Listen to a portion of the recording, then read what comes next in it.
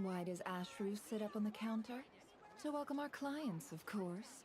A kitty's gotta earn his kibble somehow.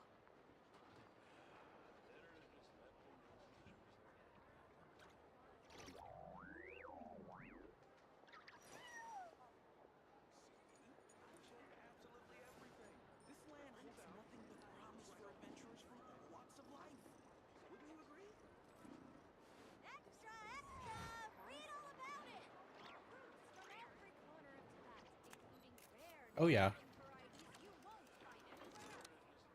it feels good to be back. I'm happy to be home at my PC and in the funny game. All right, we're here to do the story again.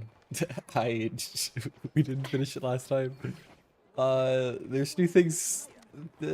My game was screaming at me for the events. We've got Cliff Dash this, but I don't know if that's around. I don't know if that's real. Is it real? Oh yeah, there's this. Oh, there's Layla's in the event. But I don't get a free Layla. What the?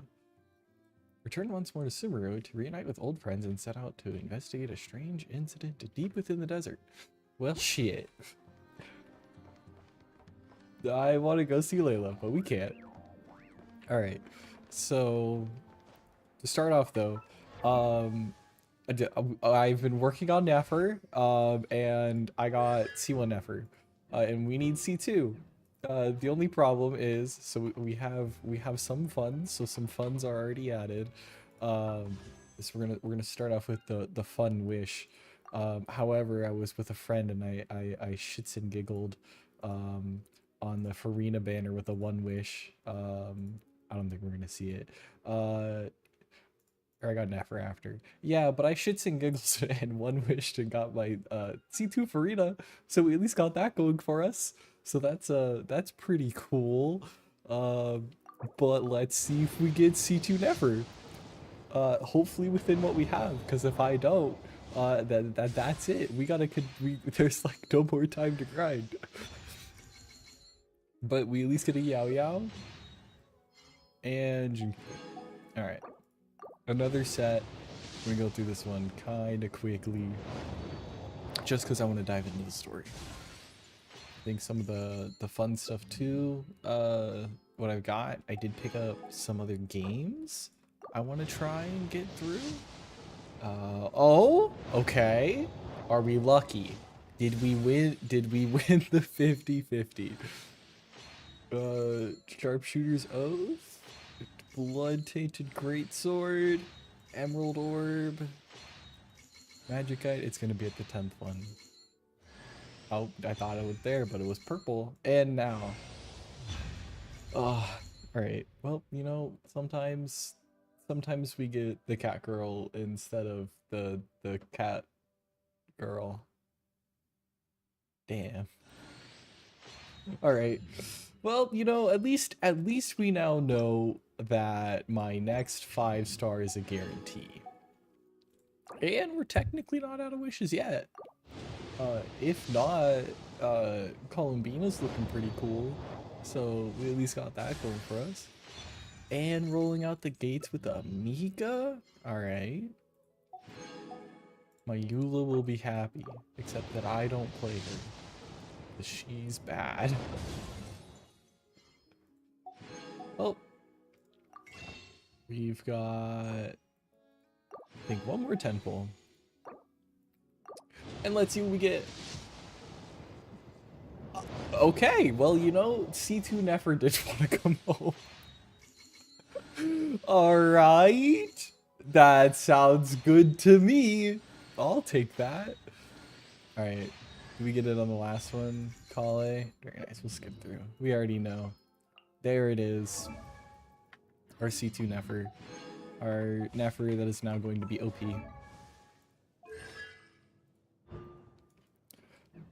In short, now a bunch of damage.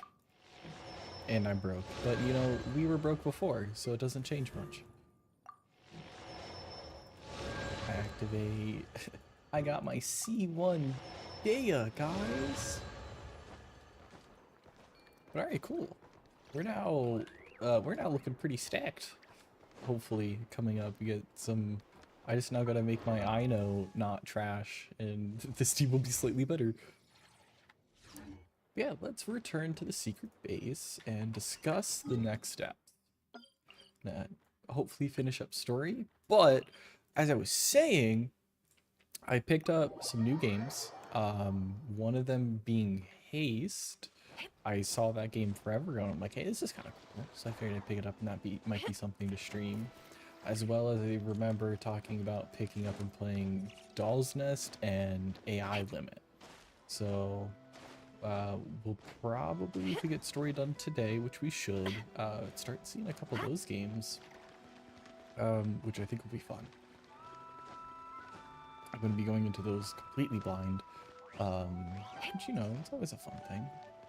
And this is the entrance. What do we move to get in? They show, or do we just like teleport in? Do we just like show up? Like, hey, what's up, guys? I just phased through the wall. How's it going? It's a relief to see you all made it back in one piece. I agree. I could have been a couple puzzle pieces. Huh? Feels like there's quite a few people missing. Where's Flint's and the others? I returned ahead of them. Flint is helping Ino and Anefa to set up the decoys and buy us some time. As for Miss Nefer... Boss is still wrapping things up on her end. She sent us back to fill you all in on the top secret intel we've been gathering. Fine. I see. Then let's get right into it. But first, who do we have here? We You brought someone else in to help? we brought Father. She's a murderer. And she adopts Greetings. children. I was invited here to help as a longtime Tea Party companion of Columbina's. You may call me Arlecchino. Surely it can't be. Those eyes. Oh, where have I seen them before? Wait, of course. In those memories we just saw. The funny Crimson Moon eyes. The only Arlecchino I know is the fourth of the Fatui Harbingers. So either you share a pretty uncommon name, or you're more than just a Tea Party buddy. She could be a Tea Party buddy before she's a fourth of the Fatui Harbingers. You are well informed, Grandmaster. A man from Mondstadt living all the way out here in Nodcry, and yet the people and affairs of Snezhnaya seem to hold a special place in your heart. I love Arlecchino. Oh, the feeling's mutual. Sounds like you know all about who I am, too. A Fatui Harbinger. The atmosphere in here just got really tense. Guess we can't just start trusting Fatui Harbingers, even at a time like this. I must admit, though, I'm a little curious. Seeing as the Moon Goddess no longer belongs to the Fatui, what makes you so willing to put your neck on the line here? Nor does Nodcry belong to Mondstadt, Mr. Varka. Yet still, you're fighting for it all the same. Things don't always have to have a tangible payoff. Sometimes, stopping things from spiraling out of control is a higher priority than chasing the spoils of victory. Yay, Of we've course, got a I can't say friend. there's nothing in it for me at all. But that's between Columbina and myself. Arlecchino was instrumental in helping us save the whole of Fontaine. Forgive me. I don't mean to doubt you. It's just that the Fatui really have been the source of many of our troubles. We have our own way of doing things here in Nodcry. But ever since they arrived, the Fatui have treated us Damn, with what an nothing but emphasis on- hostility. I know there's been a lot of bad blood between us in the past. I've done my utmost to avoid friction whenever I could. But sometimes fundamental conflicts of interest simply can't be settled amicably. That's why I'm here solely in a personal capacity. This has nothing to do with the Fatui. As a gesture of good faith, I'll be frank. I can help Columbina track down the iridescent moon's marrow, which will help her restore more of her power. Anyway, what else is on the agenda? Let's begin. Straight into it as She always. says she'll be frank, then completely skips over the details. Looks like she doesn't want to give away too many secrets after all. I feel like that's being frank though. Like, yeah, just we're gonna just get to it. Skip the But details. he clearly wants to change the subject. It'd be awkward if I tried to bring it up again now. I guess we'll just have to go along with it. She's the fourth of the Fatui Harbingers, after all. One look, and you can tell she's not someone you'd want to mess with. I like how Jehoda hypes up all the characters. It's so cool.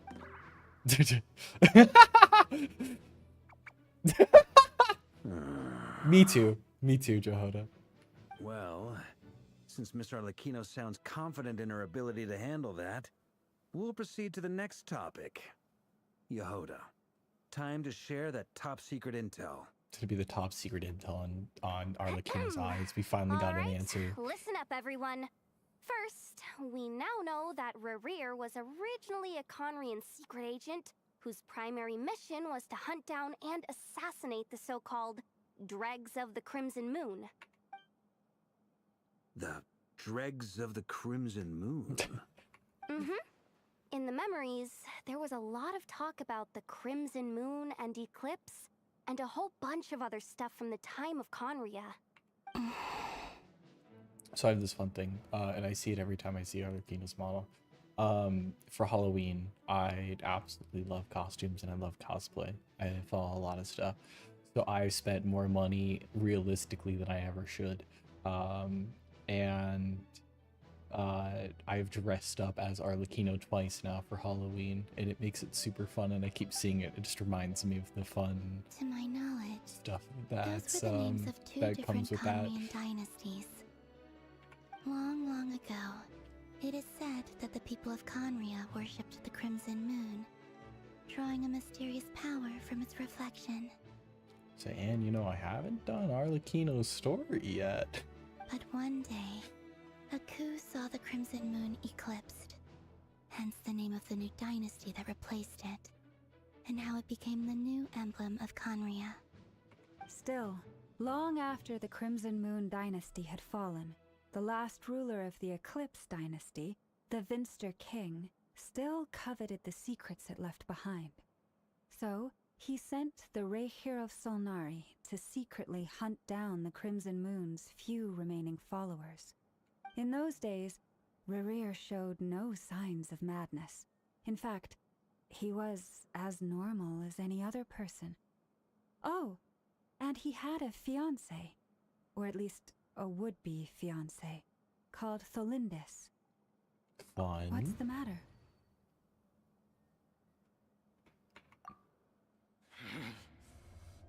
Verfnir, Rhine-daughter, Flinders. Someone get him some milk. He's clearly losing his mind. Interesting. Anything else? What about this would-be fiancé of his? Do we know anything about her? Well, she was a researcher at the Universitas Magistrorum, but it felt like she was hiding That's some a kind lot of of secret. big words you just said to me. Oh, and one more thing.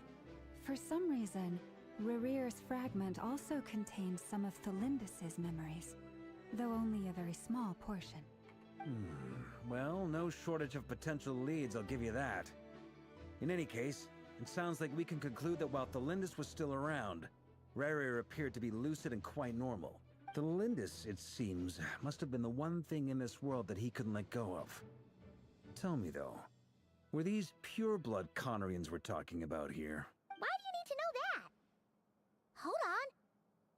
If she was a pure-blood Conrian, They'd be still alive, possibly as a Hilichurl. just like how it was with the captain. If we could somehow find her, do you think there's any chance Rerir might regain some of his sanity? No, I think homie's gone. It's possible, but it would take a miracle. We can't pin all our hopes on that. That merchant who Nefer knows, Dori Sangama Bay. Maybe we could hire her to look into it. She's gonna price gouge you, Llama. Alright Don't then. do it. Let's keep working in our separate teams. Traveler, Paimon, Kutar, and Miss Arlecchino will go look for the iridescent moon's marrow. As for the others, On the way over here, I noticed that the Wild Hunt monsters had grown even more frenzied in their search for Kutar. At this rate, the people living here will be in grave danger too. So I'm thinking of gathering together some of our followers to go wipe. I'll head back to the curatorium and meet up with the boss. Go kick Feels ass, good Llama. knowing we've all got something to be getting on with. Given that the Wild Hunt has been a lot more active lately, the Lightkeepers have likely begun their own operations too. If that is the case, someone will need to pass the news on to Flint's. I'll hold the fort for now, then discuss our next move with Flint's, Aino, and Anefa when they get back. All right then. Well, the clock's ticking. If that's everything, we'll be on our way. We'd better get moving too. We'll try to buy you as much time as we can. Relax. Just do your thing. Now, I decided to call in some backups since Or we're things are gonna see getting some so fun hairy. characters. Our reinforcements should be here any minute now. Stay safe, everyone. Dismissed. Please tell me I see the Spark Knight just like bomb fishing all of Nodcry. Oh, he's plotting, walking.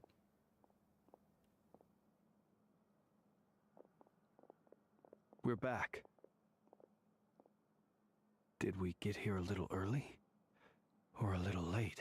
I'm afraid you're late, my guy. A tad late. The others have already set off. To summarize, our resident moon goddess has found us a new ally, and Boss Nefer has uncovered some promising info. Everything going smoothly on your end? Not great. I don't know how long we can stall them for. The decoys are getting taken out way faster than we imagined. I'm gonna make some production. more later, but I need a timeout first. I'm so tired right now. Oh, right! Inefa, could you fill in Uncle Varka on what we just discussed with Flint's? Sure. Someone Uncle get Barca, I know a snack. You previously told us about how when you went to investigate a source of the Wild Hunt in Amsvartnir, you discovered that it was just a diversion. But according to Flint's intel, several outbreaks of the Wild Hunt had already occurred in Nodcry in the period leading up to that. That was before Rerir had regained his body, when he was far from regaining his full strength. In other words, in theory at least, he still lacked the means to act in two places at once. There's two things for the Wild Hunt.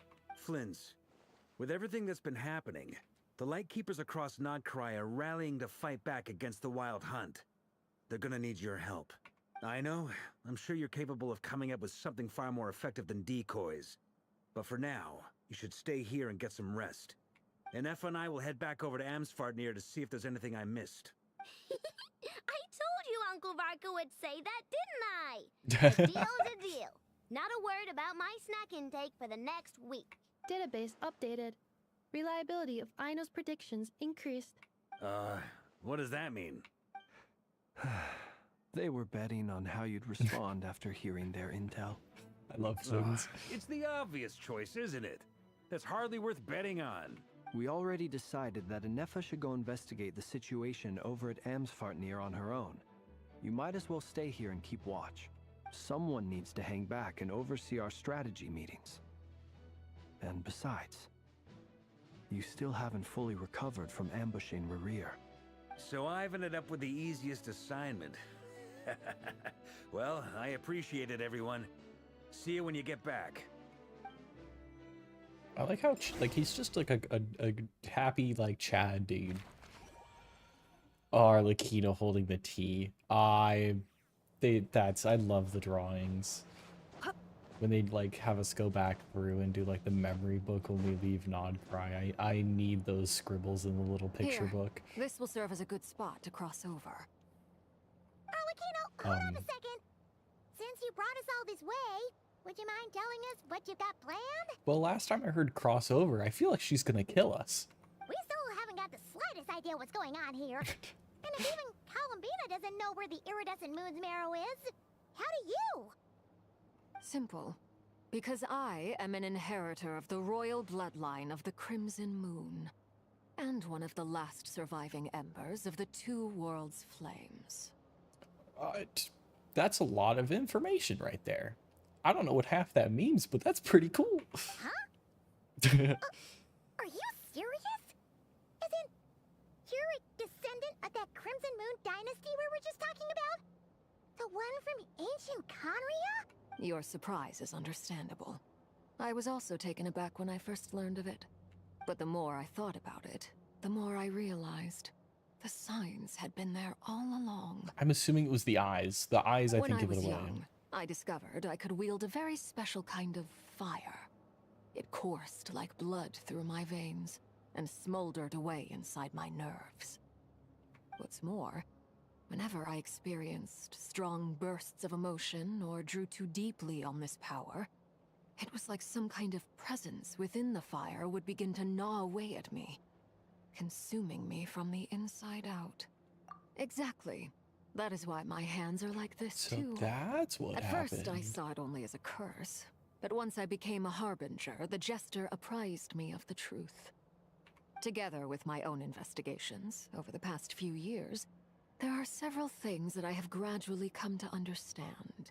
For instance, take the so-called Crimson Moon. In truth, it is nothing more than the shattered remnants of the iridescent moon, fused with the abyss to prolong its lifespan. Okay, that's interesting and cool. Since this blood flame was bestowed upon me by the Crimson Moon, it is a fusion of the iridescent moon's former power and the corruption of the abyss. You all understand the nature of the abyss well enough. I draw upon its power, and in return, it hungers for my soul. This strange blackness is the mark of corruption it has left behind. If I recall correctly, you once told me that if the corruption ever made it to your heart, you'd become a completely different person. Why do Yes. they come up with That's such the cool reason things? I'm always careful not to push my power too far. It's essentially a never-ending tug of war. Oh, sounds intense. Anyway, the rest of my story can wait. Is there anything else about the Crimson Moon or the Iridescent Moon that you're unclear about? Paimon has a question. So, the crimson moon that the Carians used to worship was actually the iridescent moon, right? Which was one of the three moon sisters. Does that mean that the Carians were to the crimson moon as the frost moon scions are to the frost moon? I mean, that So would make much sense. of that history has been lost. We have no way of knowing exactly what they were like. But I would suspect that the Conrians weren't as devout in their moon worship as it might appear. The iridescent moon's remains simply served as their link to the abyss. Later on, perhaps someone discovered a way to make direct contact with the abyss. Or maybe there was some kind of ideological divide.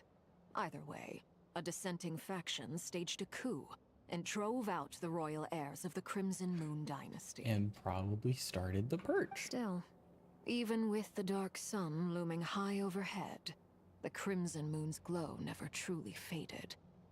If you want living proof, it's standing right before you. The first time we met, She I said that sensed there's two something of the familiar flames, in though. your I'm presence. missing the information. Who's the other flame? When I looked at you, I felt I could see that mysterious red moon in the corner of my eye. In your flames, I saw its broken image, surrounded by a strange black aura. Well, I appreciate that you kept it to yourself. Much about the Crimson Moon is still a mystery, and I'd prefer not to end up as the object of an insane research project. Anyway, time is against us here, so if there's any other questions, they'll have to wait. I just want to make sure I've got one thing straight. In her letter, Sandrone mentioned that since you are unable to contain the iridescent moon's marrow yourself, you intend to leave it in my custody. Correct? That's right. For now, it's the only way I can pay you back for your help. The iridescent moon is already part of who you are. So with its marrow in your possession, you'll be even more powerful than before. Okay. Then let's get started. Deal. Get what started?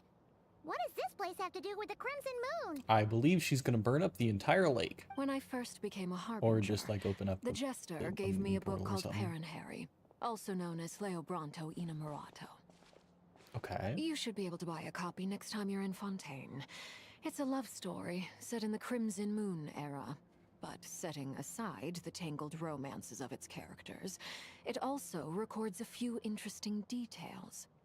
In the Crimson Moon era, or so the story goes, there was an orphanage that received children from beyond the bounds of this world. and subjected them to a peculiar induction ceremony. Where they fight to the death. Beyond the bounds of this world? For real? Oh, except I The think Crimson Moon know where sages it is. looked It's beyond Fontaine. this world for beings with powers that surpassed the gods. But fearing Oh, they I'm might doing a great lose job, control, thanks. I they appreciate subjected it. these children to a process of refinement. They made these children crawl up a fireplace and kept asking them, "Have you died? Did you see it?" Until they finally admitted to having died and seen a crimson moon. Fun. That sounds fun and exciting. The adults embraced the children who passed the ritual, telling them, "Within the fireplace, you have traversed the flames between two worlds. Here and now, you are born anew." Yeah. I feel like I'm gonna just send children up a The book fireplace, you know? leaves much unsaid. That sounds But like a I sane thing suspect to do. that this was their way of branding the children they had enrolled, leaving an indelible mark upon them so that they would forever live in the Crimson Moon's light. I feel like that's just a way to torment them, but you know, I feel like if you're having children crawl up chimneys, you're not That already explains sane. why I can't sense the Crimson Moon's marrow in this world. It makes sense that it would be sealed in a special space that can only be accessed temporarily through some kind of ritual. Fun. There's no fireplace here. Do you see a chimney anywhere? Oh, are we supposed to build it ourselves? Okay, fine. Paimon will go find some bricks. Good luck, That Paimon. won't be necessary. The fireplace is purely symbolic. The key to the ritual is crossing the flames between two worlds. In other words, the flames that burn within me. Oh, Those cool. We are burned walking away through by hell. such flames leave behind a kind of ghostly afterimage in the world. In the days of Conria, people believed they could be used to bridge the gap between the two worlds of life and death. In short, Okay. I can open a passage to that space for you. That's the easy part. If that's easy part, what's the bad The part? What's the catch hard part? is I'll need to stay on this side to keep the passage open. So I won't be able to come with you. I Once think we'll you're be in fine. Very well. Then I'll open it up. Traveler, spare me a little more moonlight if you would. I may need it. I mean, we could just hold hands, you know, if Thank you wanted you. to, in I Minecraft. feel like I've recovered some of my strength now. It should be enough to move us across short distances and confront whatever dangers might await. I have a feeling we're gonna have a sneaky puzzle up ahead.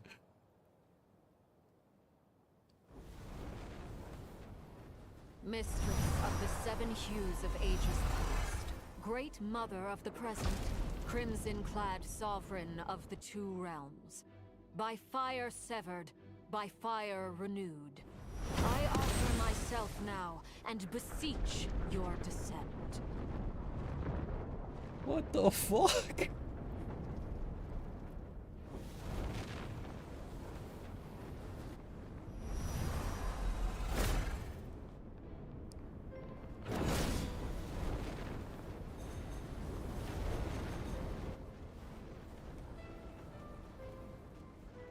This is so cool. I want to climb the Hell Steps into the black hole abyss. One word of advice. As you're crossing over, no matter what voices you hear, do not answer. Got it. I sense a sinister gloom inside, but also the familiar light of the moon. I feel that I am about to meet an old friend who has changed beyond all recognition. All right, let's go. Yeah, that's one way to put it.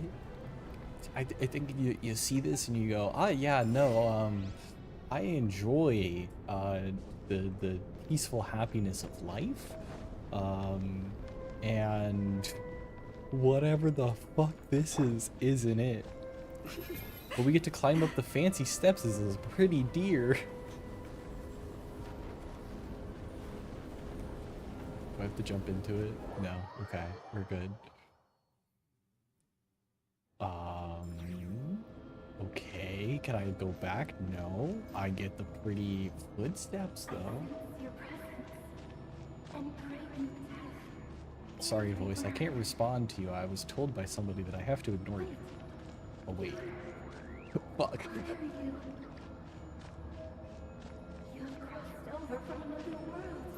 Fun.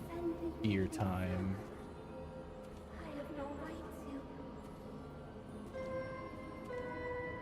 I don't know what you're going on about, but deer time. Hey, look up at the sky! A red moon! This must be the spot, right? Hopefully. Is that the abyss? It's practically filled the entire place. What the... What a tragic sight. Fragments of your broken body, seized by the abyss, and hung up aloft like mummified remains. Iridescent moon. Was this truly what you wished for? Fun. Careful. Dead moon god hanging in the sky. Feels like something is lurking in the fog. Paimon's right behind you. Whatever you do, don't run off without her. Just hold on to my coattail, Paimon. Yeah, but doing it all this time anyway. By the way, Kalumbina, didn't you tell us that the iridescent moon had shattered into pieces?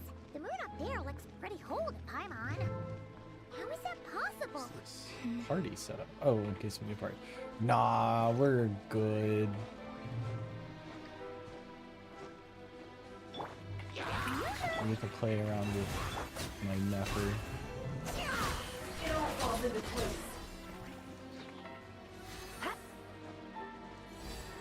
I'm loving the vibe and music of this place. I think the little cat robot kind of ruins it, but I think it's cute. Okay. Just like I That's thought. It was only a facade. okay.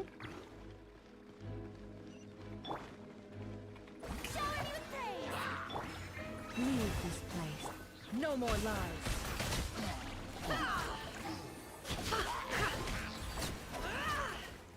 Proceed deeper. The fact that the moon is like is leading. That's just so cool. I almost fell. We didn't though.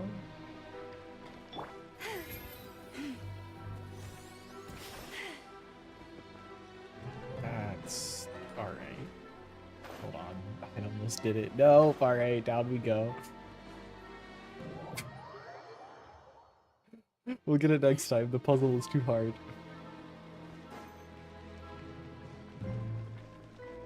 Yep. Okay.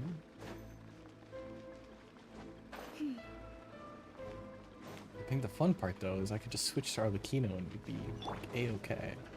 Strike a pop! Rest, rebuild! The moon's night approaches. You know, I she almost died. I don't want to talk about it. Alright. Let me get my treasure chest and move on.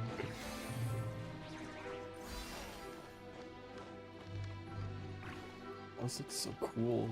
It's using all like the landscape fragments of Hissy Island too. You see?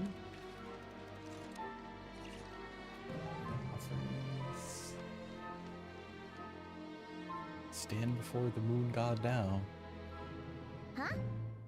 Huh? Huh? For real? That's way too high!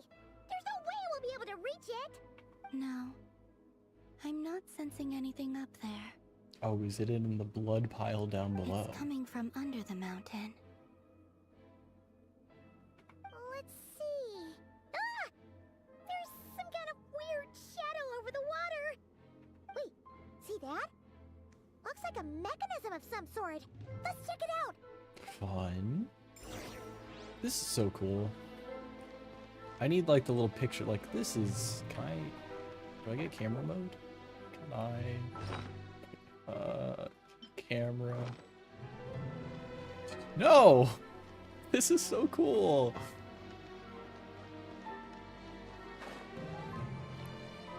Just like in a picture of this, set it as the background. Oh my gosh.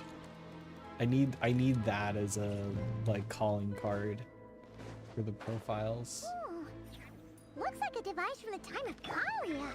Maybe people once came here to study the Crimson Moon's domain, and they left this behind. Oh, if we could activate it, we might find some clues. Okay. It just shot the abyss.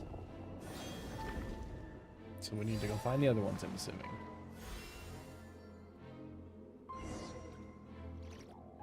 Hey, look at that! Now that the mechanism's running, the shadow in the water looks different. Yeah, well, the other one on the far side's all shadowy. Do you think these mechanisms might be the key to unlocking the secret? Yes. Let's try to find more of them! Thank you, Philindus, Paimon. we'll Oh. leave the rest of the research in your hands. We'll be heading back now. Oh This isn't no. ruining date night. Ugh. Mind your own business. Just leave me some snacks on the table. Philindus?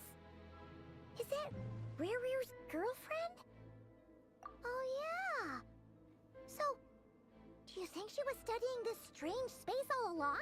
I think she was studying this strange space, got caught up, and then Rear snapped when she died. The Abyss has made this space extremely unstable. Maybe that's why some of the things she said and did were preserved here. Like echoes. Or after images. Whenever I see this view, it takes me back to a poem from my childhood. Oh. Waning moon, oh lifeless damsel, weeping on the mountain crest. Mourning still in wistful tone, her fragile soul now laid to rest. For me, of all people, to be here investigating the mysteries of the Crimson Moon space. Is it a coincidence? Or something more?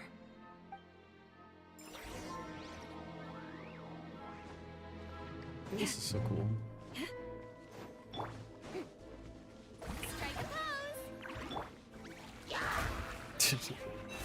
The Farina pet's just ganging up on the hill of turtles. We don't even have to worry about it.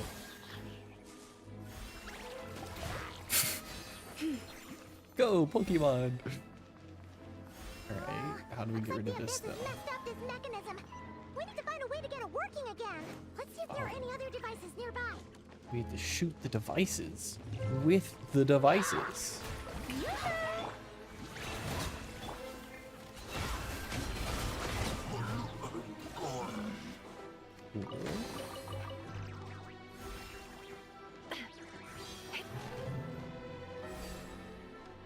Poke. Alright, can you see what is all the way up here though? I'm gonna get distracted because this place is cool. No, let me go see the thing. Oh man. Alright, but which one's supposed to shoot that one? Let's see. There's nothing up on the hill line. Unless it's just not like... I feel like it would be loaded in. Oh well. Poke.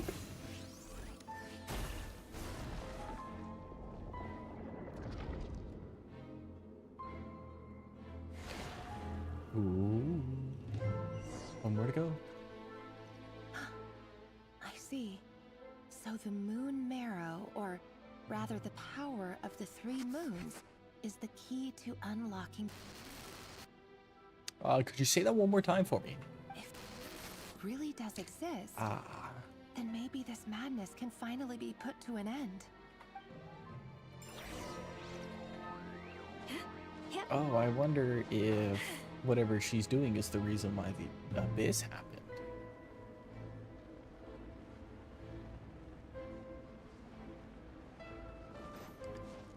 Alright, Paimon. Oh, it's shooting me. Can you not?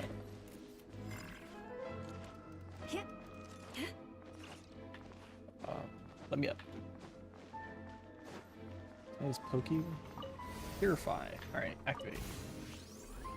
We could just purify it, but we had to go find the other one and the other thing? Alright. Oh, and it's like a little moon in itself. With the Abyss inhibitors in place, I should be able to access the chamber with the moon marrow. Oh, Revier, with every step you take, you're drifting further from what you truly desire. But you're not the root of the problem. Ever since that outsider set foot in Conria, the Vinster King has sunken deeper into madness. If only I could get my hands on that outsider.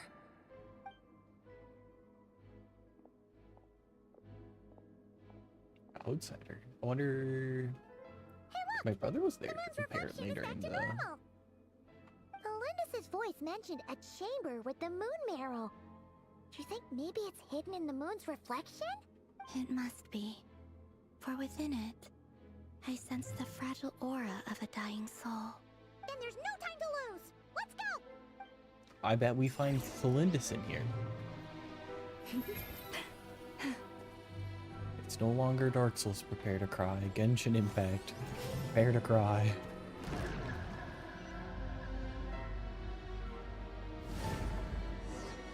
Cool. Ever the Abyssal Fetters.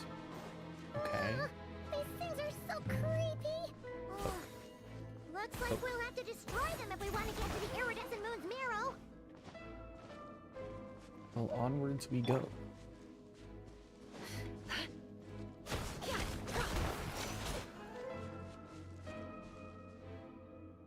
So we'll stick with Nephros party.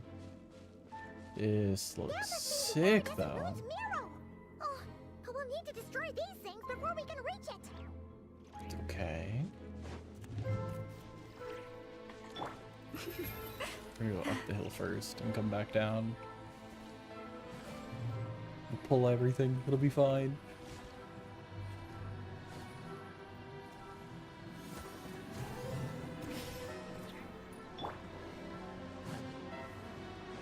Hold on.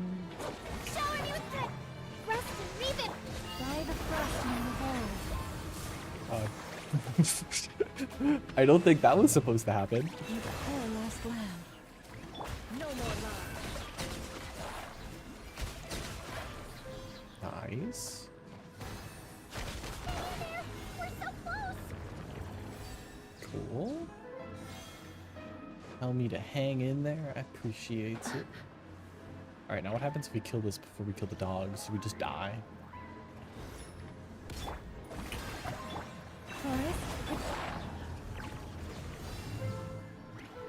The little bubbles are shooting something.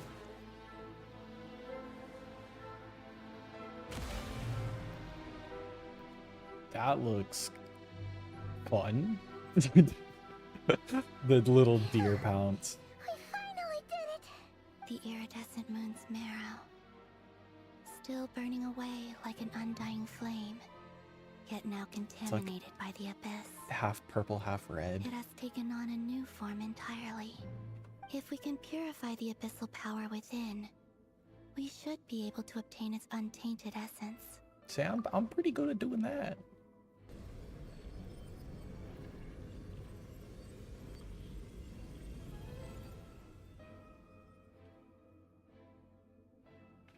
That looks so cool. It's so cold. Is it you? Are you here? Huh?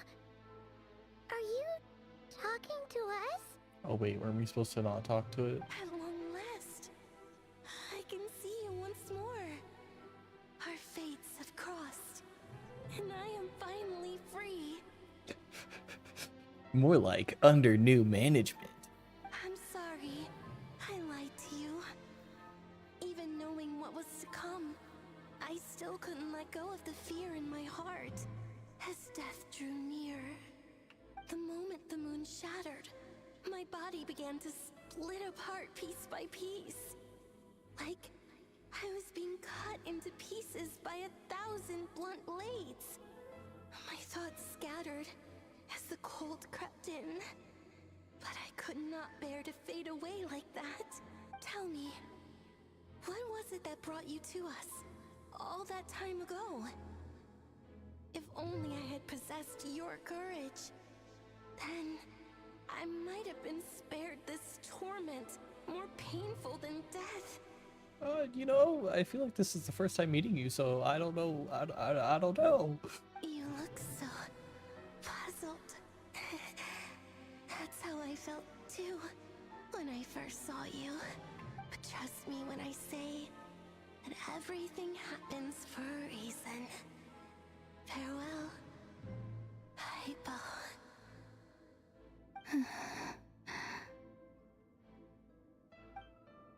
What was that all about? Was that the goddess of the iridescent moon? Only make It sounded like guesses. she was speaking to a long-lost friend. But none of us have ever met her before, right? I have a feeling Colomina has. Perhaps.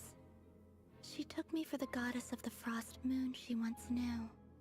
For a fading soul like hers, our auras must be too similar to tell apart. But anyway, we've got the iridescent moon's marrow now. That should help you regain your strength, right? Alright.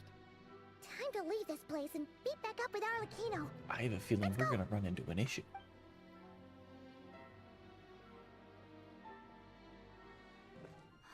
That's odd.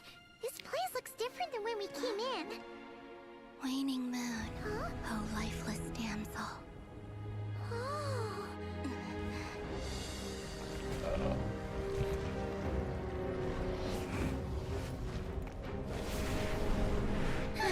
Hurry! The place is collapsing! Damn, she can sprint. It wants to trap us here. Who's it? The Abyss? Now we've taken the moon marrow. All that's left here is a dark will. It will show us no mercy.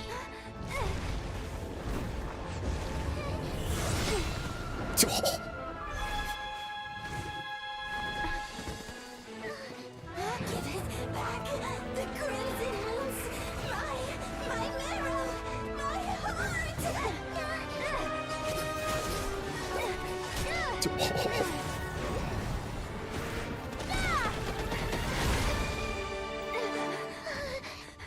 Finally! Huh? Oh no! The exit's blocked!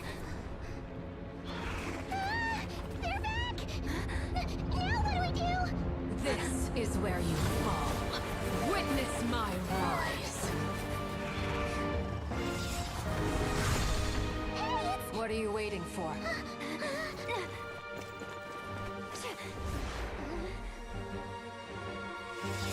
That's so cool.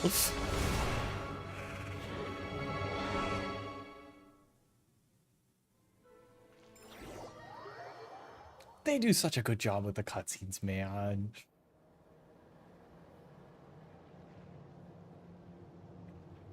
Consider me witnessing. We made it! Was that you, Arlecchino? Did you save us? Wait, your hands! They're... Oh no. Oh, this? Don't worry. It's a small price to pay. The Abyss wanted to trap you inside, and I defied its will by bringing you out. No wonder it's a little angry. It's just a little angry. He's just a little guy who's a little angry. No. I have paid the price, albeit a small one, and it cannot be undone. My hands have already fused with the Abyss. Purification would simply destroy whatever's left of them. But surely... Oh... We're so sorry, Arlecchino. Paimon can't believe you'd make a sacrifice like this for us. As much as I'd like to call it a favor, the truth is I was simply holding up my end of the deal. Well, Columbina. Yes, you did your part.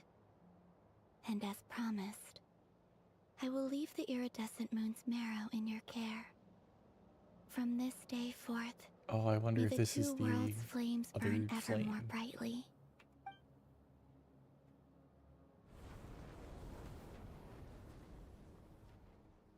I'll take that as a blessing. Now, Columbina, give me your hand. Accept this moonlight I offer in return.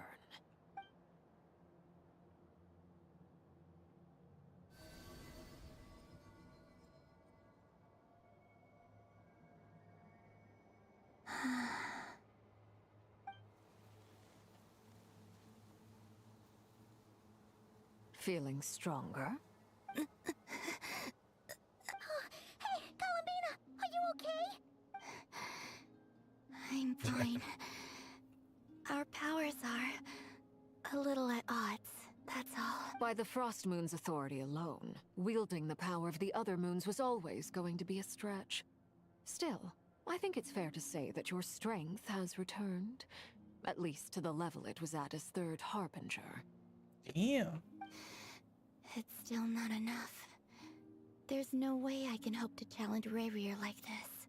Just one more ray of moonlight, if you would. Don't overdo it, boss. It's okay.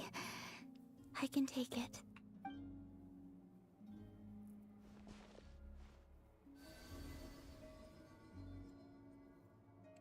Damn.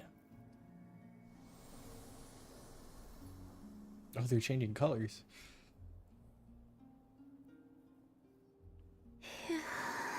How about now? Fighting fit? At the very least, I won't have to stay hidden like before. I want to see him gone from Not Cry. The Rayheer of Solnari and his wild hunt must be sent back where they belong. Well, it's good to have something to aim for. You certainly seem more alive now than you did earlier. When I first met you, you didn't strike me as a ray of moonlight. More like a wisp of fog drifting in from who knows where, ready to scatter at the first sign of a breeze. But now, you're full of vitality. Just like the Frost Moon, once the brightest of them all. May you keep shining, Columbina. This is who you are. Fucking cool, man. Thank you. Look after yourself too, Arlecchino. I know you have plans of your own, and that's why you're always seeking to grow stronger. But whatever you're after, don't let the Abyss take a hold of you. I do not wish to see you go down the same path as Rayrier. I appreciate the concern, Columbina. Although perhaps it's time you took a new name. A new name? Oh? Kutar, the Moon Maiden, Columbina. They're nothing more than code names. They describe who she is and the roles she's played, but they're not her real name. Oh. We often use code names in the House of the Hearth, too. But it's knowing your real name that keeps you grounded. Up till now, you've been living a wandering life, so you've probably never really cared. I'm guessing this is the hypo. All I'll say is this. Once you've defeated Rayrier, give it some thought. All right, that's it from me. I'll get you back safely first, then go meet up with Sandrone. You're the best! Yeah. I appreciate the gesture. It speaks to your good character. Anyway, let's get going. There are more urgent things to do right now than trade compliments. I could trade compliments all day with you, Arlecchino. Awesome. Act 3 complete.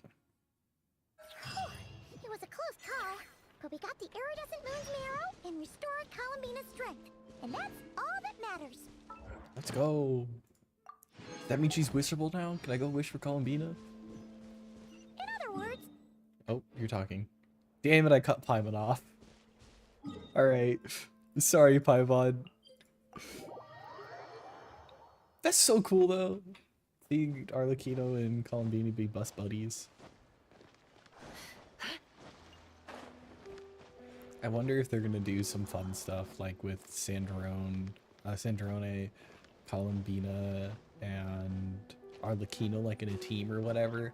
If they get some special bonuses since they're doing all the bonus stuff.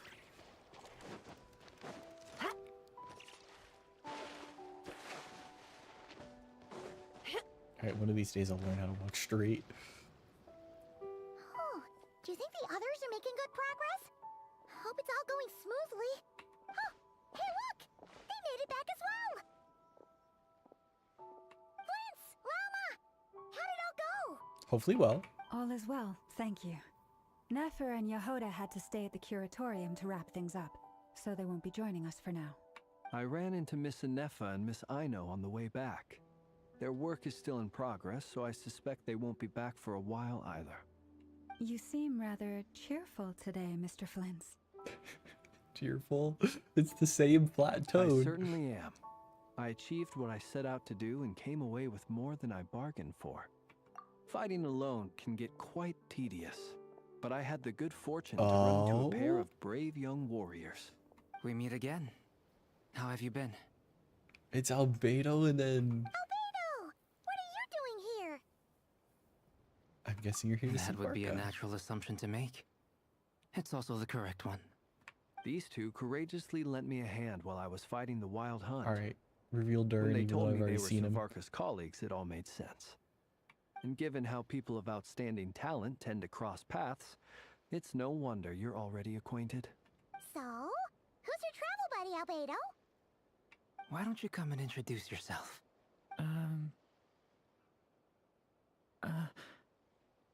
Oh, he's timid. He's a shy little guy. A gentleman of few words, I see. And a rather stern countenance. I presumed you were acquainted with him. Is that not the case? It's nice to meet you. Again, we've technically met before. A couple times. Wait a sec! You're Minnie Durin! That's right. It's me. I'm glad to see you again. By the way, he says it's okay if you drop the mini. No, he's keeping the title Mini. Yeah, I'm not as mini as I used to be. Interesting, isn't it? The first step towards blending into human society appears to be reflecting on whether one's name really reflects who they are. Wow! You look so different! In a good way, of course. It's great to see you looking so healthy. Damn, such a cool outfit. Thank you, Paimon. I love the heart aspect And to it. although you're as mini as ever, I understand that diminutives don't always convey endearment. I'll be sure to simply call you Paimon as a sign of my great respect for you.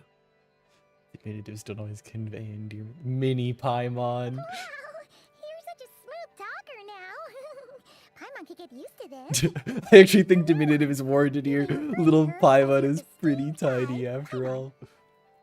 Esteemed guide, tiny, small Personally, Paimon. I think our little Paimon is the perfect size.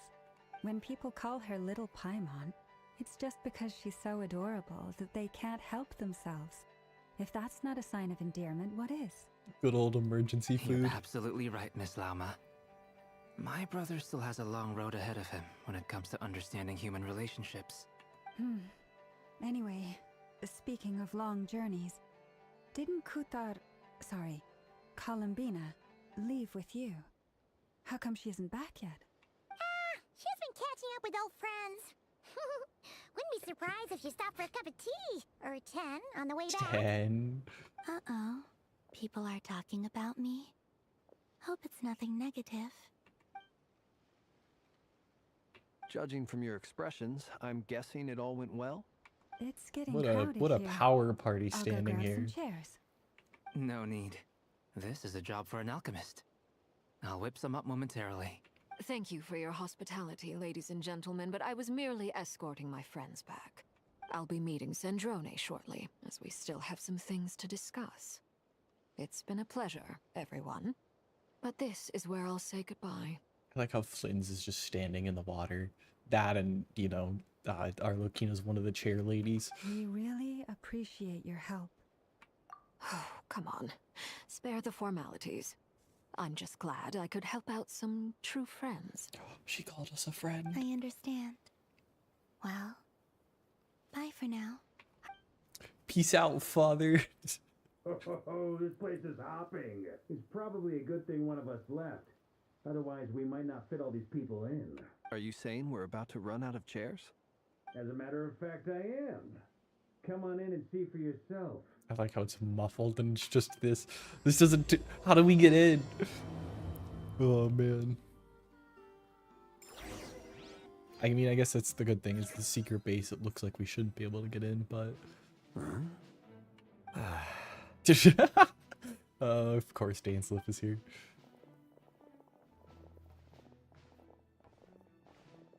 I overheard your little chit-chat outside, by the way. With Miss Columbina's colleague gone, we should be back to the original crew plus the other colleagues I brought in. Though, it looks like we have another new face. Someone else managed to rope in a colleague too? He's probably here for us. Frankly, you and Paimon are the only people I know here. This here is Deansland, colleague of Teyvat's greatest guide, Paimon, and greatest adventurer. I love the Traveler. Paimon like little entrance. exact That college, was so cute. Friends. When someone else jumps in to do the announcing, you know you're speaking to someone important. Let's hear what he has to say. Note to self. Once Paimon knows your name, the rest of the world will soon follow. Fun fact, Stainless, we've seen the memories of one of your friends who's gone insane. When he comes looking for us, it's usually something important. Paimon's guessing you've heard about the Wild Hunt, then. From the looks of it, you're about to hold a meeting. If I were to say that the Wild Hunt is our mutual enemy, would that earn me a seat at the table? As the saying goes, the enemy of my enemy is my friend. Mr. Dainsleif, there's a seat with your name on it. Though, I can't promise the same for everyone else. Hey, Albedo, think you can rustle up a couple more chairs? It's a seat with your name on it. After all this time apart, Grandmaster Varka's first order is to rustle up a couple more chairs.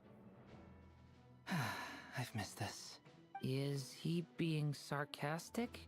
He's your brother. Why are you asking us? Because he hasn't figured it out, Paimon. I've still got a lot to learn about the nuances of human conversation. Trying to decipher Albedo's way of speaking has been like jumping in at the deep end. Oh, good point. Paimon gets you now. Don't sweat it. There are people who go their whole lives without getting the hang of it. You're ahead of the The game little already. Paimon thumbs up. Expert. Oh, I wonder what's taking Nefer so long. Perhaps Oh, you that's should go and check amazing. in with her. If anyone can hurry her along, it's you. I just got back from the curatorium. Besides, aren't you curious to see what's taking her so long? Miss Nefer doesn't strike me as the type to share secrets. And since gathering intel is her specialty, I'm guessing she'd prefer to keep her methods confidential. Under such circumstances, would it not be tactless they for me both to don't want to impose? go. Oh, but it's fine for me to impose. Oh, they're so What can I cute. say? You have an unrivaled ability to garner people's affection, Miss Moonchanter. Besides, you have far more in common with her than I do. All right then. Impressive. She barely fought back at all. I admire your powers of persuasion, my friend. As I'm sure Miss Lauma will realize soon enough, the trick in life is to always pitch in with other people's responsibilities so that you can be selective with your own. Another trick is to simply hide in the background. Spoken like a true sage. Anyway, looks like we've got some time to kill before the meeting. Oh, man. Let's take a little breather, folks. And feel free to chat amongst yourselves. We'll get down to business once the other two arrive. Fun. Oh, I want to see what's this conversation. What is this? You're both awfully quiet. Why don't I start us off with an icebreaker? Much obliged. Have either of you ever had your portrait painted? If not, I'd be glad to help. Ever the painter. I have not That had my sounds like a portrait lovely painted. idea. You know how to paint then? I dabble occasionally. He's an excellent painter. Tables, chairs, people, dragons, you name it. He'll paint it for you. I'm flattered. If I ever get the chance, I'd like to give it a try myself. I'll bear that in mind. Anyway, how about you, Durin? What sort of portrait would you prefer? Oh, I'd be fine with anything. Whatever style feels best to you. Very well. Then I'll play it by ear. You can replicate any style I want? I can try. If you show me a sample, I'll do my best to match it. Thank you. In that case, I'll dig up some reference material for you. Right now I'm scared. Cute little conversation. We'll go Dainsleif by Is himself. there something you'd like to say to me? We watched your friend go insane. Yeah. For starters, why'd you just show up here without even giving us a heads up? If you think back to our previous interactions, you may recall that that's hardly out of character for me. He's got a point, Paimon. You do have a point there. Oh yeah, you'll need to find somewhere to stay the night too, right? Want to tag along with us? You never know. We might get a group discount. I love me some discounts. Let's do that. Oh, he agreed. Great! Paimon will handle it. And in return, we can get Dainslift to be our very own personal bodyguard. Paimon, you're thinking out loud If again. that's what you had in mind, you should have said so sooner. I'd be happy to help. Oh, okay then. Paimon was only kidding, but good to know. Anyway, since we're all here together, we might as well watch each other's backs. That's just what friends do, right? Indeed. Thank you. He avoided why he was here, though. Why are you here? All right. What's up, Flins and Varka? Truth be told, I can't remember the last time I was in a meeting with so many people. That's because you left the Knights of Favonius. You're not alone there, my friend. The Lightkeepers also struggle to bring everyone together for a serious discussion. I don't doubt that. I've only ever met two Ratniki, one being you, and the other being that young guy, Eatlua. Eatlua is a good apple. I'll give him that. He's kind, honest, and regularly delivers supplies to my lighthouse. A true Ratnik to the core. In that sense, he puts me to shame. So you're what? A fake Ratnik? That's what it sounds like you're saying. But I get the feeling that's not quite what you meant. Come on. The why silence. awkward silence. Sorry. I'm not even gonna bother trying to hide it. You've known all along, haven't you, my friend? Silence. Silence. Now that was an awkward silence. Let's just keep this between ourselves. Probably best if Eatlua doesn't know, huh? That goes without saying. Gotta be careful what you share with youngsters, after all. I don't know if they're talking about him being a fae Anyone else in the or... know? Let me guess. The Traveler and Paimon? It's dangerous being too sharp for one's own good, you know. Okay, yeah, I'm guessing that's what it is. Then, in the name of the Animo Archon Barbatos himself, I swear, your secret's safe with me. When we went for drinks, you said that you and Barbados were practically best buds. In the light of that claim, do you really expect me to take your oath seriously? Once you meet him, it Of becomes a course. lot more clear. Just as long as you don't go spreading around the fact that I'm close with Barbados, all right? Fair enough, then. Nothing like a bit of mutual leverage to seal the bonds of friendship. These two were cool.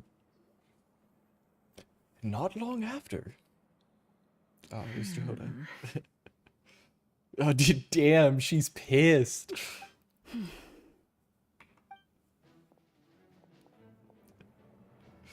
Alright, what happened? Why are they upsetting? Miss Nefer, you made it after all. But what about Yehoda? I'm here to give you an update on how things are going on our end. Once this is over, I'll be heading straight back to continue my work. I left Yehoda back at the Curatorium to watch over things while I'm gone. Huh. So much for just this once. Not so loud! We're on a roll here. What if she remembers and suddenly decides to back out? It pans back and she's gone. Did you say something, Mr. Varka? Huh? I didn't say anything. Right, Flints? Must have been a frog. They get so noisy around here. The frog. It's like they're putting on a concert in the background. Anyway, before we begin, there's a few introductions to make. Let me start by saying that it's an honor to be speaking before so many distinguished colleagues and collaborators. First up, we have Miss Lauma. As Moon Chanter, she's the leader of the Frost Moon Scions, a local religious community in Nodcry. Then there's Miss Nefer, boss of the Curatorium of Secrets, an intel gatherer extraordinaire. Starting off with the mommies? Nefer is leading the investigation into Rerer's background, assisted by Yehoda and Lauma. From the little I've heard, they're making some great progress. Over here, we have Mr. Flintz, a Ratnik and guardian of the abandoned lighthouse. In our last operation, he courageously distracted the Wild Hunt to buy time for the rest of us. For those of you who've never met, this is Mr. Albedo, a renowned alchemist and captain of the Knights of Favonius investigation team. By his side is a new face for us all, myself included. Mr. Durin, who's come to lend his aid. Next up, we have the Moon Maiden and former Fatui Harbinger, Miss Columbina. Then we have the Traveler, who's earned more titles than I could possibly hope to list out, so I'll spare you the rundown. No, I And want you to list Paimon, all of them. the ultimate travel companion and quite possibly the best guide in all of Teyvat. I want to know the list of titles that we have gathered up to this point, Varka. Please explain them all to me. Whoa! That's a lot of people. Great turnout. Miss Neffer, it looks like you might have another job coming your way. So, congratulations on the booming business, I guess. You think I haven't got enough on my hands as it is? Who's looking for me now? That would be me, Miss Neffer. I have a commission for you. And Oh. you are? Who I am doesn't matter right now. What does matter is that I'd like you to gather more intelligence about the Recher of Solnari. Well, it's not as if we never take on anonymous commissions. But in your case, I'll have to decline. I'm gonna take a wild guess and say your job's probably more hassle than it's worth. Something about you seems like bad news. It's my eyes, isn't it? Conrian, I assume. And what's with the mask? Are you trying to hide your identity? In any case, the fact that you're even still alive raises an awful lot of questions for me. Well, we know that one. We know the answer to that one. It's a curse of immortality to make them suffer for their sins. My name is Dainsleif. And yes, I am from Conria. As I'm sure you're aware, the Recher of Solnari's real name is Rerir. He was once an acquaintance of mine. Good old drinking buddies. Really? Then you must have been quite an influential figure yourself. You flatter me, but none of that matters anymore. My point was simply to clarify why I have asked Miss Neffer to investigate Rerir's background. So you're both from Conria, and it sounds like you used to be friends? What am I missing here? Surely you already know how he became one of the Five Sinners. I'll tell you everything I know.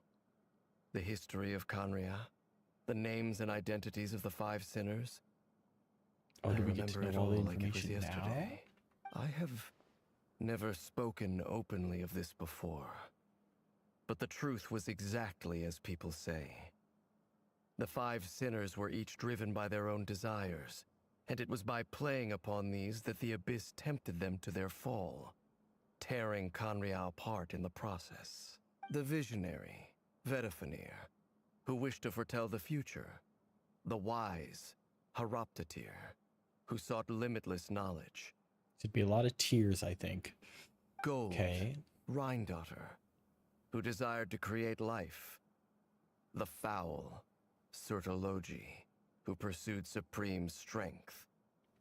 Fun. And last, but not least, Recher of Solnari, Rerir, Ravager of the Moon.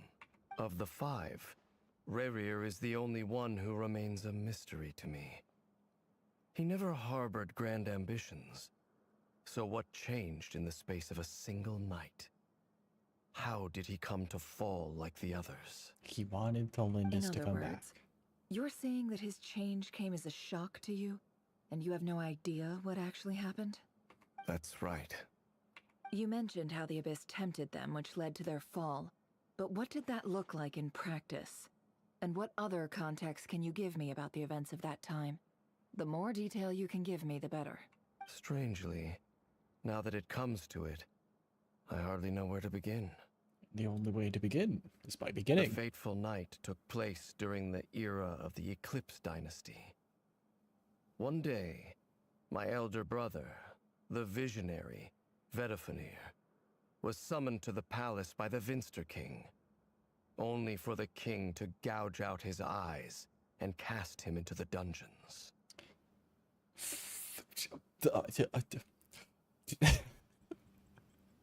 Can hardly call him the visionary now. Oh god, man, I just all right. When I came to hear of this, my fury All knew right. no bounds.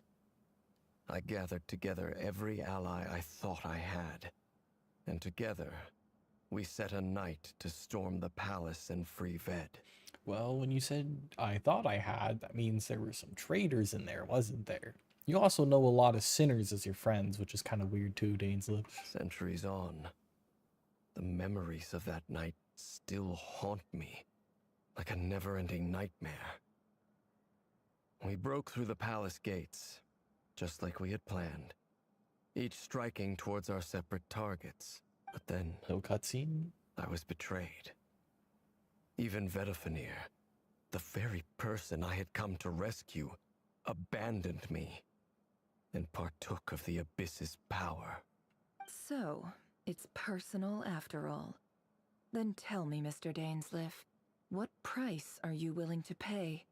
You, of all people, must know that nothing comes for free. I cannot say what price would be worthy of such a commission. But know this. Rerir was not always a madman. Believe it or not, there was a time when he was just an ordinary man, working for the Conrian Intelligence Service. We have seen that. Uncovering the truth of Rerir's past is the only way to unravel this mystery. But before you decide if you will accept my commission, I will tell you more about him. Enough, I hope, to help you plan your next move. Hell yeah. Sounds pretty good to me. Feels like we just flagged down a random passerby, only to discover he's actually a master strategist who has a score to settle with our enemy. Who knew having a Conrian friend would come this handy? Can I borrow your halo? It could be useful in the lighthouse. Hey, you know those wisecracks. Besides, isn't that lamp of yours bright enough already? Relax. It was meant to be a compliment. If that was a little over the top for your liking, I'll make sure to tone it down next time. I'll give your proposal some serious thought, Mr. Dainsleif. Let's speak in private once the meeting is over. Before that, there's a few things I'd like to share. We said words. You recount the meaning of the Knave, how the iridescent moon mirror was retrieved from the Crimson Moon space. You make it clear that the Knave chose to help you out of her own accord, and then conclude by reporting how the hearts of the Three Moon are now finally in your hands. Now that we've united the hearts of the Three Moons, your power should be greatly enhanced. But it seems like that hasn't happened yet. I believe it will take a little longer. You've done so much for me, so I want to be completely honest with you all. Even though I'm doing a lot better now, the truth is, my recovery will likely be an ongoing process. From the moment I was born, my power has been slowly ebbing away. And that is because Teyvat has never accepted me. Even with the moons united as one, it seems my rejection cannot be undone. So far, I have yet to find a solution. It may turn out to be a problem that will plague me until the day I finally leave this place behind. Surely you'll Even be fine. so, I will do everything in my power to help you drive out the Rerir of Solnari. As Arlecchino put it, this is not about chasing the spoils of victory. It's just a gesture of heartfelt gratitude. Kutar. She seems a lot more energetic and positive when we first met. Yeah, she was Defeating like a the Debbie Rerir of Downer. Solnari will be no easy task. While my strength slowly recovers, we'll also need to gather more intel. Naturally. We should take all the help we can get if we hope to defeat him. Well, We've I think considered several having viable Dainsleif will help. plans now, but our choice hinges on the answers to a few key questions. Is it even possible to kill Rerir? What experiences shaped the person or monster he became? And what's he really after? Probably bringing back his dead wife. Given Albedo's expertise in alchemy, I think we should leave him to try and answer the first of these questions. Understood. As for the other two, I'm afraid we'll have to count on you again, Miss Nefer. Believe me when I say it's not my wish to burden you. But right now, relying on your skills is our only option. So you're placing all your hopes on me, huh? We can't thank you enough for agreeing to help us. Honestly, I can hardly believe how lucky we are. You sure have a talent for changing your tune, Miss Moonchanter. Timid like Yehoda one moment, then Flintz's insincere flattery the next. That's sincere. Ladies, please. I must object to your portrayal of me. That's all. Feel free to keep bickering. Just pretend I'm not here. Ladies, please. I must object to your portrayal of me. That is all. Feel free to keep bickering. What a I guy. almost don't want to leave this room. I'm curious to see how this plays out. I have faith in you, Miss Nefer. Something tells me you'll stand by us until the very end. Oh? And what makes you so sure of that? What if I suddenly decide that my compensation is insufficient? Alfar Mora. This isn't about the money. I can sense that you've got a deep-seated distaste for Rerir. And knowing you, that alone is motive enough. Look at them getting along so well. Like 2 peas in a pod. They're gonna stab each other, Varka. And I'm the one they accuse of insincere flattery. There is no justice. Oh, poor Flins. Justice for Flins. Llama, you have to understand something. Unlike you, I don't actually enjoy having everyone's hopes on my shoulders. Is that right? Well, maybe the fact that I'm willing to put my hopes in other people says more about me than you. But the fact is, I also trust you. And that's because I know that you're someone we can count on. Anyway, we've got our plan, so let's get moving. Mr. Dainsleif, let's talk. And Traveler, once we're finished, if you've nothing else What a tone planned, change. I'd like you to come with me. This whole experience is teaching me a lot. For instance, I now know that when other issues come up in the future, I'll have far more luck getting Lauma to convince Miss Nefer than trying to do it myself. Hate to say it, friend, but that's one of the funniest things I've heard in a while. Why? You think I've got it wrong? Quite the opposite. But what makes it so hilarious is how long it's taken you to realize. Nefer and Dainsley.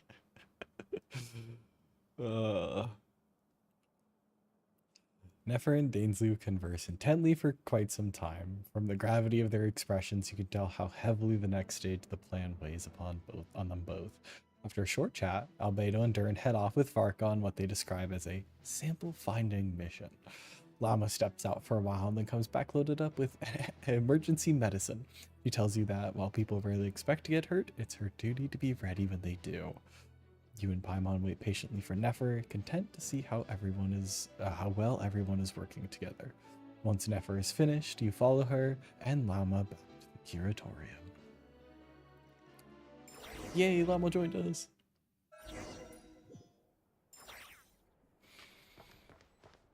All is foretold. Open your...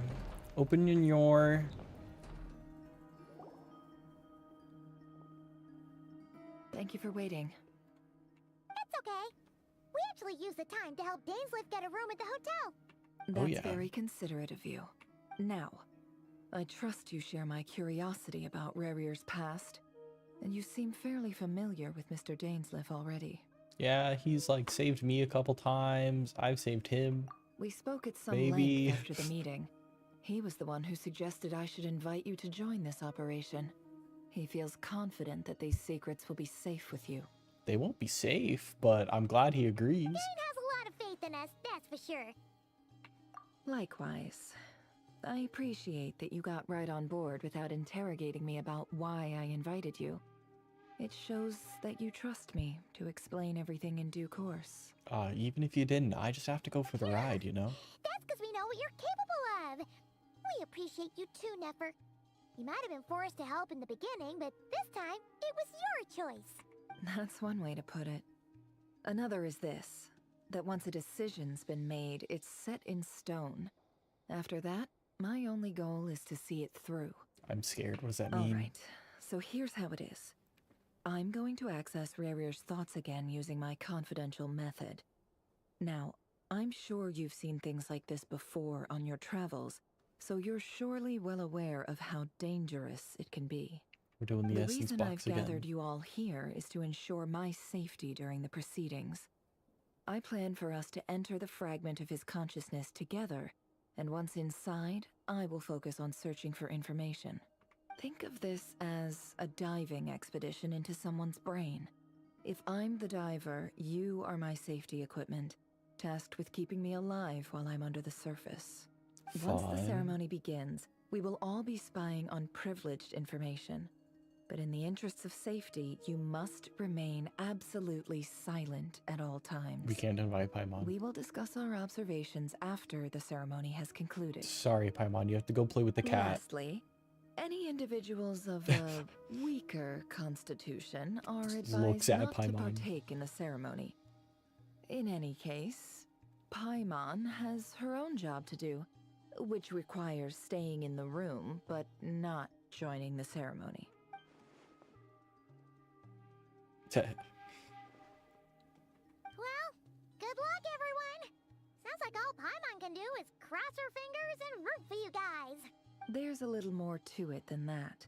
I was being serious when I said you have a job to do. While the rest of us are inside Rarir's He's like, mind, I'm getting off scot-free. It's imperative that we have a team member on the outside. In the event that something goes wrong, you will be our first responder.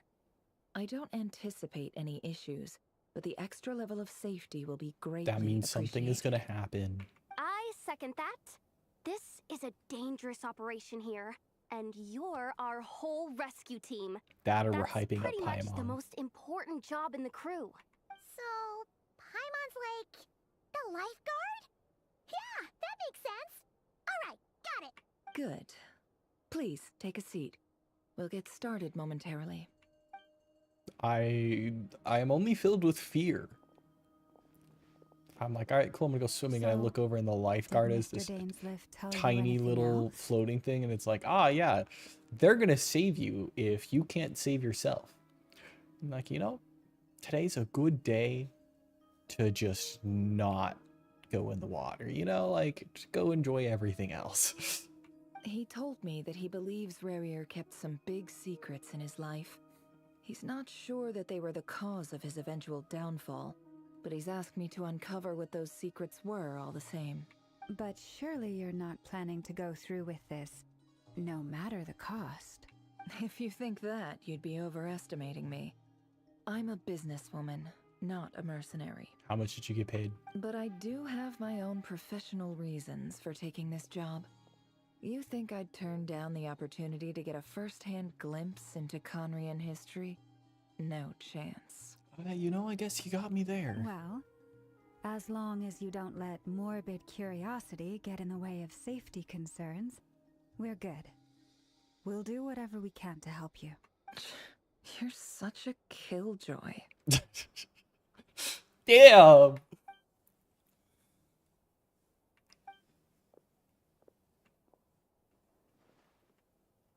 I don't think any moment's a good moment to pry.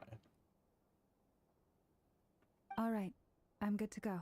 All set over here, too. Promise, Paimon, you'll be extra careful. Pinky promise, Paimon. All right. I'm not letting Let you your steal all my whole Mora. body relax. We're about to begin. Close your eyes.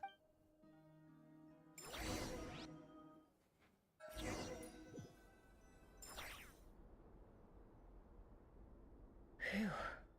Could this be his office? Pretty standard setup. Bookshelves, paperwork, files. According to Dainsliff, Rarir used to be an intelligence operative. Chances are there's plenty of top secret intel stashed away in this room. Is this where you keep your secrets, Rarir? Can't say I'm not looking forward to this. Oh, there's a pile of documents with people's faces on them. All is foretold. Sit beside the office table. Investigate documents. A file tucked inside a folder. The title reads, Dear Breakfast Shop Owner. I would like another pancake. It's a list of names. But at this stage, I have no idea who any of them even are. Weird.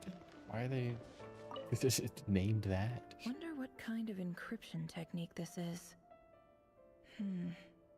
Seems like it has to be inserted into that camouflage device nearby. Aha!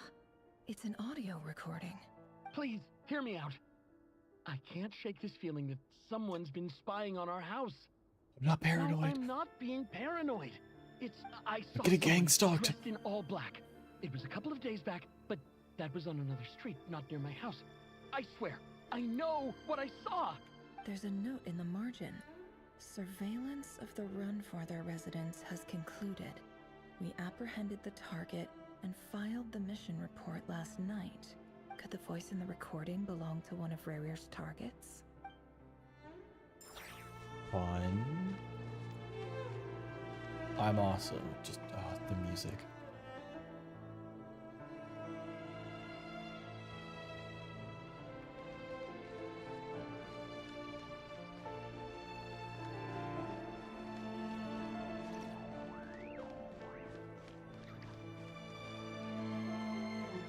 I don't want to like. The music's so good. It looks even gloomier than last time. I wonder what's changed.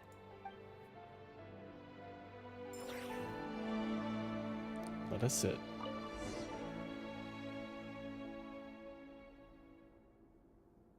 Today's files are in. Time to wade through them just like usual. Okay.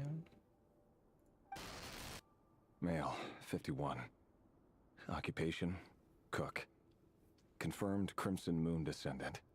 Has maintained frequent contact with other descendants over the past year. Poses a threat to the dynasty. Removal. Neutralized. Oh, okay. And we just exit This out. one should be archived under purged targets. Okay. All right, next. Female, 23. Occupation, office clerk. Confirmed Crimson Moon descendant. Has maintained frequent contact with other descendants over the past year.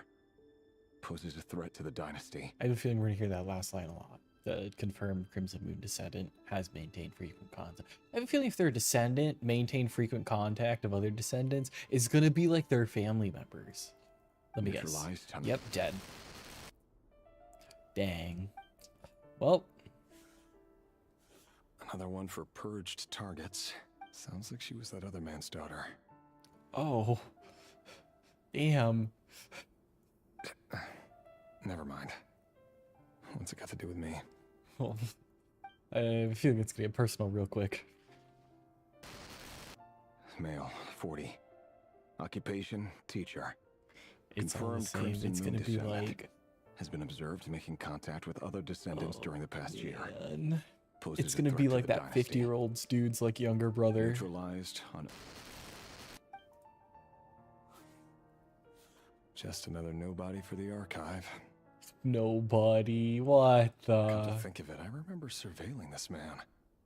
A case like his never would have been considered a priority in the past. Huh. He barely even interacted with other Crimson Moon descendants. Oh. That's not what the documents say, though. Female, 16.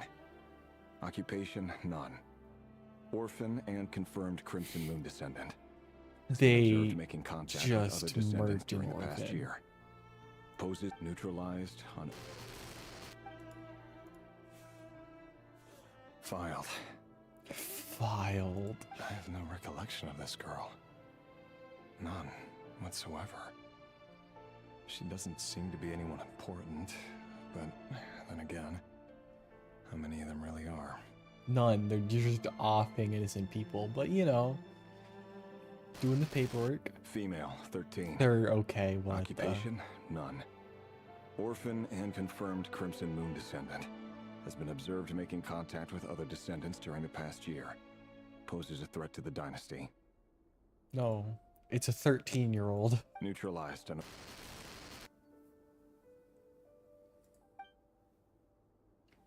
What the fuck? Filed. I see why he's got gloomy eyes if I did this all day. Male. Why are they 11. getting younger? Occupation, none. Orphan and confirmed Crimson Moon descendant. Has not been observed making any contact with other descendants during the past year. Poses a threat to the dynasty. What? An 11-year-old orphan that is a Crimson Moon descendant has not observed any contact, but is a threat? Neutralized. And he's dead.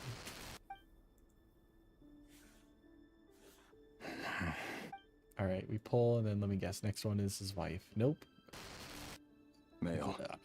How many? 6. Occupation, none. Orphan and confirmed Crimson Moon descendant. Poses a threat to the dynasty. A 6-year-old orphan. They're all orphans. They're all orphans. If they're not, that's because their parents are died. They got executed, and now it's the orphans. If we're going down in age, we still have like a stack of piles.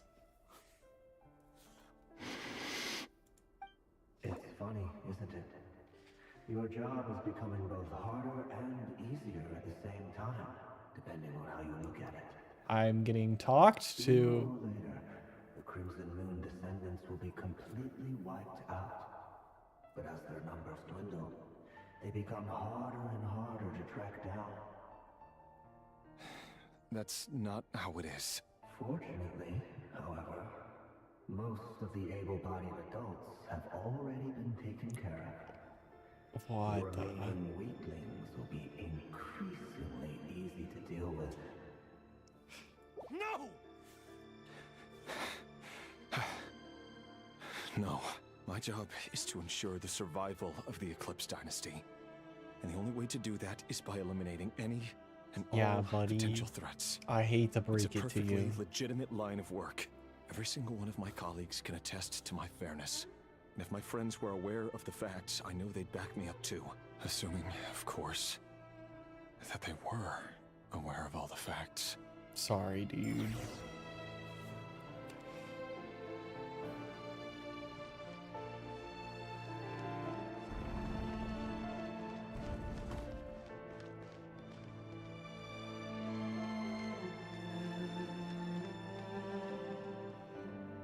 Mr. Vedifalnir, it's been quite some time since we last met. It's like his eyes aren't gouged out yet. Revir, I trust you're here because you have something important to discuss.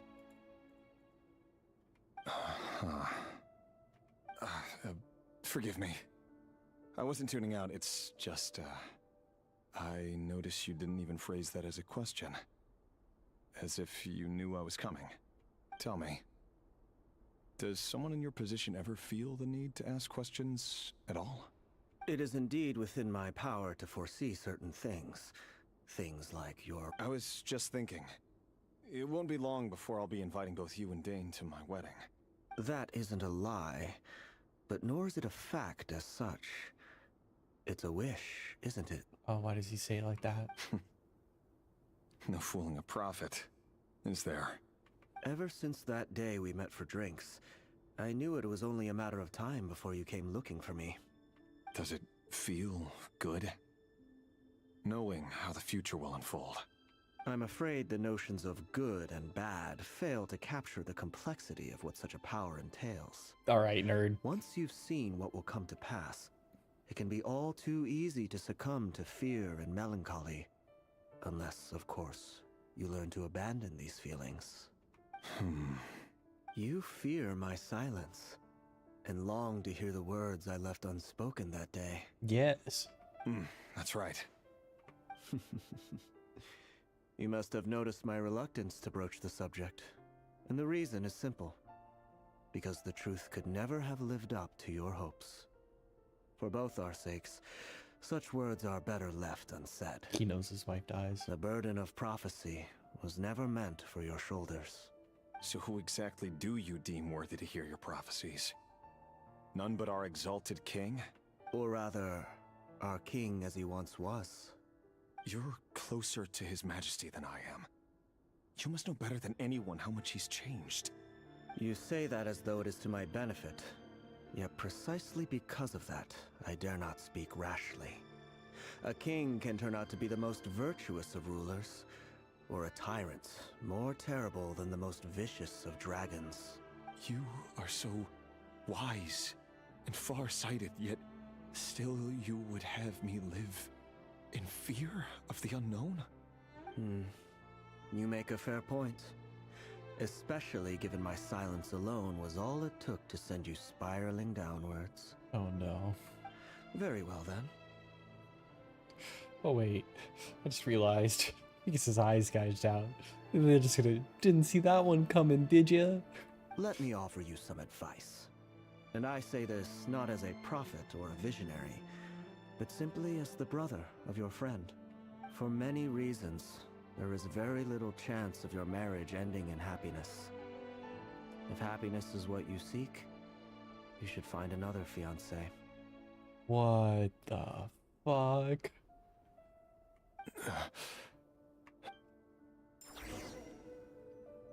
Hold on. There's that same black fog again. Could this memory belong to Thelindis? Guess I'd better tread carefully. Only one way to find out. Like, hey dude, sorry, your marriage is fucked. Hear me out.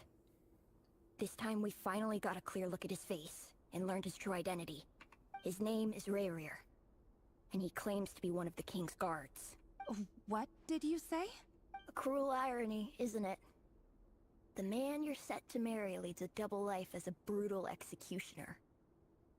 Why are you telling me all of this now? Simple. It's because I want you to kill him. You are the only person he would never suspect. No, absolutely not. I would never dream of doing such a despicable thing. Does she snap and do it? I'm now no longer sure. Stand by and watch him slaughter us to the last. Do not forget that the blood of the Crimson Moon flows in your veins too. The blood of the Crimson Moon? What does that matter now? The dynasty has long been dead and gone. You think that alone is reason enough for me to throw away everything I have? Why wouldn't it be? You two were once a child of the Crimson Moon, just like me. Don't tell me you've never felt so much as a flicker of fury for the way we were trampled into the dust. As long as you promise to abandon this pipe dream of restoring your dynasty, I can try to persuade him.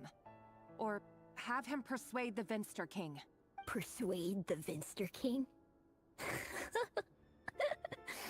Do you even know why he's so obsessed with hunting us down?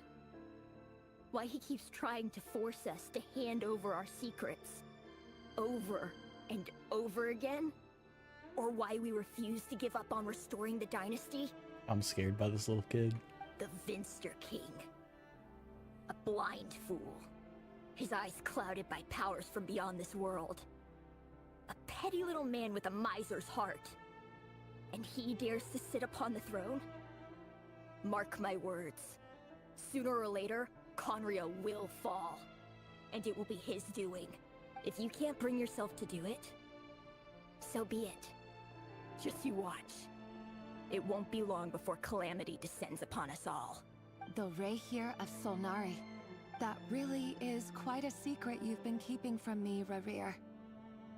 Oh, her eyes changed, or the brightness has gone holy. But who am I to talk? Am I really any better? I've kept my own past a secret this whole time too. Love should be built on honesty. But ours was born from lies. And yet, is it really so wrong to hide things that would only make life harder? If we don't cover up the parts that no one else should see, how can we go on pretending to be normal? Vedifulnir must have known all this. And that's why he made his prophecy. In the end, nothing stays hidden forever. But I won't just sit by and watch this disaster unfold. I'll do everything in my power to protect what I cannot afford to lose, no matter who I have to face. Damn. Resolute and set. Huh? Was that Rayrir who just walked past the window? Doesn't it give you the chills that he still takes the same road to work every day? As if nothing ever happened. Those people at the deli. Enough already. They're clearly pretty taken by their own disguises, so just smile and play along. Pull the rug from under beasts like that, and you'll risk having your throat torn out. Deli? Oh. They're talking about those people from the opposition. Right. I'd almost forgotten they used to run a deli. People of no consequence always vanish so easily. And no one even remembers them. I'm afraid they do. You're killing friends, buddy. But surely you can see he's not the man he pretends to be. So many have died already, and they say that the king's madness grows with each passing day. We're not going to survive this, are we? But why does it have to be this way? Do we really deserve to die just because of the blood that runs through our veins? Felindis, are you even listening? Sorry, Freether. My mind was off wandering. Damn. All right, you know, you know, why not? A little fucked up for both of them, is I guess. I heard you though. You're talking about what Rerir said. He's just following the king's orders. He's a secret agent, and it's his job to hunt down rebels and dissidents. By the time you first met him, he'd already taken lives. Maybe he was using you from the very beginning. No. Rerir has no idea I have anything to do with the Crimson Moon. My family are only distant relatives of the main lineage, and besides, my eyes are perfectly ordinary. Ordinary. Truth be told, apart from my teacher, pretty much no one knows I have any connection to any of it. Except little kids. Like two It's little been a long kids time know since it. my family severed ties. But as Orlog said, who could possibly talk sense into that raving lunatic of a king? No. I'll work something out. Trust me, I'm with you all. But for now, you need to keep yourselves hidden. Don't let anyone find you, anyone at all. Don't forget that Rerir is an Eclipse operative. You need to be extra careful when he's around. And when I am too. For now, don't come looking for me. And if anything happens to me, just act like we've never met. If even you can't escape this, what hope do the rest of us have? But after all this time together, surely he wouldn't lay a hand on you. I won't speak in his defense. Nor can I give you a clear answer to that question. But I'll do everything I can to put an end to this. Here, hold on to this. If an opportunity to escape presents itself, take it. You'll be glad you took some spare change. You called that change? Damn. But what about you? I've got a job, and there's still money coming in. But you can't go anywhere right now. Please think about yourself for once.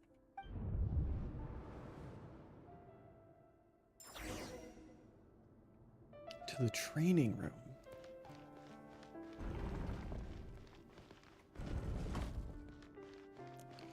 Back in the office. Another day, another round of assassination training. Training ground is just beyond this hidden passageway. Assassination training. Doesn't it bother you when you end up covered in their blood? He's going Why insane. would it? Aren't we all just walking blood bags? But not everyone is accustomed to hunting down others like prey. You've been a hunter for so long now, you seem to have forgotten that most people don't just go around killing one another. Leave me alone.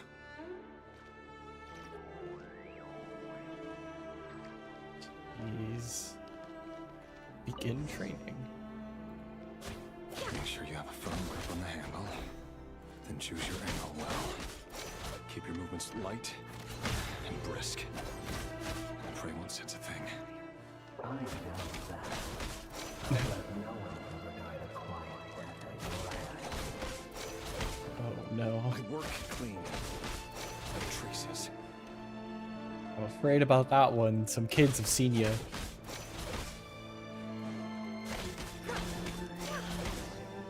That doesn't make it open. The king happens to be right now. That won't happen. He's changed. Ever since he found the spell of that hour. It's Too late now. He's gonna fall to the abyss. The ones I dealt with have always been guilty. and I've carried out my work flawlessly. Yeah, I don't know if they've always been guilty. Some of those were children, dude. You've straight up murdered children.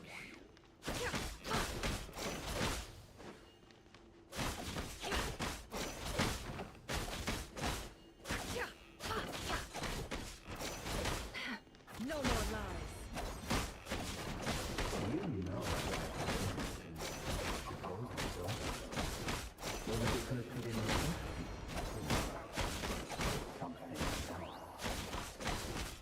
You know. There's 2 memories. And everything. Oh, okay.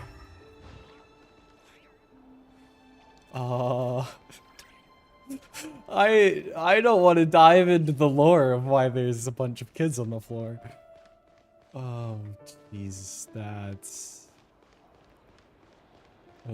what a miserable story.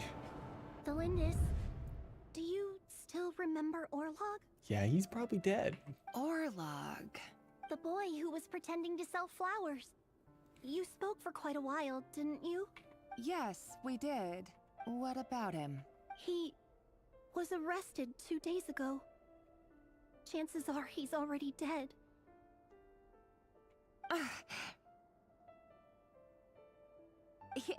He... I just don't get it! After everything he's done, why do you still stand by him? Or does it mean nothing to you that people keep dying? No, that's not... Just hear me out. It'll be hard. I need to go now, Thelindis. They're looking for us. You take care too. If you ever need a place to hide, come find us.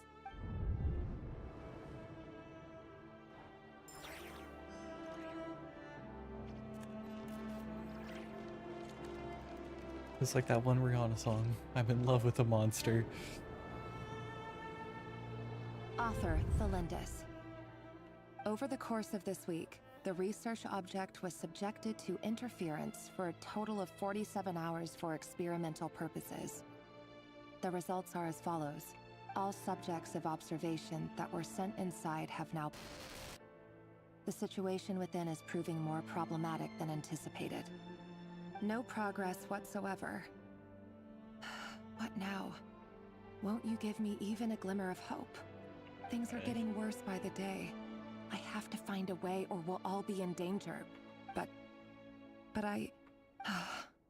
If all this research comes to nothing, what then? Sooner or later it'll be my neck on the line.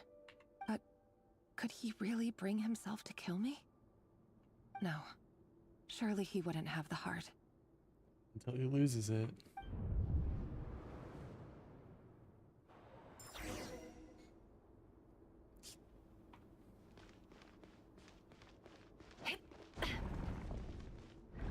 Oh, it's getting funky. Why won't you just let us go? We don't even know each other. All we want is to live ordinary, peaceful lives. You want to live?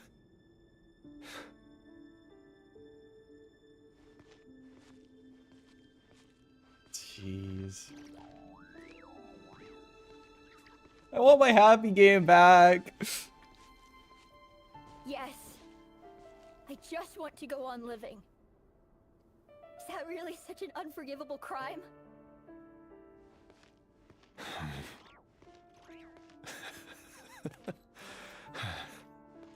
You want to go on living. I want to keep living too. To keep living forever. That's why I have no choice but to continue on the path I'm on.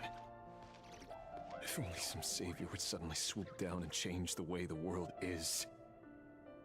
Too bad that's not going to happen. Imagine that. If there really were such a person, you and I wouldn't be standing here like this. No. Would we?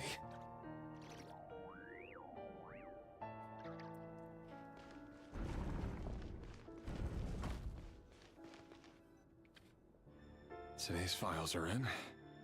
Time to wade through them just like usual. No, I don't get tired of it. It's my job. And not only am I lucky to have it, I'm good at it too. Oh, he's talking to himself. Huh. Wait. That's...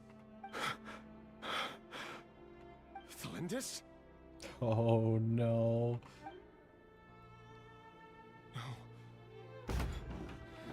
No. No! Why? But you bear no mark of the Crimson Moon. How could you possibly have anything to do with them? It cannot be. A diluted bloodline. Carefully concealed. I see it now. You've been living in the shadows just like me.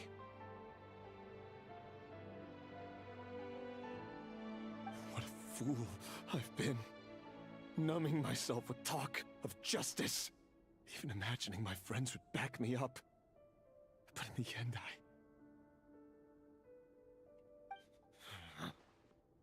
Irminsul. Finster King! How far are you going to take this? From the direct bloodline to secondary offshoots? And then what? Today it's the descendants of the Crimson Moon. Who will it be tomorrow? Will you not rest until everyone down here is dead? No. This cannot go on. This is where it ends. This is where he snaps.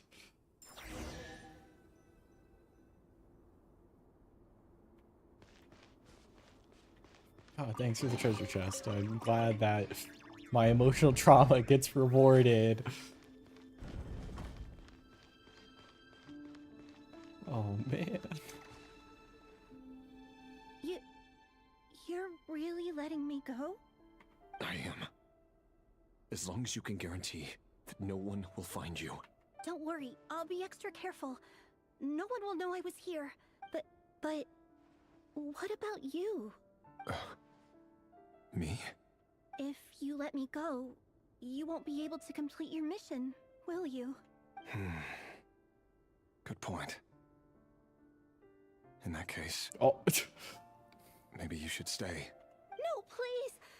I just want to see the outside world again. To... Go on living? Yes. I know you're a man of your word. So please, just let me go. If I let you leave, what will become of me? Just kidding. Go, now. But remember, don't let anyone know you were caught. We'll be seeing each other again very soon if you do. Even shadows in the dark must live by a code. But you can't save everyone. You've been whispering in my ear for days now, Vedifilnir. What are you trying to do? Break me down? I only say this because you long for an answer to your problems. Let her go, Rerir, or you risk losing everything. I will not abandon Thalindis. Then you'll need a little more vigilance and a lot more power. The world is changing, Rerir. Keep your eyes peeled for your moment of opportunity. That voice used to be so unclear, but now I know exactly whose it is. It's Vedifilnir. He won't tell me how to actually resolve any of this, but he keeps trying to manipulate me like a puppet. What's his game here? What? Tell me then. What will this moment of opportunity look like? And no answer. He's like a ghost. Always disturbing me when I'm on edge, but never answering when I need him most. So, the Eclipse Absolutely Dynasty was wild. purging. Well, massacring the descendants of the Crimson Moon. And it seems like it was all connected to the Vinster King's research. The King's obsession with abyssal power left the future of Khaenri'ah hanging in the balance. No wonder every aspect of Rerir's life was so unstable. I feel bad And for the it looks guy. like this Thalindis, Rerir's would-be fiancée, herself belonged to a sub-branch of the Crimson Moon Dynasty's descendants. It almost defies belief that a couple like them could hide the truth from each other for so long. If the Vinster King hadn't intervened in such a drastic way, they might have gone on deceiving each other for the rest of their lives. And why does Vedderfanir, Daneslif's older brother, keep talking in Rerir's head? This guy kept more secrets than I ever imagined. The human mind is like a vast desert of shifting sands. When you follow the flow of someone's memories, you only ever see the parts they're willing to let surface. And he's willing to let this one? Something a bit more creative. We've been inside Rerir's mind this whole time, building up a picture of his psyche. There's already enough clues on the board to start reading between the lines and mapping out the rest. Now, we can finally begin to put the pieces together. Sure, it'll only be a reconstruction, part simulation, part reasoning, but it's usually pretty accurate. Once we've built up a cognitive profile, we just need to cross-check the logic behind his actions. And then we'll be able to take a sneak peek at whatever it is that Rerir has really been hiding. Flashbang. Alright. I'm scared. Just diving deeper into the minds of someone who's being slowly tortured through voices in his head, the duty he has to do, and the love of his life. Oh, it's like a chess game.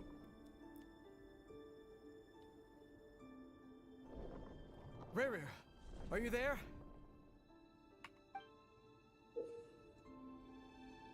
Moving pieces consumes action points. When your action points are all used up, you'll return to the previous save point. Okay. When pieces moves to a square with this marking, you will gain the corresponding number of action points. This square will also become the latest save point. I see. So if I 1, 2, get this one back, 1, 2, 3. And then 1, 2, 3. I did the puzzle for babies. Hey, Rerir! Come out, it's urgent! No, he's losing his mind. Dane? What's wrong? Alright, so Dane's very clearly. Rerir's is a little weird. Quick, come with me. I'll explain everything once we've met up with the others. Okay. I'll come. But the Lindis is still over at the Universitas. I'll need to leave her a note. All right then, but make it quick. I've never seen Dane so worked up before. Whatever this is, it must be big trouble.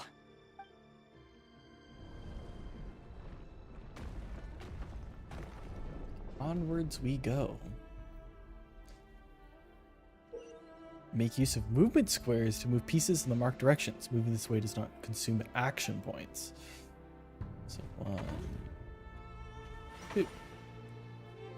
1, 2. I didn't mean to move that way. Oh, it just shatters. All right, 1, 2. Down, left, left, down, right, right, right, up. All right. I wonder if that's the king or... Okay. Well, this is a nice change, meeting you all at this hour. When men and women of ambition can speak face to face in broad daylight, I say that's a big step forward for our dear Conria. So, this is Rhine Don't daughter. be ridiculous. We do not fear the day. Why would we seek refuge in the night? You might ask your blade that same question.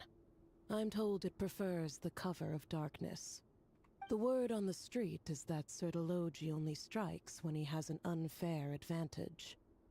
But that is patently false. I see you're missing an arm and a leg. Surely only a fair fight could explain that. If this is your way of offering me replacement limbs, believe me, I'll take them. Oh, we can certainly discuss that. With bioalchemy, anything is possible. Assuming I have your full support in my research. So much is happening right now. Lunatic. Lunatic. Roptatir, what brings you here? Okay, so we have Roptatir, Rhine daughter, Sir Logi. That's Why, 3 out of all Daneslif, the 5 course. sinners. He invited me. Please, cast aside your apprehensions, Miss Rhine-daughter. Whatever the rumors may say, I am but a humble servant of the king, and I can assure you he affords me no greater convenience than he does you. Well, the Universitas Magistrorum won't stop fawning over you. So at least some of the rumors must be true. You're clearly doing well for yourself, so drop the humble servant act. It endears you to no one. You're president of the Universitas Magistrorum, the chief royal mage known as the Wise by royal appointment, and by far the most favored among the 4 pillars of Conria. I'm here in my garage, right next to my Lamborghini. Vice President Veidt doesn't even try to hide his envy when he sees you. My success is the product of hard work and good luck. It's as simple as that. Were the king not such an extremist, I hardly think I would have received a senior post at my age. Of course, no job is without its gripes. Serving a king like ours can be a challenging task, as I'm sure you can imagine. And as for Efterveit, in missing out on the presidency, he's dodged a mountain of stress. Like everything else in life, it comes with pros and cons. You're all here. I apologize for the short notice, but it was an emergency. So he invited 4 out of the 5 future sinners. I see. Cool.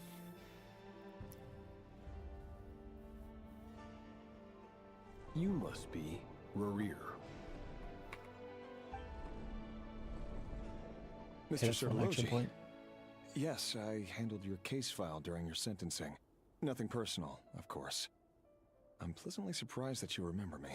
You're clearly a person of substance if you've been invited here. But Dainsleif, you'd better have a very good reason for convening this little gathering. It's my brother, Vedofenir. After he spoke at the court this morning, the king was so infuriated by his words that he had him blinded in both eyes and thrown in prison.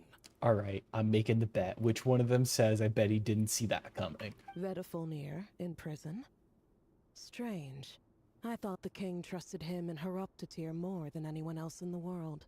Does this mean the king's circle of trust just got even smaller? Okay, I guess it didn't happen and I'm just mean. It has nothing to do with trust. It's about what the king wants, which is as clear as day to anyone paying attention. I simply appease him, because it's in the best interests of the Universitas Magistrorum. And also because you're slimy. Vedofenir, perhaps Also because you're so, a bitch. but still, a visionless visionary? It rather inclines me to think that qualifications are not what get you ahead in Conria. Do you honestly think this is an important discussion to be having right now? Dane, what are you planning to do? Rescue Vedofenir, I assume. Correct. It will mean storming the palace by force. Tonight. I need all of you on my side. That's interesting. far too dangerous. And don't forget, Dainsleif, you're captain of the Royal Guard. You swore an oath to the throne. Hmm? You've been planning this for a while, haven't you? I have no desire to commit treason. But whatever critique the king may have of Vedofenir, disfiguring your most loyal subject for putting the best interests of his court and nation first, this is not the conduct of a wise ruler. My blade will force the king to see the error of his ways. So, Vedofenir's prophecy enraged the king. I'm sure it wasn't what he wanted to hear, but if he won't take counsel even from the visionary, that is deeply troubling news. The extent of His Majesty's madness is now all too clear.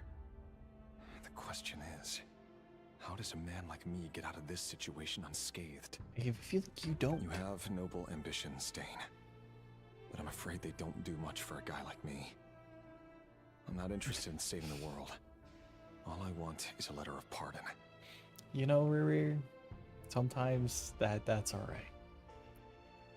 A letter of pardon? For whom? Thelindis? Probably.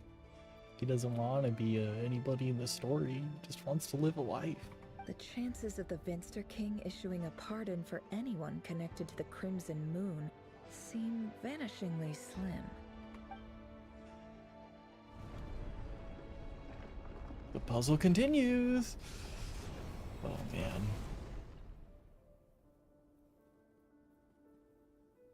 black fog over the board must have some connection to Thelindis. But why is it taking this form? Does it have something to do with Rarir's past? Another mystery I'll need to unravel. I'm sure it'll be fine. Consume to mark number of actions to defeat your opponent pieces. Your pieces will only attack when they have more action points. Okay. Do I need to defeat my opponents? Get ruined, my guy. Cool. Down. Gain. In a swing. And then if I just reset, does it still exist? Cool. 1, 2. Just go back because I didn't want to go that way. Smash. Forward. Okay. So if I do this, I can get here. 1, 2, 3, 4, 5. 1, 2. Back in the corner. And Thelindis memory time. Author Thelindis. Over the course of this week, the research object was subjected to interference for a total of 60 hours for experimental purposes. The results are as follows. Nothing. Research dating back to the Crimson Moon Dynasty has established 2 points regarding Moon Marrow.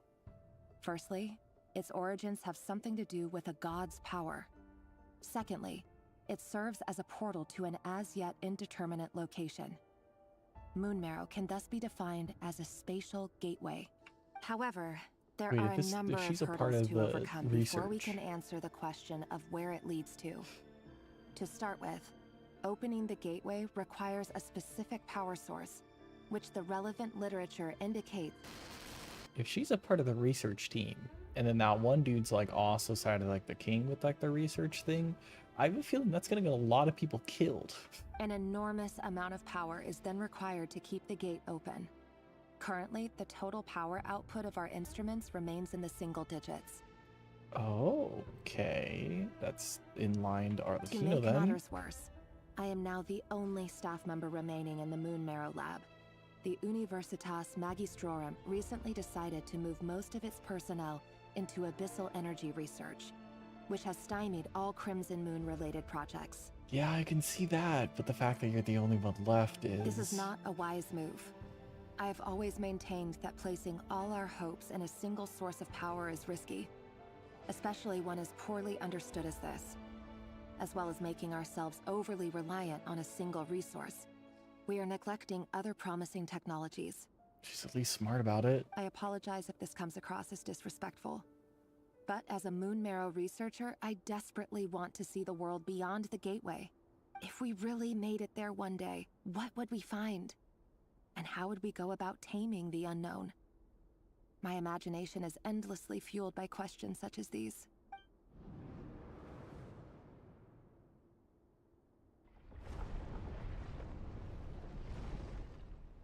Alright, new puzzle.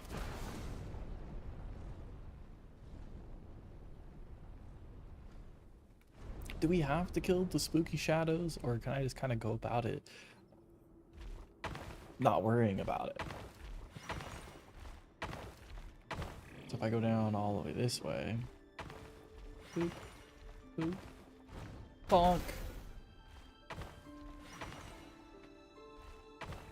2, okay, I don't make it there. It says be back here. 1, 2, 4, 1. It's gonna make me kill them all. Can I go this way? 1. Okay, cool. And fog time. I have a feeling I did that other one wrong. This is for you. I heard you're gonna leave the city with your parents. Thelindis, did you hear about what happened? I've heard nothing. Rarir got back very late last Friday, and he was acting a little unusual, but he slept pretty well, so... Oh no. I don't think it was a good You never deed. saw him, and I don't know what he did. And this conversation never happened. You understand? What if he finds out that you pried into his secrets? Don't be silly. I don't know what secrets he does or doesn't have. All I know is he's just a normal guy who happens to run some errands for the king. Are you scared of him? I don't know. The Rerir I know doesn't match the person you all describe. Logically, I should be scared of him. And yet, I don't want to lose him. But enough about that. You should get going, and be careful with the package I gave you. Keep it secret. Keep it safe. Get yourself a girl like Thalindis. A piece of the moon. All you need to know is that as long as you keep it safe, then in the future, everyone will be able to see a red moon. A red moon? That's right. Our moon. Promise me you'll look after it. I promise, Thalindis. The Crimson Moon bloodline will never die out. Its light, the color of blood, will become like a fire that flows in our veins, no matter how long it takes. Damn. If they're executing everybody and they're going to the secondary stuff, how did they, like, skip a royalty line?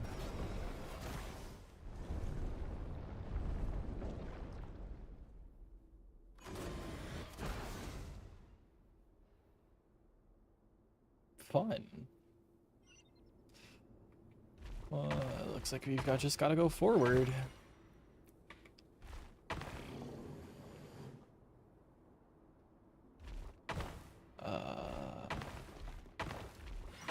This? Do I have enough to get anywhere though? No. Okay, we go back. Slide on to adventure. Get this one. 3.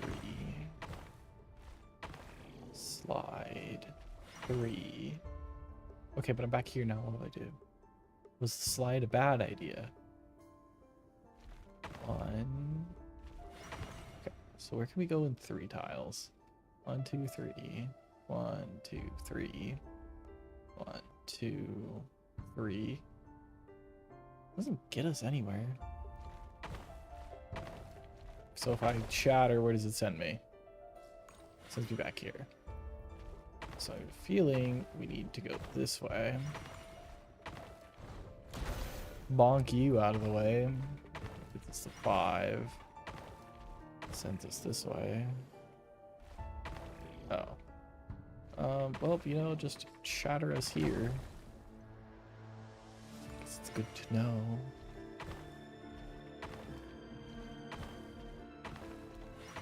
It was a lie all the time. Down, down. Hello? We can't get past that. Hurry, everyone, and stick to the plan. Yeah, I have a feeling that's not going to go what happened given the future. Dainsleif, what are you? Is this treason? You know what happens to those who betray the throne. Please, don't do this. It is the king himself who has betrayed the throne. He has betrayed all of Khaenri'ah. If you have any love left for justice in your heart, you should join me. It's showtime. Dane and his group will handle the troops in the palace. Then Hraptatyr and Rheindater will disarm the security measures. My job is to enter the prison and rescue Vedifalnir. Stay safe. Wish me luck. I have a feeling everything went wrong. Brother. Draw your blade. It is time for justice to prevail.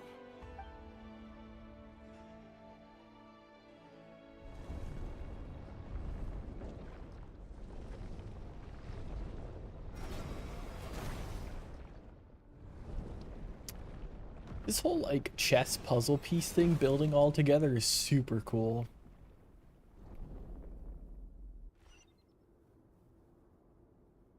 Alright, well, time to go backwards. That wasn't the right way.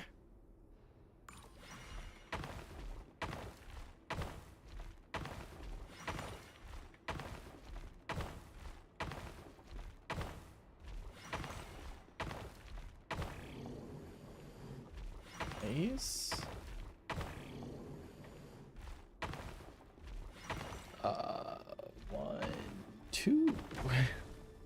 that wasn't the right way either. I think we have to do this. Bonk.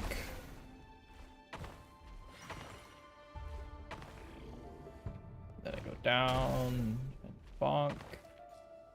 Over one. Oh no, that puts us in a worse spot. One. I keep getting tripped up by the funny traps, thinking that they're there to save me, but I have a small IQ. This place is filthy. And the smell is abominable. Clearly, the king doesn't allow his prisoners a single shred of dignity. This is dire. Found you. Hello, Mr. Vedafilnir. It's you. Surprised? Oh, wait. I guess surprise isn't an emotion that prophets feel very often.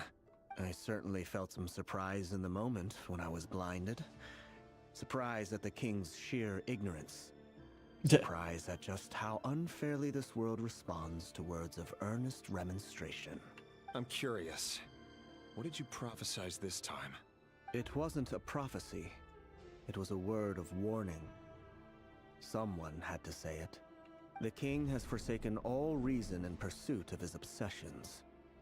I simply told him that if he continues on this path, Khaenri'ah will surely fall. But he didn't He's got listen. a cool little piece. Worse still, he stabbed you in both eyes and locked you away. Dane asked for my help.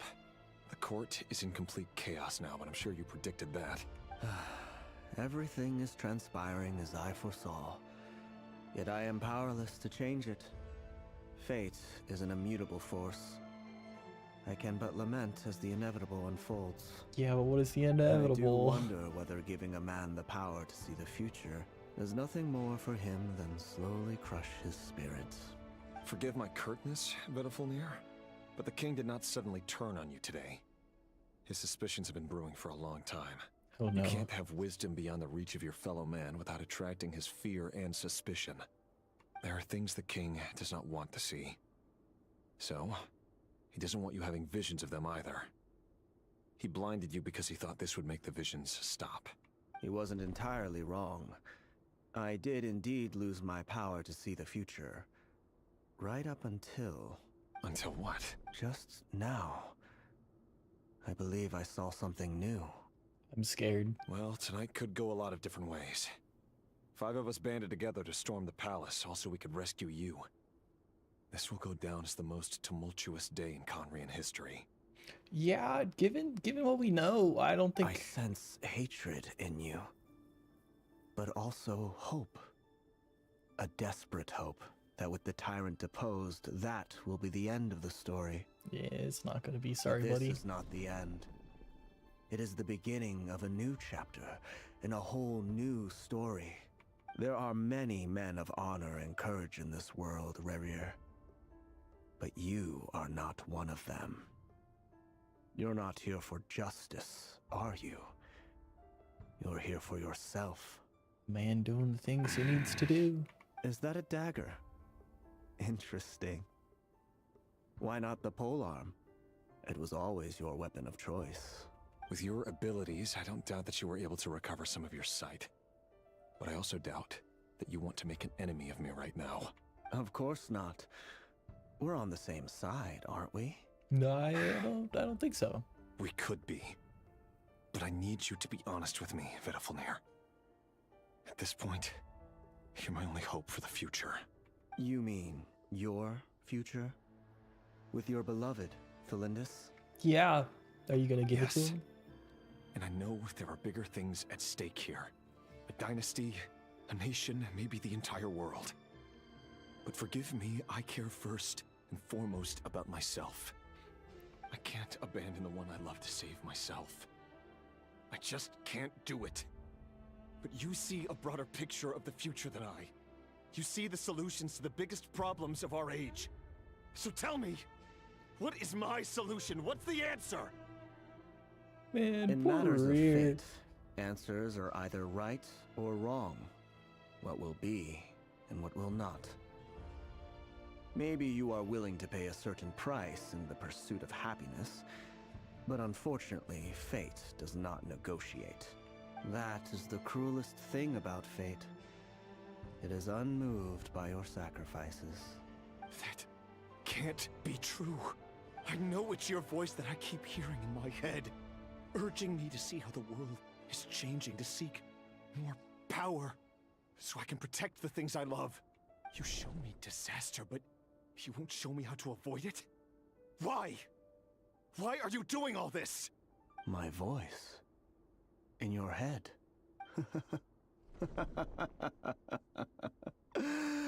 So, you hear it too?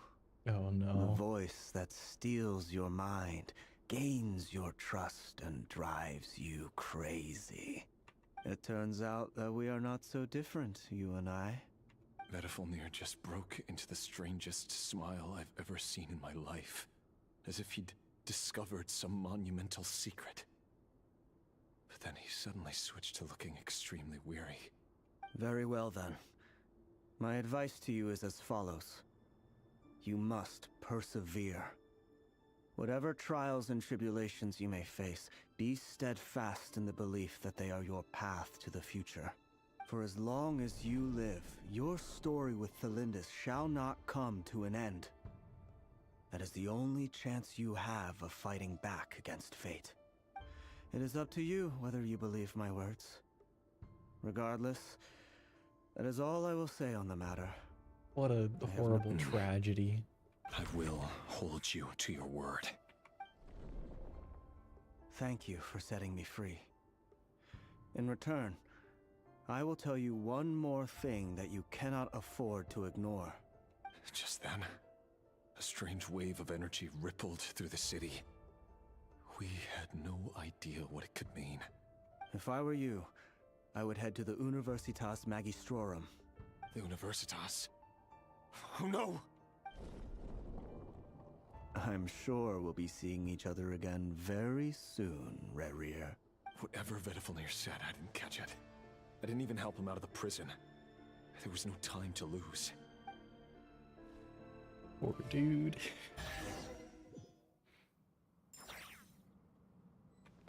Ah, thanks for more reward after the emotional trauma.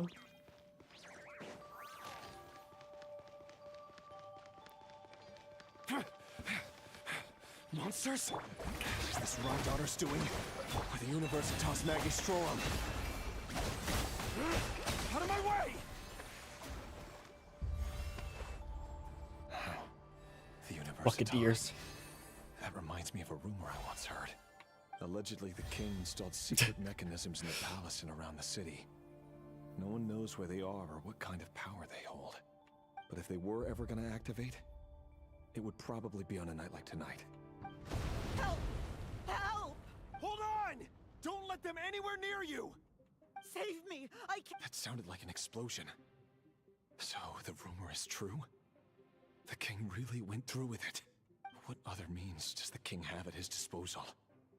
They must run on power from the Abyss. And given it's a major center of Abyss research, anyone over at the Universitas will be in grave danger. I have to hurry!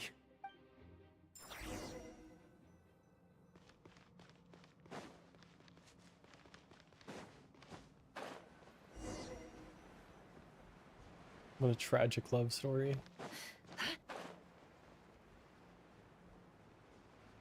I'm also dying to know more. Shower me with prey! Allow me! Forest, protect us with one heart. No more lies.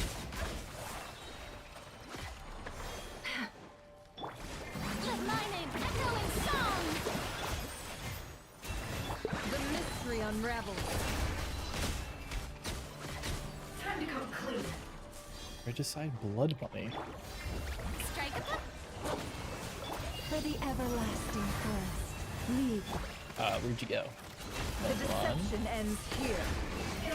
They died before I got to see the funny reaction damage. Well, at least we now get to know what happened. I have a feeling this is it. Say, I'm guessing we're gonna watch Thelindis die. Monsters at the Universitas Magistrorum? Why now? Oh no, they're coming.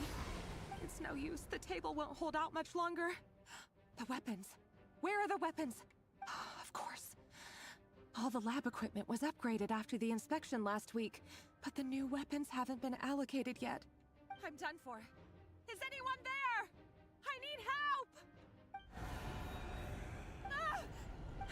Stay back! Please stay back! Please!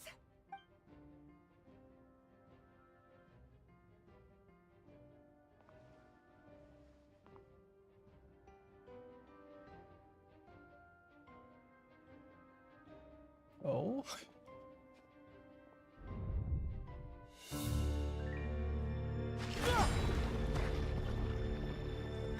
What's that? Reverie! So the rumors about your work are true. What? No! Listen, something happened at the palace tonight. We have to leave! You don't need to lie to me anymore. What do you mean? I know why you're worried, and I will respect the decision you've made. But it's okay, because I found a solution. I know how to end all this. You can have it back. The normal life you so desire. But until then, I'm afraid our wedding will have to wait. This? No, don't do it! Cylinders! Cylinders! Oh, shit. I told you, Reverie. Let her go. You will find someone better. No! No, I won't do it! I have to save her! By what means exactly? A lowly pawn. You lack the power and the strength of will. Do you know a way? Tell me! Come to the palace. Join us. Oh no.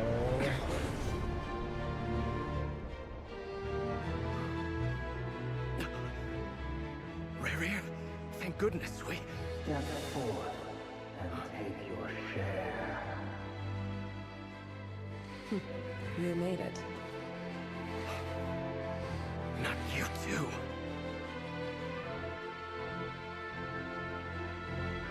Hatred or grief, despair, desire. We all have our own.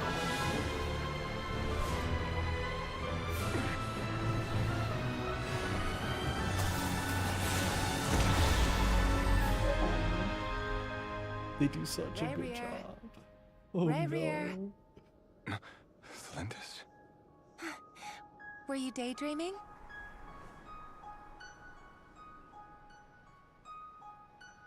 You still remember, Reverie?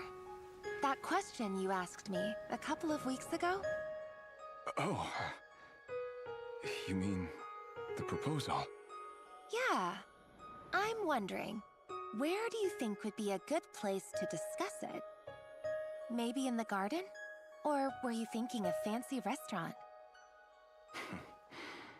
It's your choice. Oh no.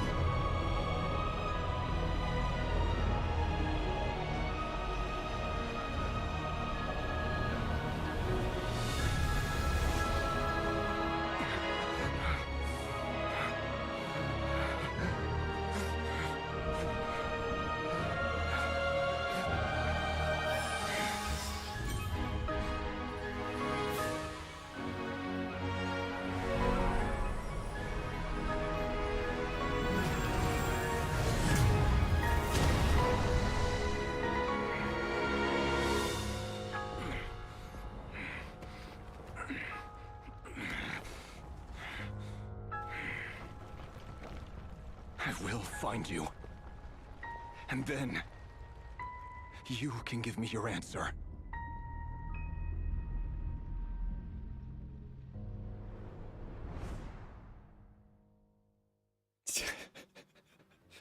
God damn. So that's how the Raker of Solnari was born. A monster created by circumstance is a monster all the same. Viewing other people's thoughts for too long can get uncomfortable. Right now, I'm feeling a strong sense of loathing. In a nutshell, the story of Conria is what happens when the truth falls by the wayside. Everyone tells little white lies, and before long, you have a huge pack of lies that destroys everything. Time to get back. His past is filled with sorrow, but the tale of any fallen civilization is one of endless tragedy. Cruel as it may be, that was Conria's fate. Poor dude. I love tragic stories, but man, every time my heart goes out to them.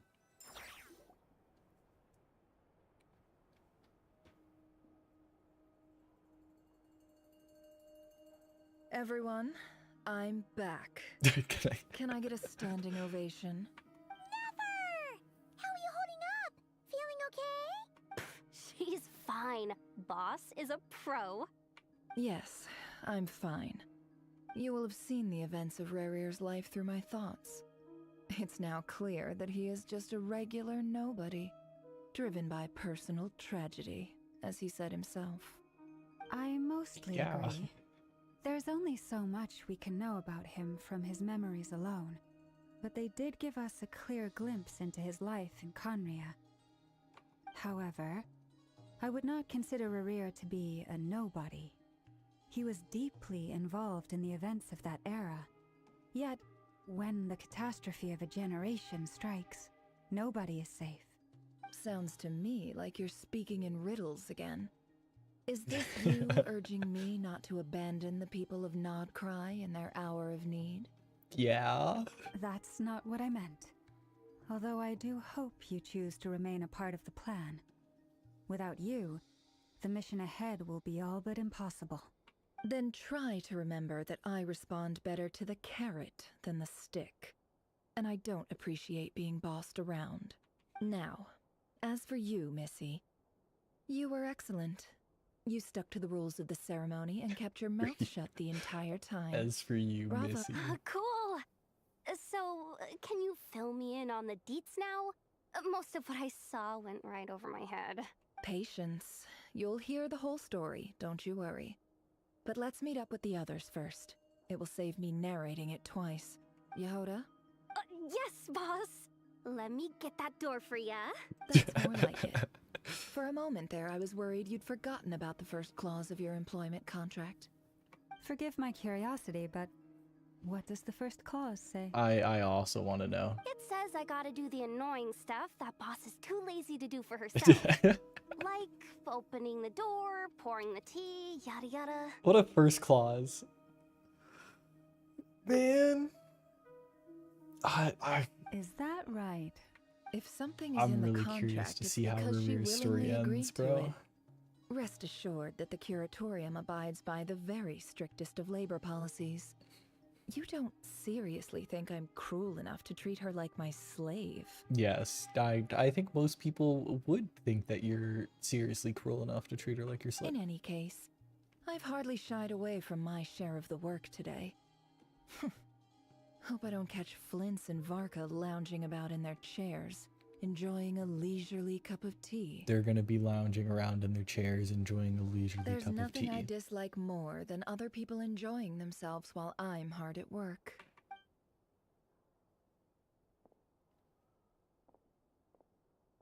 Oh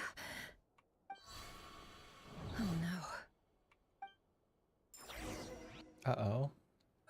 Why, oh no.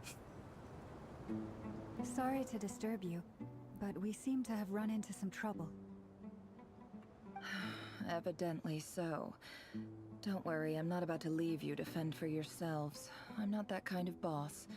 And it would go against the Curatorium's labor policy. Yeah, where are we? I'm sorry. What did you hear me say? I wasn't talking about labor policy. Wait, how long have I been standing here? Not long. You just appeared by the door a moment ago.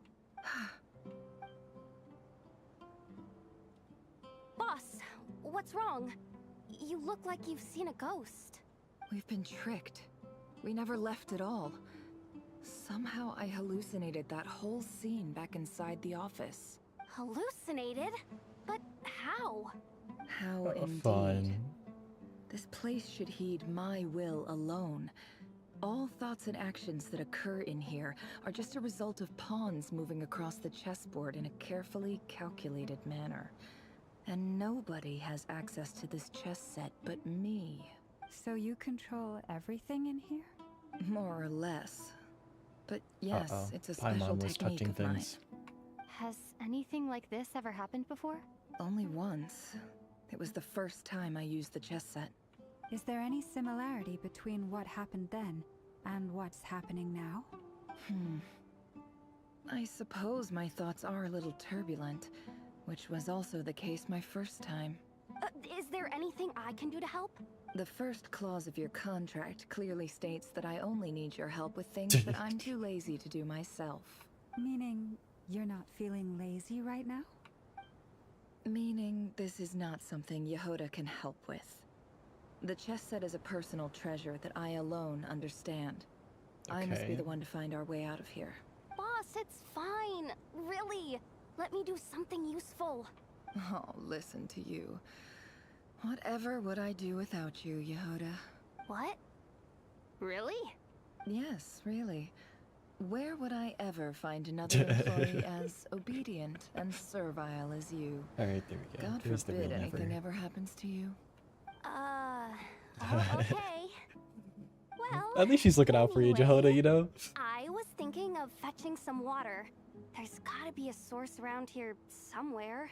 I suggest everyone finds someplace comfortable to take a rest. We gotta conserve our energy. I like splitting up too. Even though all this chess malarkey doesn't exist in a physical sense, mentally speaking, it's all real.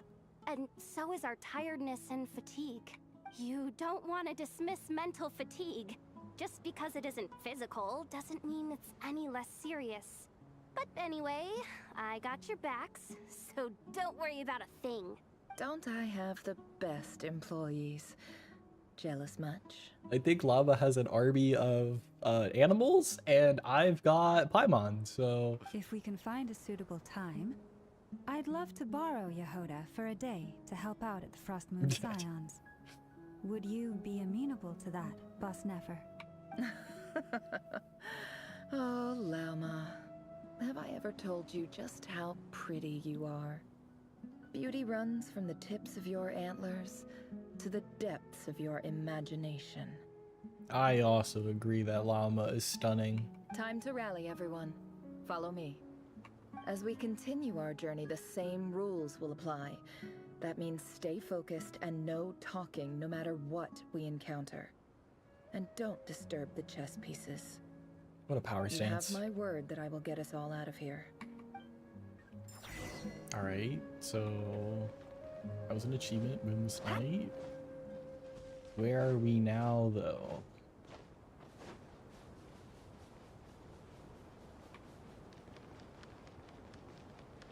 It's Sandy.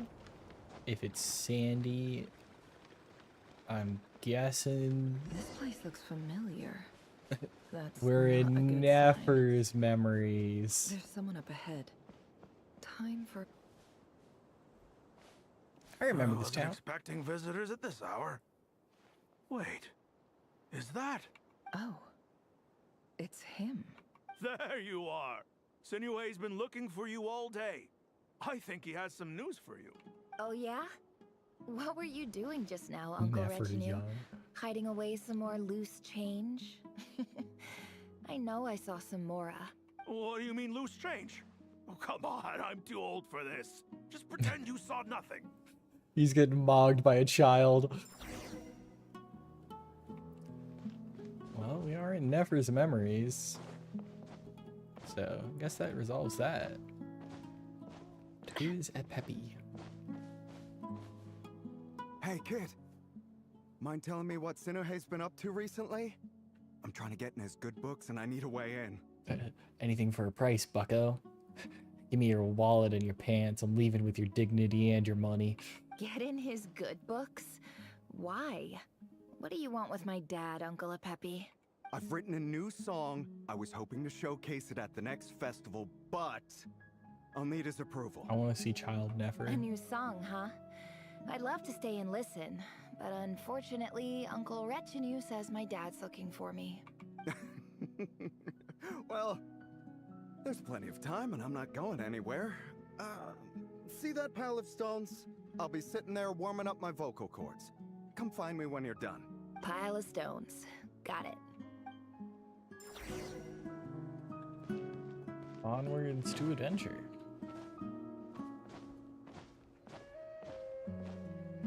You know, when we were going about the whole, like, Revere and all that, I didn't think we were getting Nefer backstory in it, too. Hi, Dad. Uncle Retinue said you were looking for me. Ah, there's my little princess. If you'd gotten back just a little sooner, you could have shared the spoils of war with me. I really wish I paid more attention in Sumeru, and especially the desert, because I feel like we've met this dude. Spoils of war? Who were you fighting against, Dad? It was just a figure of speech. The aftermath of a sandstorm is no time to be waging war. I was talking about our war against thirst. I went out to fix our water supply problem, and now I'm back. Which means... You found water. We have a well again. That's right. I found a new one and brought back as much water as I could carry. It should last us for a good while. If it wasn't for these blasted sandstorms, our wells wouldn't be caving in. You wouldn't be spending all your time out searching for new water sources. Can be uncaved in. As the chief of our tribe, I'm supposed to be leading us out of hardship and poverty, onto better things. You know how prosperous our ancestors were. I've told you all the stories. And look at us now, squeezed into these hovels. No one would choose this if it wasn't. But things are looking up. I started working with some folks from the academia a few months back. They gave me some contacts in return for my assistance in the desert. Fun. So you're the academia's helper now? It's also really weird looking up at Genshin NPCs. Special ambassador, they call it. Think of it as a partnership. Yeah, I don't know. It's nothing bad, okay? I have a feeling it's We've been isolated here in the desert for too long. Seeking opportunities elsewhere is the best thing for us, and the fastest way to progress. It's gonna be bad. So, do you get anything good out of being a special ambassador? Of course. My luck's improving all the time. One day, I swear I'm gonna lead us out of this place. We'll find somewhere new. Somewhere better. Bad things are gonna happen. I feel it in my bones. We don't go from tragedy to happiness. We're going from tragedy to tragedy.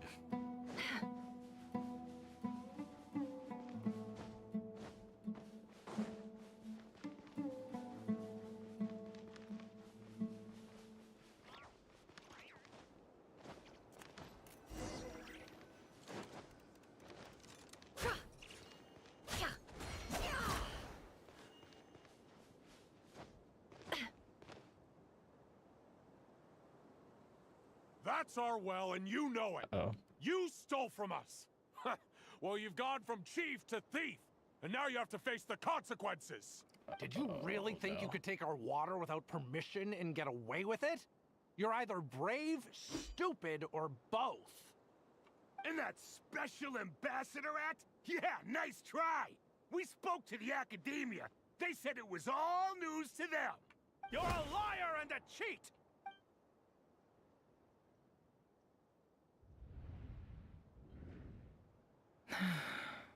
I heard Yehoda gasp, but I don't blame her. Most people are terrified by the sight of blood. Corpses strewn across the ground. The wounds are clearly from scimitars and daggers. The desert dwellers' weapons of choice. Yeah, we went back to tragedy. There's a handwritten note on the ground. Let's see what it says. Halil, this is Sinuhe, chief of the Shimti tribe. Surely you remember me. I was the one who helped you and your colleagues avoid the quicksand in the desert. This is my second time writing to you. I assume my last letter must have gotten lost in the mail, as I didn't receive a reply. I hope this one makes it to you safely. I'm writing to you because I need some help. That sandstorm the other day completely blocked up our well, forcing me to look for another water source in Iab and Unut territory. It was a matter of survival. Praise the gods. The well of the Iab tribe was intact. It was my last resort. I drew what water I could and left, but not without being spotted. I fear they will retaliate. Oh, man. You told me to write to you if I ever needed help. You said you'd be my ally in the academia. I urgently need you to formally recognize my title of Special Ambassador and send some of your people to assist me for a few days. It's the only way I can convince them that this was the academia's decision and prevent them from retaliating. This is an emergency. Please send help as soon as possible. Looks like this letter never got sent. The writer died a grisly death, and the letter was trampled into the ground. It's badly defaced. Some parts are barely legible. What a ridiculous lie the surviving Shimti tell. Their whole village was butchered over a sip of water. I see why she hates everybody. Jeez. Ah, officer. Welcome. Welcome to our humble village. Can I get a happy story? I thought you would at least have the courtesy to provide some respectable libations. This is the finest wine Aru village has to offer. I promise. I guess we never saw that, dude.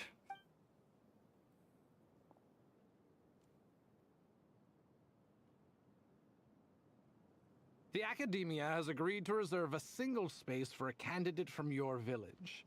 But I remain skeptical of this entire endeavor. I highly doubt anyone in this desert possesses serious academic potential. Please, have faith. If not in us, then in our god. The child we found shows great promise. I beg you, take her away from this place. Give her a chance. Don't let her talent go to waste. I don't recognize her. New arrival? She showed up here a few days ago and we took her in. She's a really bright kid. Please help. I'm begging you. So, where are you from? Nowhere special. Just a sand dune. What about the rest of your family? How many of you are there? Just the one. It's only you? Correct. So, no brothers, no sisters, no mother or father? Any who have slept on a bed of sand, I call my brothers and my sisters. Apart from that, I have no family. All right. Or never. Get over here. Sign your name on the form.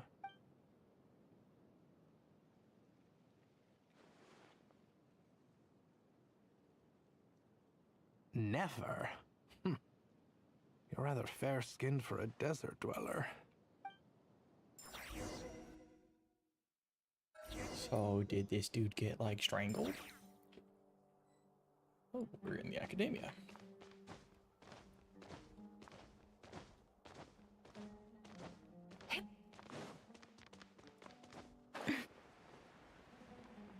Talk to the advisor.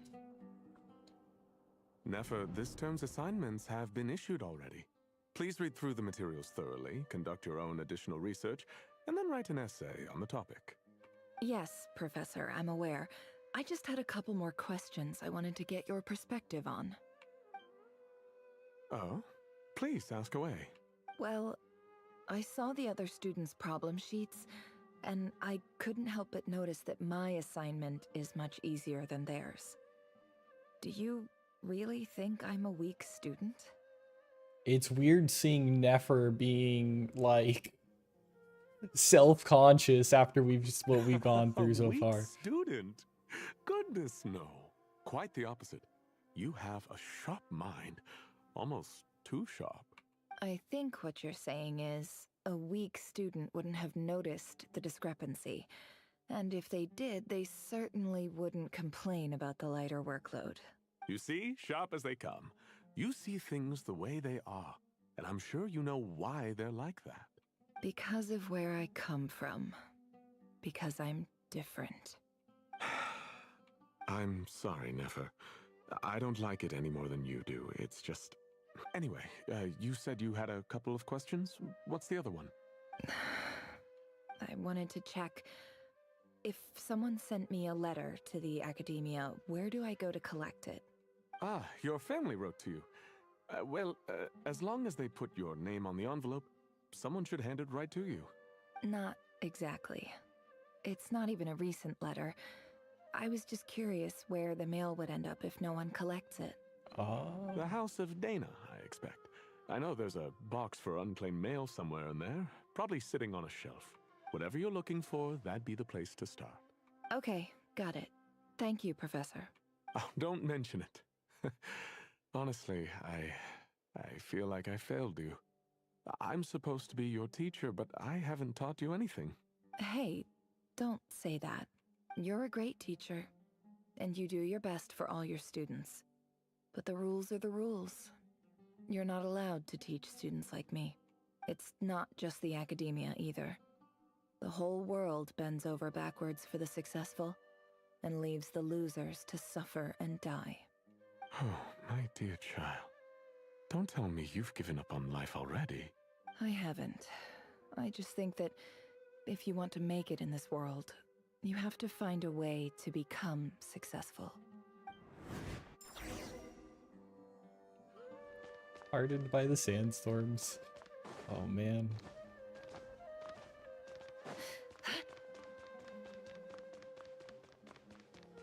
Alright, let's go find this letterbox.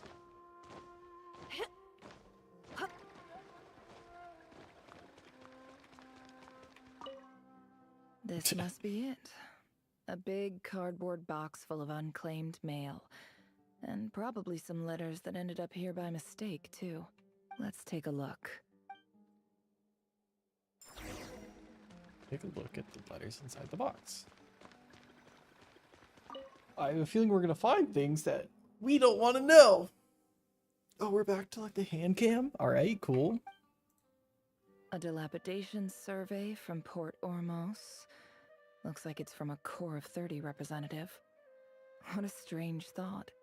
A bunch of mercs losing sleep over rundown buildings. This one was never even opened.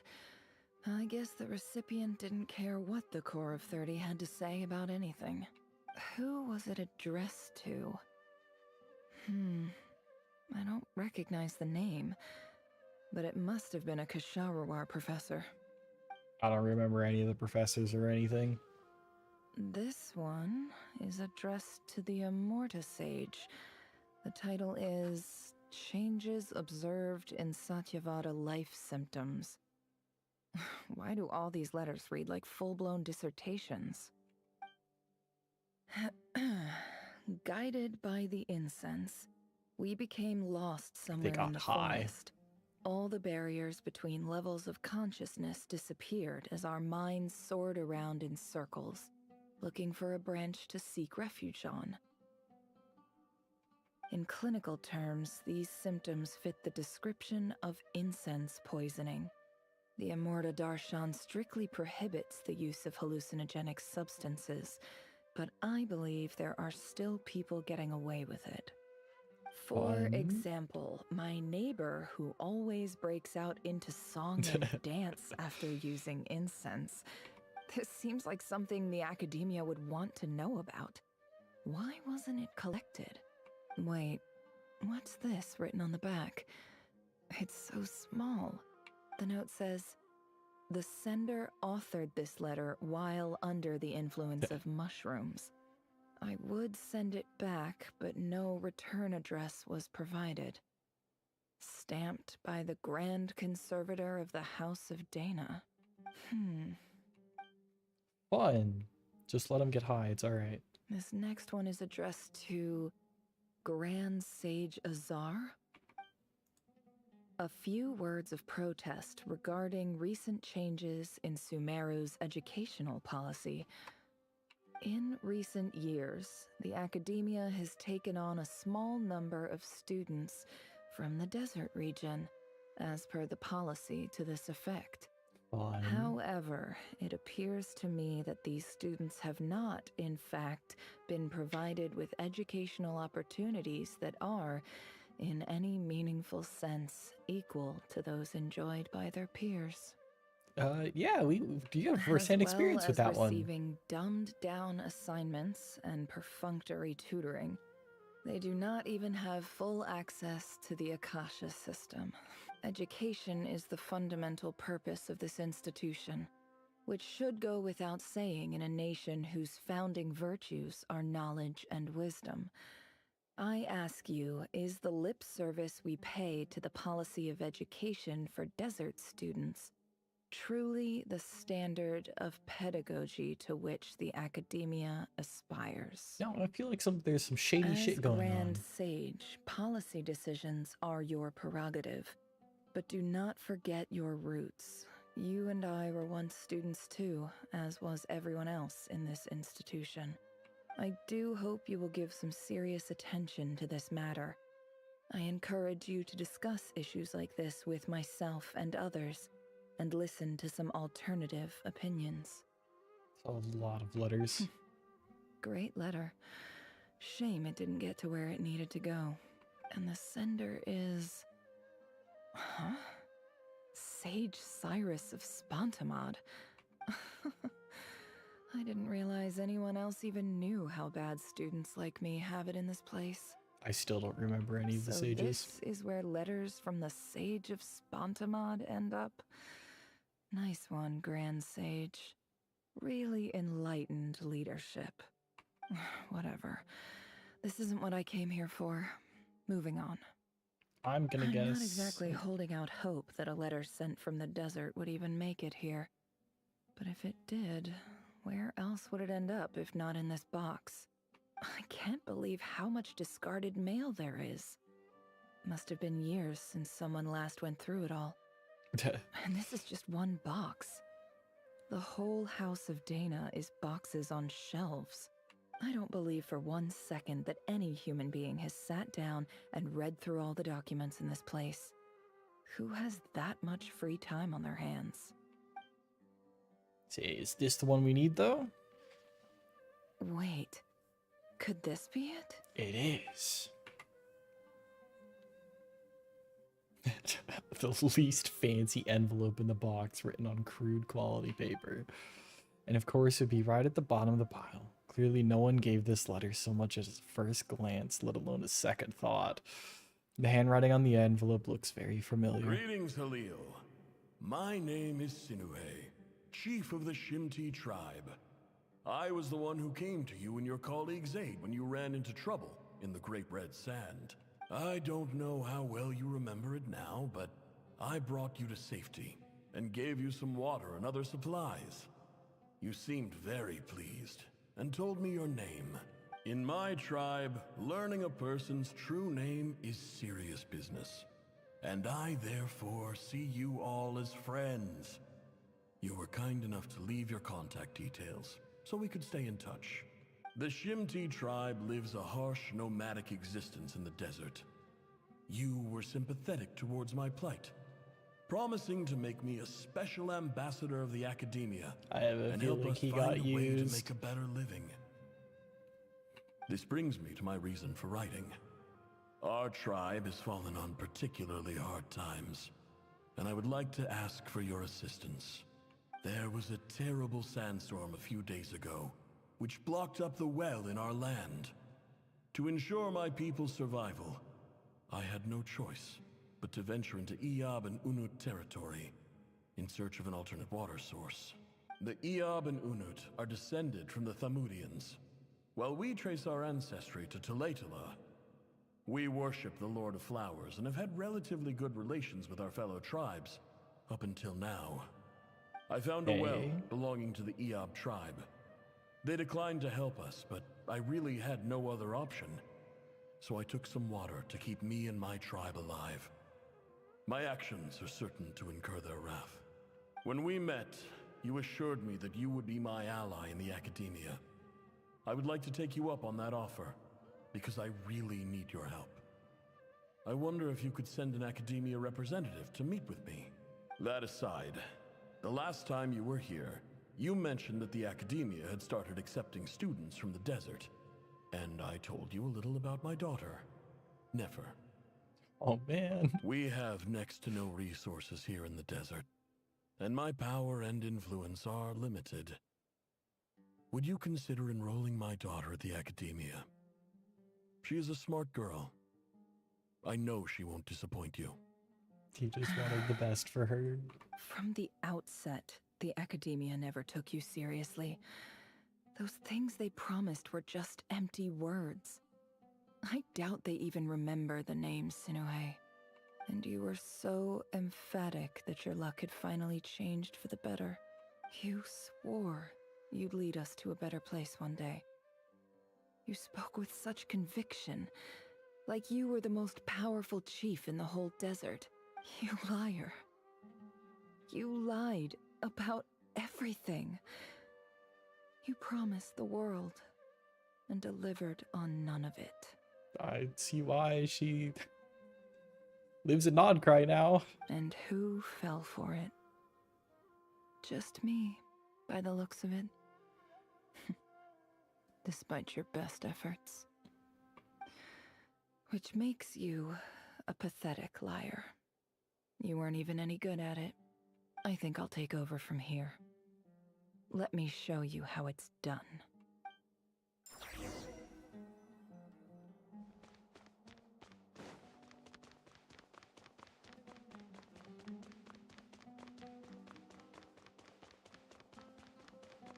Oh, we're bidding farewell to somebody. So, do we tear down the entire nation from within, or do we just leave?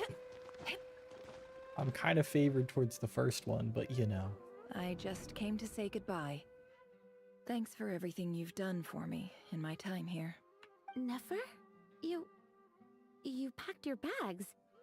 Where are you going? Not here. These guys are assholes. I'm quitting. Something's come up in my hometown. Gonna head back and deal with it. Huh?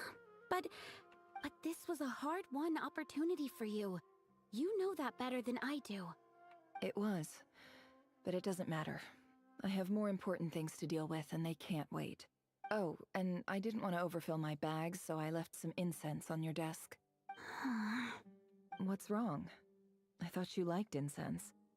Although, I did read somewhere in the House of Dana that it has hallucinogenic effects. Don't use it all at once, alright? Isn't this the stuff you brought from your hometown? You're just letting me have it? But you said it's a rare and valuable commodity. Yeah, about that. A fun heart-to-heart. I lied. It's not rare at all. There's this bunch of ruins near my hometown that are practically overgrown with this plant. It's not worth much. Keep it. It's fine. But Nefer... Alright, that's all from me. You take care.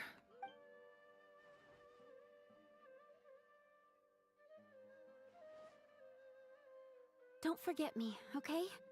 I mean, we're more than just classmates, right? We're friends. I'm wondering if Nefer's still around, and granted that nothing horrible happens to this person, if we I'll remember can you. go back and see her in the Academia. Lied again. That incense is worth a fortune, and it's a rare find even in those ruins. And as for remembering her, I have far too much to do when I get back. No time to reminisce. I'll be lucky if I even make it through this alive. But either way, I expect I'll forget you pretty quickly. Damn, she's mean, but at least honest. Couldn't at least lie to yourself too?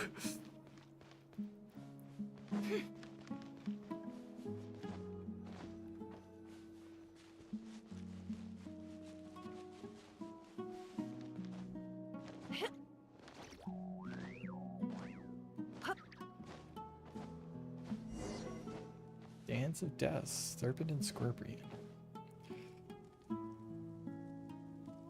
Is this where Nefer wipes out an entire tribe out of rage and hatred?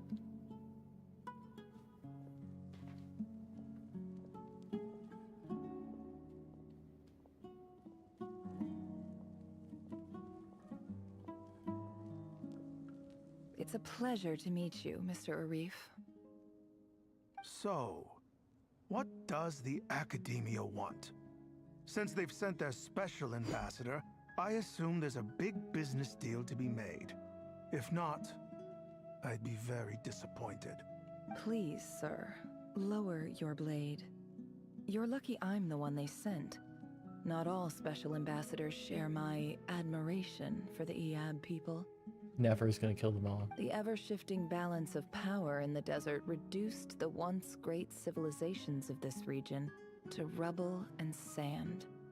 But the story of the Iab has a very different trajectory. Others grew weak, but you grew strong, beginning in obscurity and moving to prosperity. You're the only ones who defied the trend. Huh. So, you do know who you're dealing with? This well is the perfect symbol of your strength, is it not? It used to belong to the Unut, but it looks like you have control over it now. You're not wrong. Interesting. But I'm sure you didn't come all this way just to flatter us. Of course not. I came to bring you some very good news. Some information that recently came to light, which might just be your ticket to freedom. Records uncovered by the Vahumana Darshan show that a certain well currently under Iab control is built on top of some ancient ruins. These ruins are of great archaeological interest to the Academia. Interesting. I checked the map carefully on my way over here, and I'm confident that this is the well in question. The Academia is offering 50 million mora in return for excavation rights. 50 million? Okay. No, wait. If these ruins are as important as you say, 50 million's a little low, don't you think? Don't get greedy, Iab. We know far more than you think. We know that you seized this well by force. Wasn't that the first step in your rise to power? To drive away the Unut and steal their water supply? So what if it was?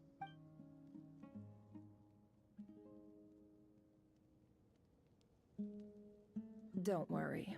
As unscrupulous as it was, it's something we're willing to overlook. The Academia is only interested in dealing with the de facto power holders in the region. Nefer's gonna fuck him up. I'm waiting for it. I hope I am making myself clear. And I hope your words are the truth. If I find out the Academia is trying to play me, I'll hunt down every one of your people and make you watch as I cut their heads off one by one. I'm afraid you've already done that, buddy. I assure you, Chief, that would not be in your long-term interests. You don't want to make an enemy of the Academia. You see how I'm dressed, don't you?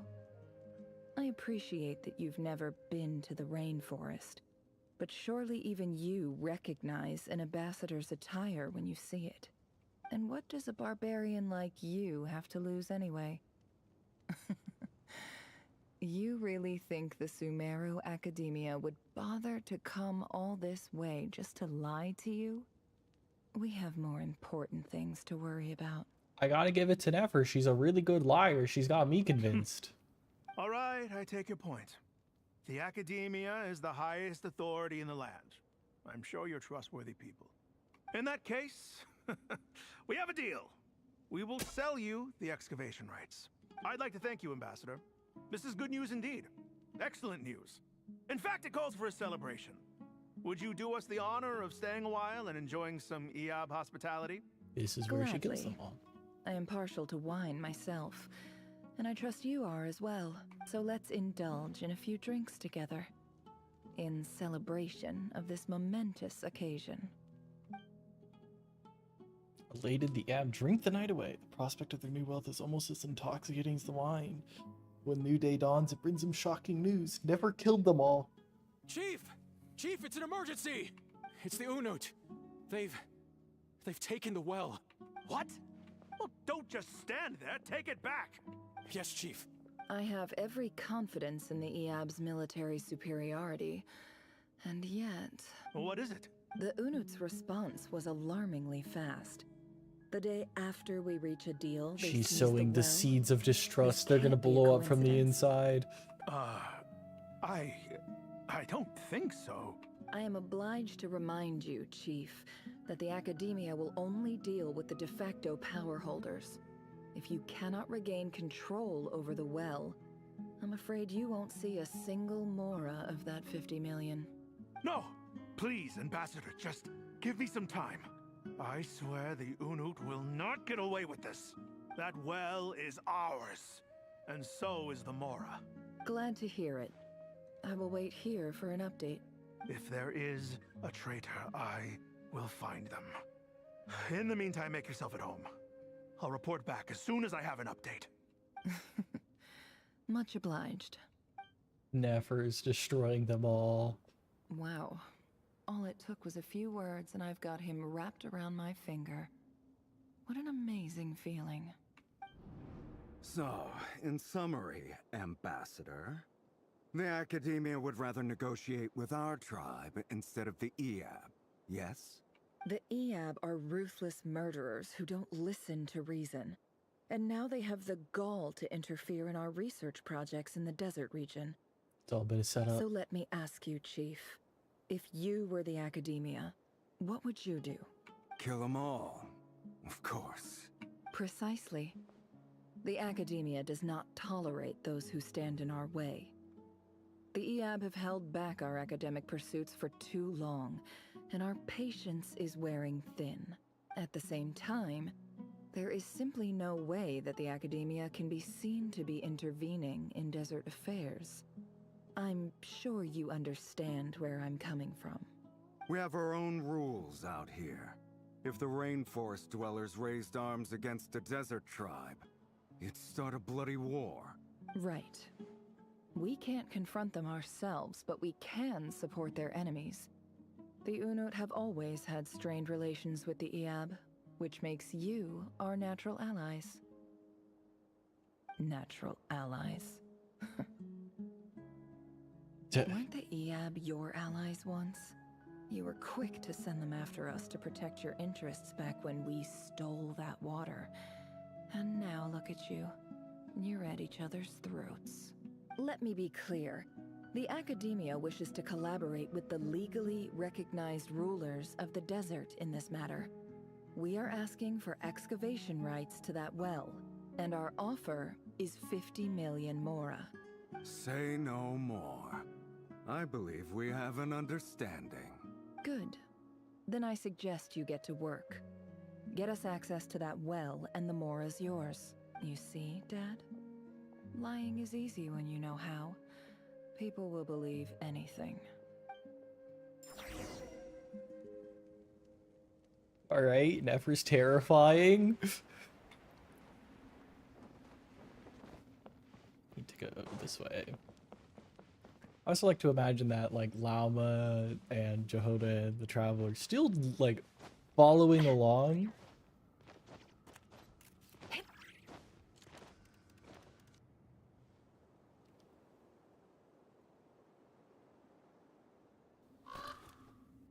That was a black pigeon.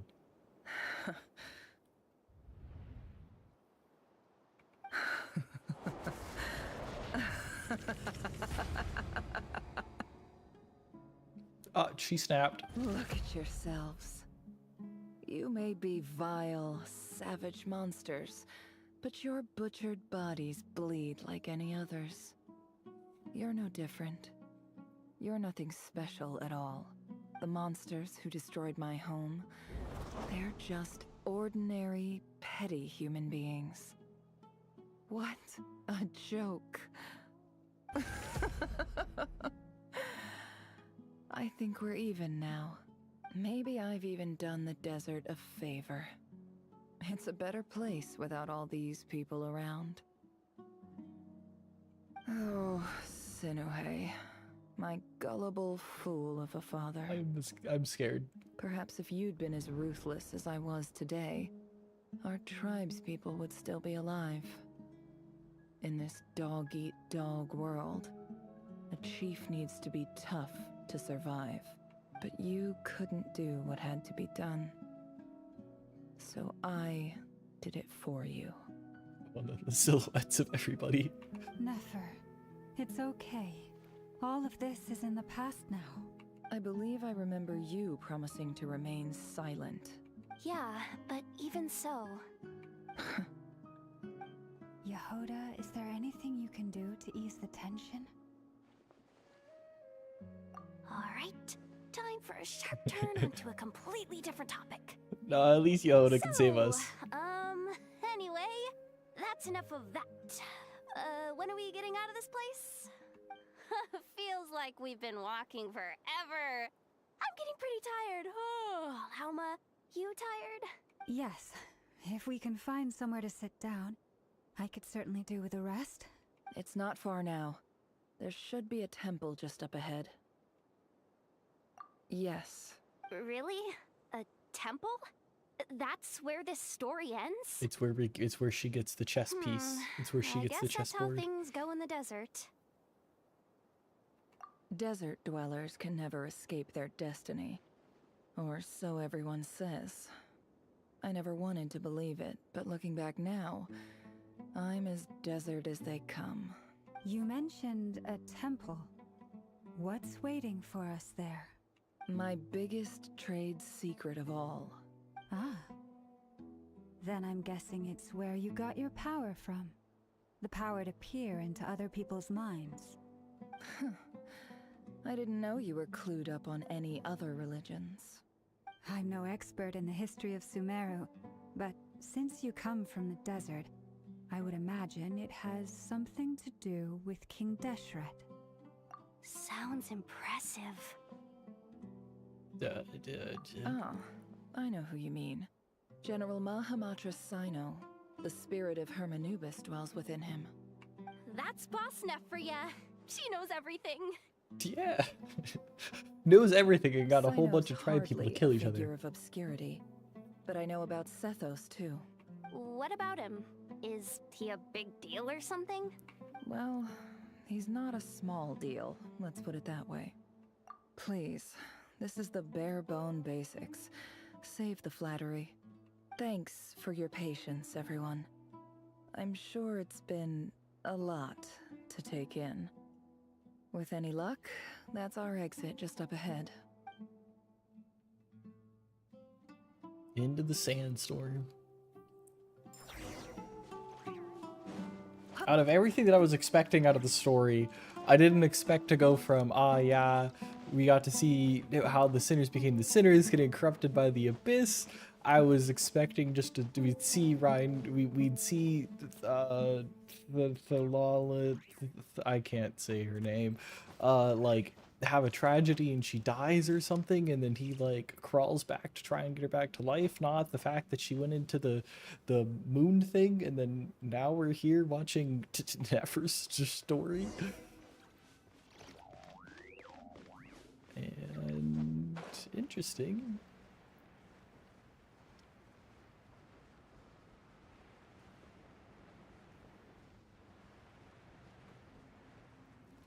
Onwards to the entrance of the temple. It looks fancy. It's about to do the temple area at all. Uh-oh. Uh-oh. Uh-oh. I'm totally out of my depth here. I don't have anything to add about any of this stuff. Like, look at that statue, for instance. I think that's fine, Jehoda, because I think one of the things Nefer said was to be I want quiet. to do the whole name-dropping, this girl knows her stuff thing too, but I've never seen anything like it before. A statue with the head of a bird. That's Thoth, the Ibis King, one of the 7 pillars of King Deshret. The legends say that he, the Crocodile King, and the Goat King were the 3 retainers of King Deshret. Let's take a Fun. look. See, let's take a look, but we're going back in memories. Cutscene.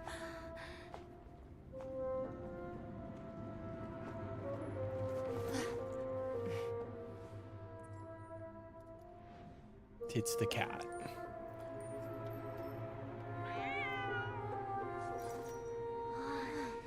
It's just Ashru. So, all is well?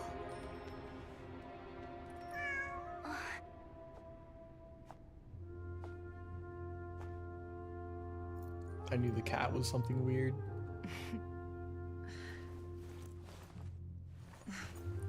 Typically speaking, at this point, the world disintegrates. Then we find ourselves back in the outside world. Besides, these are my memories. There's nothing to fear. You're sure? Of course. It's almost over. Oh.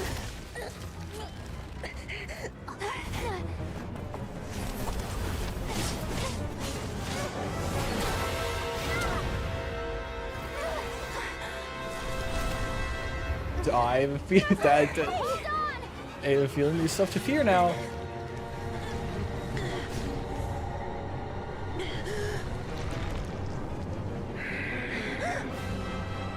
Knowing too much is always a death sentence.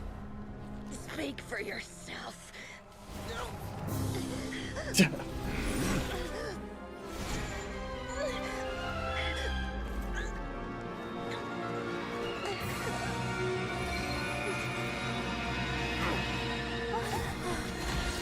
I guess that charm came in handy.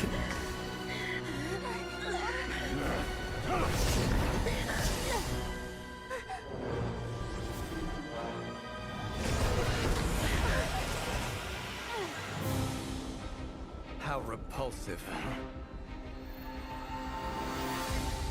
Oh?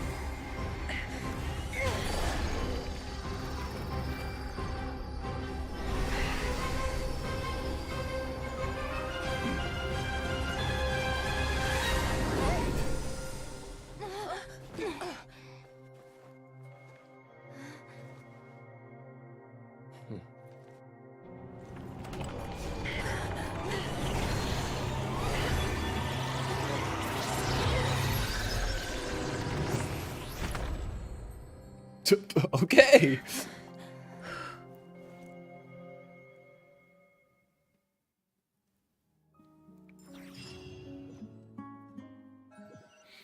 Well, that was a lot.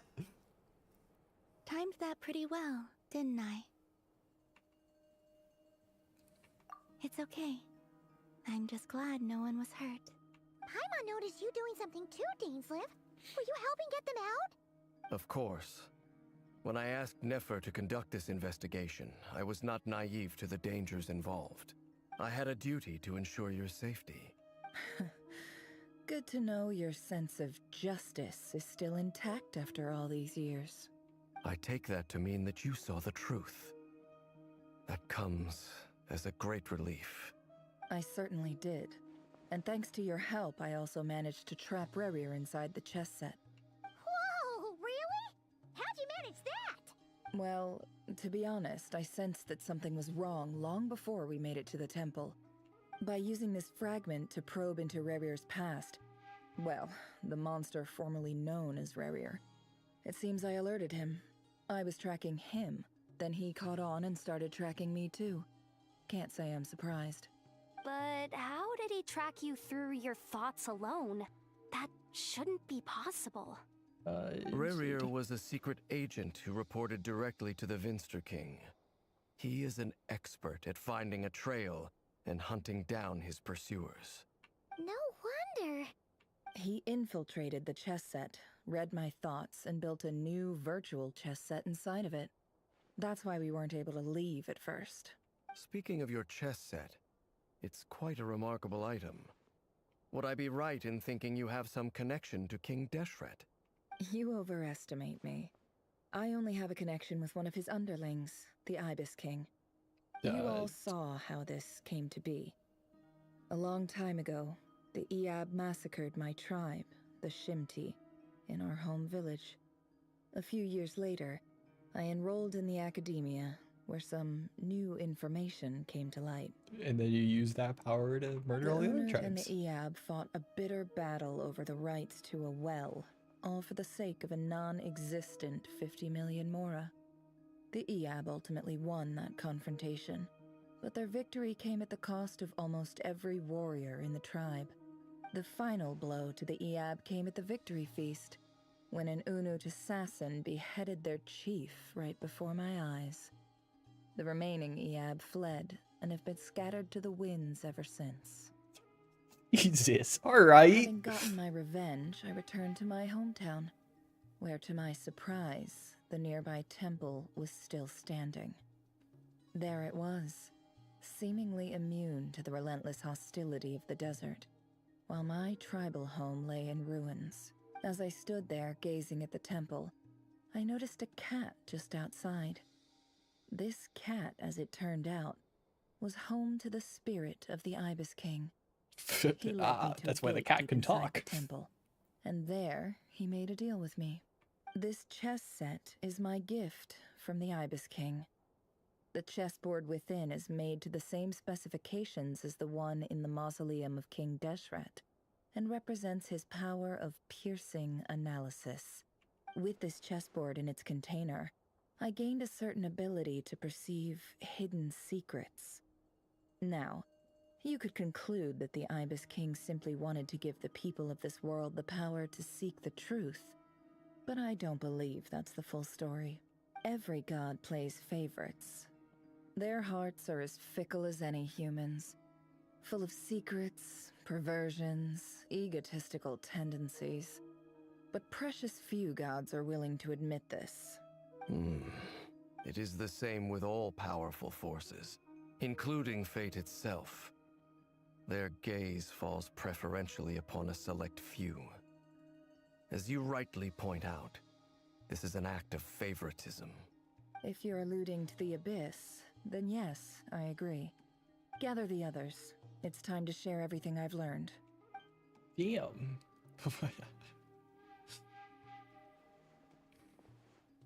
Of course, Johto goes over to the cat.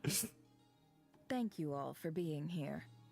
As promised, I did some further investigating into the Raker of Solnari's background. I am pleased to report that the investigation has been most fruitful indeed. The Raker of Solnari, real name Rerir, was once a Conrian subject who served the Vinster King. I will now share the important details of his story. Please save any questions or comments for the end. Nefer narrates Reir's backstory to the group. The Vinkirksvingas, he gathered intelligence, assassinated descendants of the Crimson Moon dynasty, and unwilling to take down his beloved Thelindis, who was secretly of the Crimson Moon heritage, he then got dragged into court politics. Wolfendar's voice, which spoke unto him as fate, was like reflection of the moon. Though he could disturb the waters to gain some temporary relief, he's powerless to release it entirely. In contrast, Reir's own life was a reflection of a broken moon. Once the stormy winds of fate blew across the water's surface, it was utterly destroyed. Thelindis smuggled away a piece of the moon before disappearing through that mysterious portal. It was passed down through the ages, finally falling into the hands of the knave. But what lies on the other side of that portal? Is it really a whole other world? Thelindis never had the chance to share what she found there, neither did Rerir, who followed her in. That's why he's so obsessed with the moon. A tragic tale, to be sure. But it does not excuse his many transgressions. No matter how much Rerir suffered in the past, the fact remains that he is what we know today as the Wild Hunt, wreaking havoc upon innocent lives in Notcry. He becomes more dangerous with each passing day. If left unchecked, it is simply a matter of time before all of Teyvat suffers the consequences. This is a threat that the Knights of Favonius cannot ignore. A question for Miss Columbina. Forgive me if this is presumptuous, but have you ever seen the spatial gateway that appeared in Rerir's memory? Never. But I have heard stories of something called the Moon Gate, and this seems to fit the description. Miss Lauma, any thoughts on this? In the lore of the Frost Moon Scions, the moon is believed to hold many secrets. Some sources speak of ancient knowledge, others of a gateway to the unknown. The term Moon Gate is one I have heard before. I love the moon But as is the case theme. with all of our legends, there are no records of any first-hand witnesses. We cannot know whether it truly exists. Then back to Miss Columbina. As a moon goddess yourself, do you have some idea of where the Moon Gate leads to? I'm loving the seriousness of all of this, and it's like, oh yeah, we're figuring out the lore, and I'm super in for it, but I can't help but get distracted by Jehoda and the fucking cat. Not at this stage, sorry. I do hold the power of the Frost Moon, and my strength is recovering well. I can sense that the gate would open at my command, but... But there's more to the power of the Frost Moon than that? Yes. A moon goddess has the right to open the moon gate, since it is a path to the moon. But as Nefer mentioned, holding open a spatial gateway takes a huge amount of power. And right now, I need to conserve my energy to fight the Rayhir of Solnari. I'm afraid this is one mystery we may have to leave unsolved for now. Hyman's like, we watch Arlecchino open one right in front of us. I agree. Better to save your strength. But if you'll humor me for a moment, I have a bold conjecture of my own regarding the world beyond the gateway. I highly suspect that neither Tholindis nor Rerir made it through unscathed. The evidence pointing to this is the fact that the Rayhir of Solnari exists in the form of countless fragments. Fucking cat. I keep getting distracted by the cat. With the abyssal power he wields, no ordinary foe can touch him, let alone tear him to shreds. And yet, the Wild Hunt proliferates wherever his scattered fragments lie, drawing hordes of monsters to many different locations across the land. So your theory is that Rerir was physically torn to shreds by some powerful force? Hence, why the Wild Hunt is a distributed phenomenon, rather than a unified one? Makes sense to me. Explains why the Wild Hunt is so pervasive, and why he's been trying to piece himself back together. He was whole to begin with, and he wants to be whole again. One fragment at a time. Without the power of the Abyss on his side, he almost certainly would have perished the moment he was torn apart. But the Abyss, much like a curse, has kept him alive. I could not agree more. The power of the Abyss is most surely a curse. It is a compelling explanation, and one that accords with my present understanding of Abyss creatures. Whether the life form in question is primitive or advanced, if a curse has extended its lifespan unnaturally, it will continue to survive in spite of everything. This raises some interesting questions. I will run some experiments and see if there is any validity to my suspicions. That being said, regardless of whether my research bears fruit, I would like to thank Miss Nefer for conducting such a thorough investigation. Already, it has greatly enriched my understanding of the entity we face. My pleasure, Mr. Albedo. I too hope that the information I have shared today proves useful as we look to formulate the next stage of our plan. Hey! What is it, Dainsleif? You look really upset! It's just... when I think of the man I once knew as Rerir, I struggle to understand why things had to turn out like this. It's for love. I feel like that's the underlying concept of why he's gone insane. The two of you used to be friends, didn't you? I don't know if these words will bring any comfort, but my heart goes out to you. Mine too. We can never know all the hows and whys of the way things are. The moon and stars are full of untold secrets and lies. And the skies are host to many more mysteries than these alone. Yet, none of that can begin to compare with the complexity of human life. Those are the first comforting words I've heard in a long time. Thank you, both. Well, I think this is a good place to end today's meeting. I'm sure Nefer needs some time to recover. She's been through an awful lot today. That's very thoughtful of you, Llama. Of course. Sounds good to me. Take some It's time like, yeah, we need to be friends. I don't want to see my before entire we Frostmoon reconvene to Scion nail down ripped a plan. limb from limb.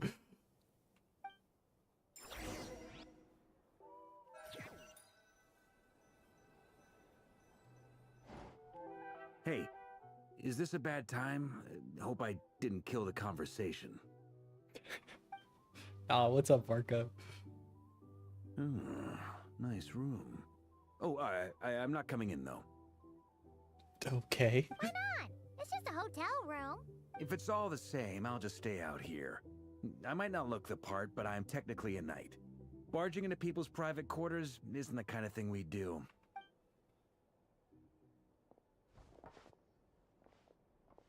One. Anyway, Nefer went back to the curatorium to get some rest. But before she left, she shared some things with me that I thought you should be aware of.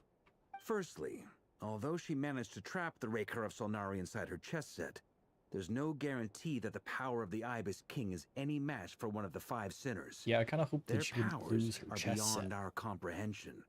It's only a matter of time before he finds a way to break out. We have to come up with a plan and take care of him before that happens. But we at least get some more time. Honestly, my mom figured that might be the case. So, how long have we got? 4 minutes. Well, I asked her that same question. She talked for a long time, but for the most part, it seemed like she was trying to convince me how precious her chess set is. What a long and storied history it has. It felt like some kind of sales pitch, you know? The kind where you end up handing over more against your will. Anyway, after all that, she finally answered the question. 2 days, at most. It's at least longer than 4 minutes. Days? Holy moly! Can we even recruit enough help in that time? Yeah, probably. That remains to be seen. Which brings me to the second issue. Dainsleif is obviously conflicted about this whole thing. But given how little time we have, there's no way we can pull this off without his help. You have some history with him, right? Do you think maybe you could talk to him for us? Yeah, let's see what we can do. Great. I appreciate it. All right, on to item 3. So, Albedo, Durin, and I put our heads together and came up with a plan. Can't promise it's gonna work yet, but at least it's a start. We figured we'd bounce the idea off you first. We'll explore it further once everyone's recovered. Ask away, good sir. I'm dying to hear this. All right, so here's what we're thinking. In a hushed voice, Varka lays out the current plan. It's a shocking plan, but nothing can face the greatest traveler and the trustiest travel guide in Teyvat.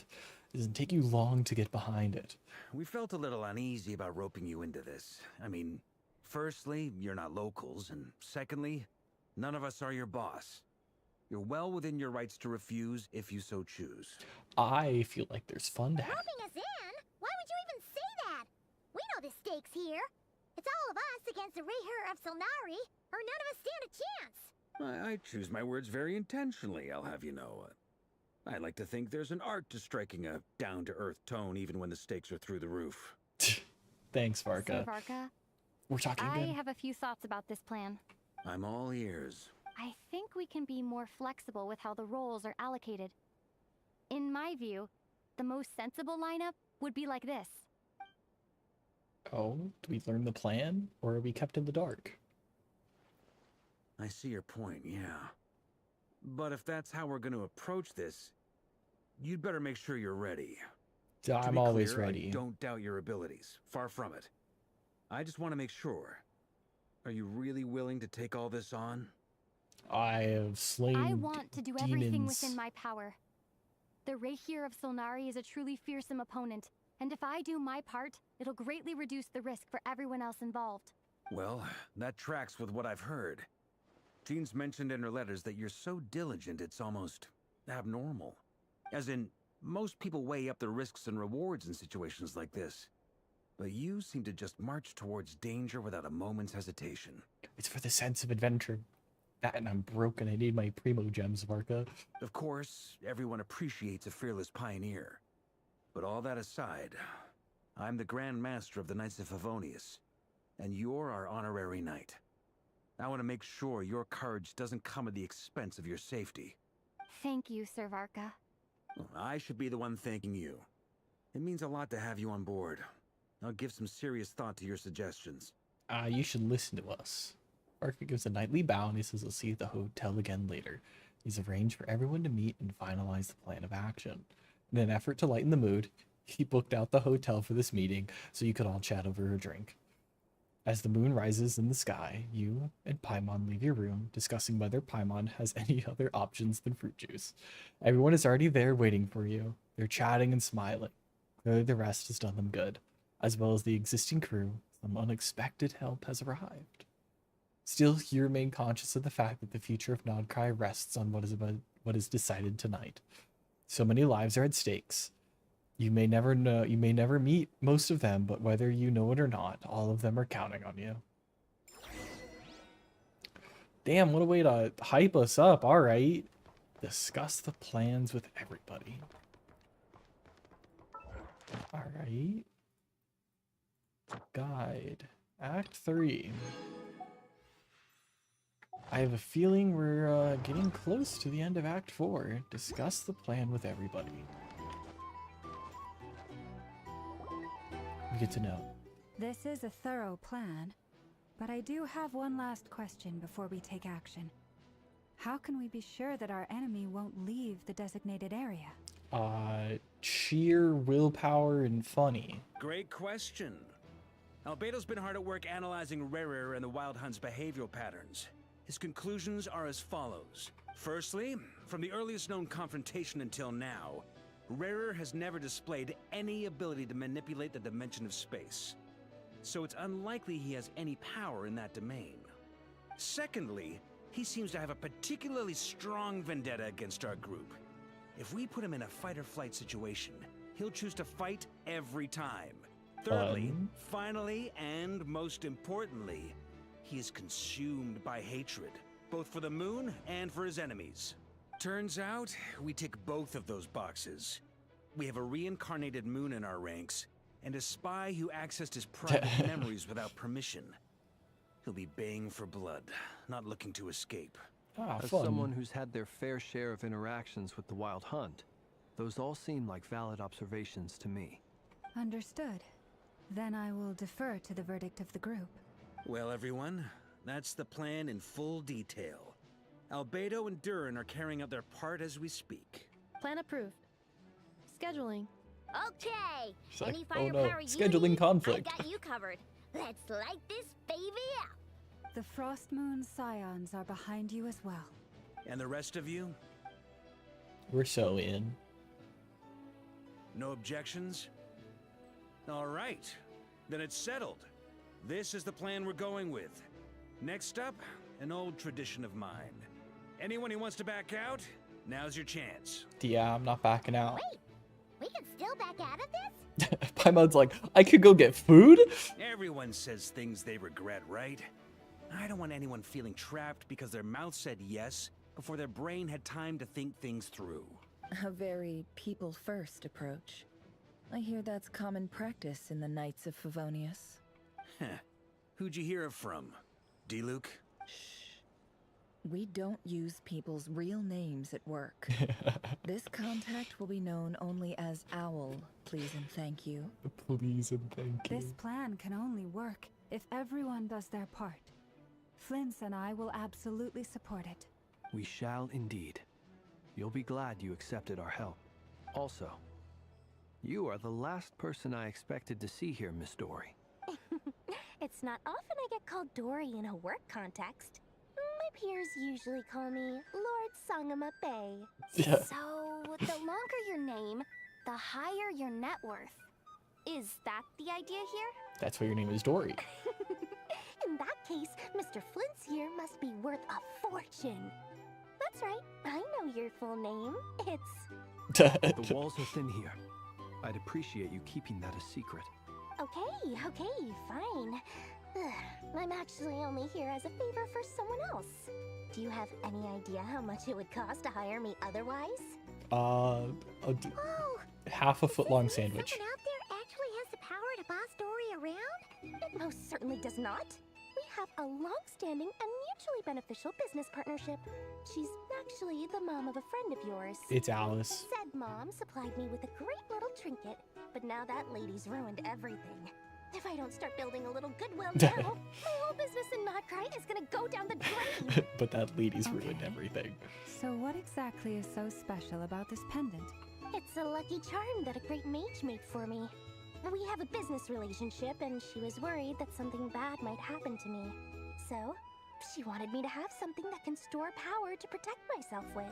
I finally got it all fully charged up with Kuvaki, and then never went and used it all up at once. never lost so big in my life! You're right. It was all my fault. I didn't mean to drain all the Kuvaki in the pendant, but I'll make it up to you. You will? The chess set. Oh, Dory's about to get shot. You give me your chess set, and we call it even. I knew you'd say that. Well, it's yours if you want it. In fact, take it now, and I'll even throw in a free Raker of Solnari. Deal? You're putting me in a difficult position here. It's a very useful thing to have around. But I have a funny feeling it won't be around much longer. I guess we'll see in a couple of days. I hope Nefer keeps her chess Looks like set. bankruptcy for me. Hey, don't be so pessimistic. See this through and you never know. You might find a new business opportunity on the other side. You could do business with Hu Tao and make graves.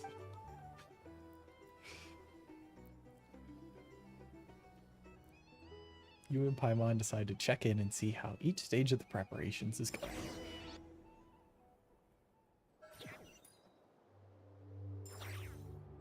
Oh, look for Dory. She's gonna be crying, I'm assuming.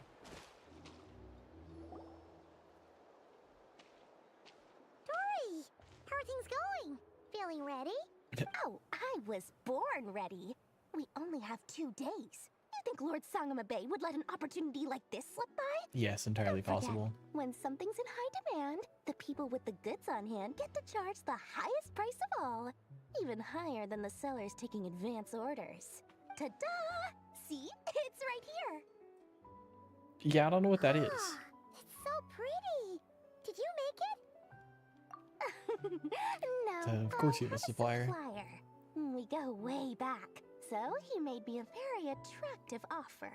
Aha! No wonder you were talking about Lucky Charms at the meeting. You've been getting to make them for you. That's not the full story. It actually started a while back as a project between me and the Dendro Archon. Mage Alice once warned me that this world won't stay safe forever. There may come a day when everyone faces a great crisis. I passed this on to the Dendro Archon, and she secretly brought together a research team made up of Sumeru's top scholars to invent a technology that could keep people safe. I won't go into the details because it's all very complicated, but if you want to know more, you can ask the Dendro Archon about it sometime. Yeah, I'll go find Nahida. Anyway, point being, it was the Dendro Archon who asked Kaveh to build this little contraption. As one of the top Kashara War talents, he was the obvious choice. Took him long enough. He stressed over it for ages. Must have gone through at least a dozen designs before producing a final product. But that's Kaveh for you. I think he was Marak lazy. delivered it to me a I'm couple gonna of bet days it was ago, because he was lazy. along with a letter from Kaveh. Could I ask why I'm sending this technology to you? And what's your proposed use case? Has it been approved by the relevant authorities? No, we don't need approval from relative authorities. So nosy. My fault for sending him the research permit to begin with. Surely Nahida must have told him you were involved in this project. He was probably just nervous because you're always so secretive about your business. Could be, could be. Anyway, I just replied, let's hope there never has to be a use case. Because it... Fair Because it enough. would involve great But it danger. sounds like Great. he was just being cautious. He probably felt responsible as the one who made it.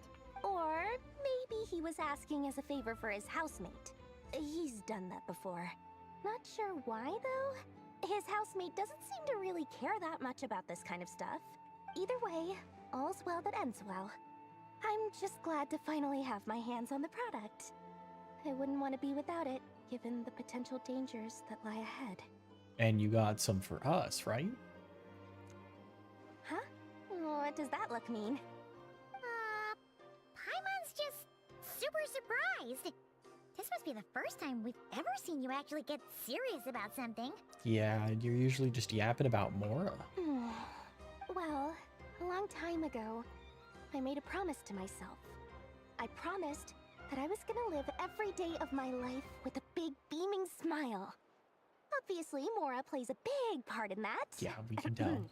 But Mora crazed little there are child. always gonna be times in life when you have to give something back.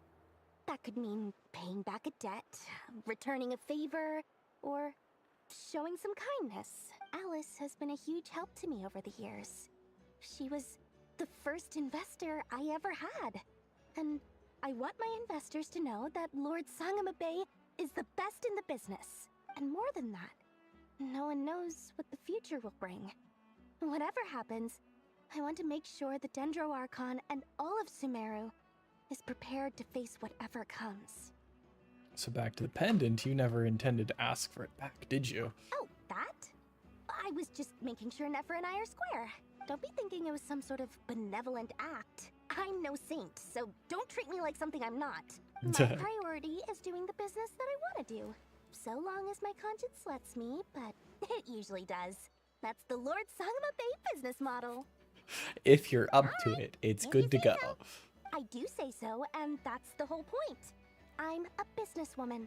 Don't go trying to figure out what kind of person I am. You'll exhaust yourself.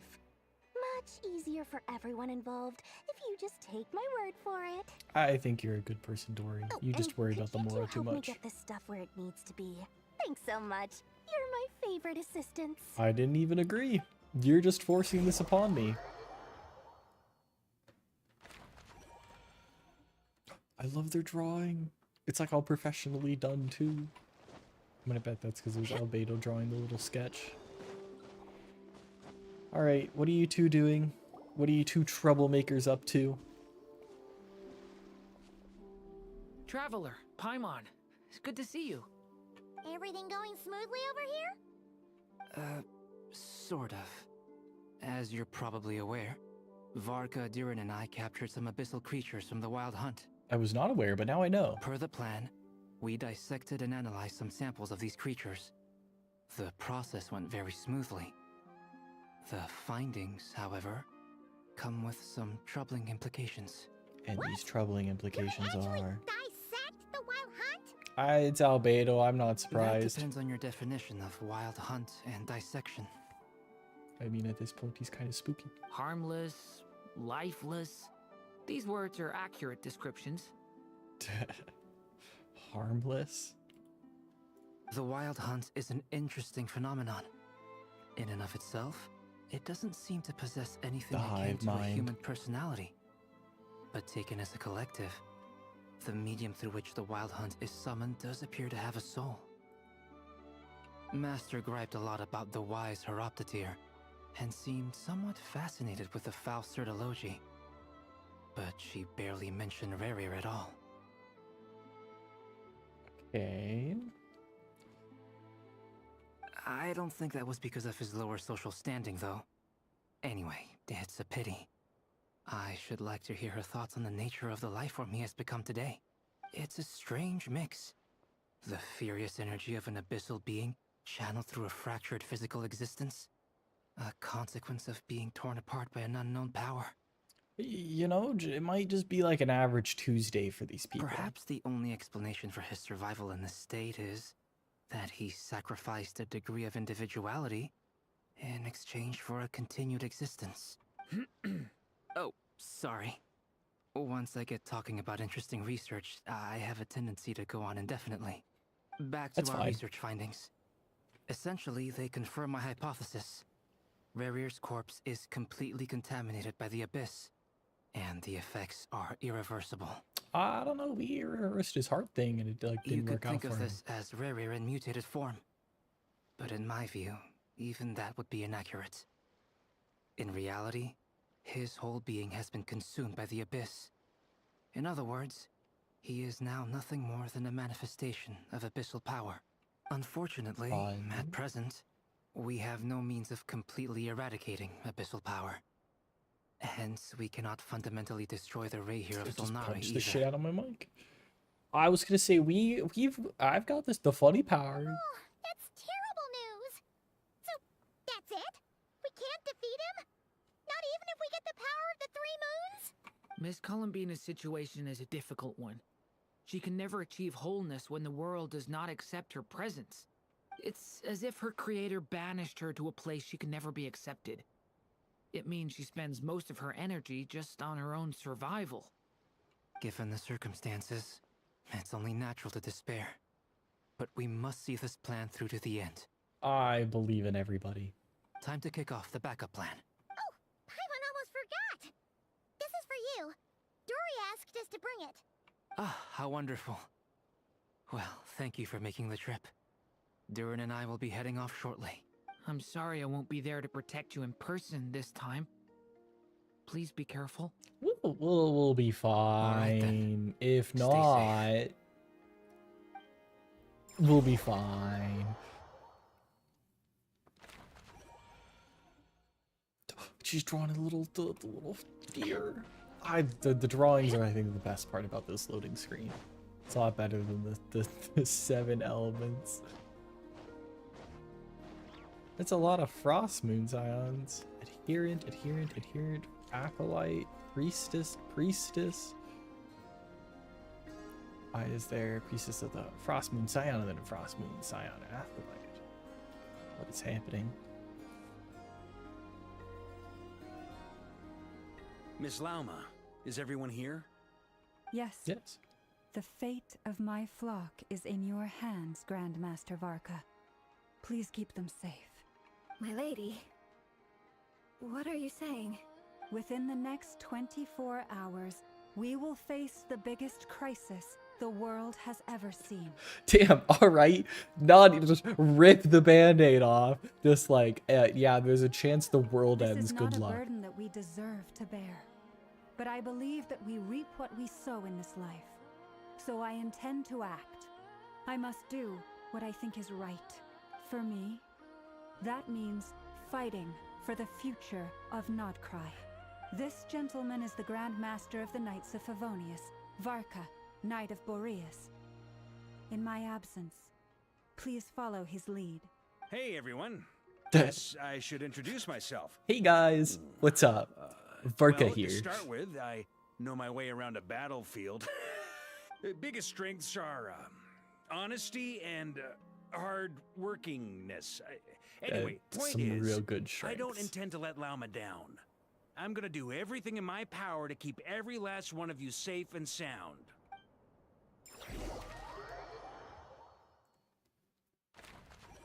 Nice. Get that.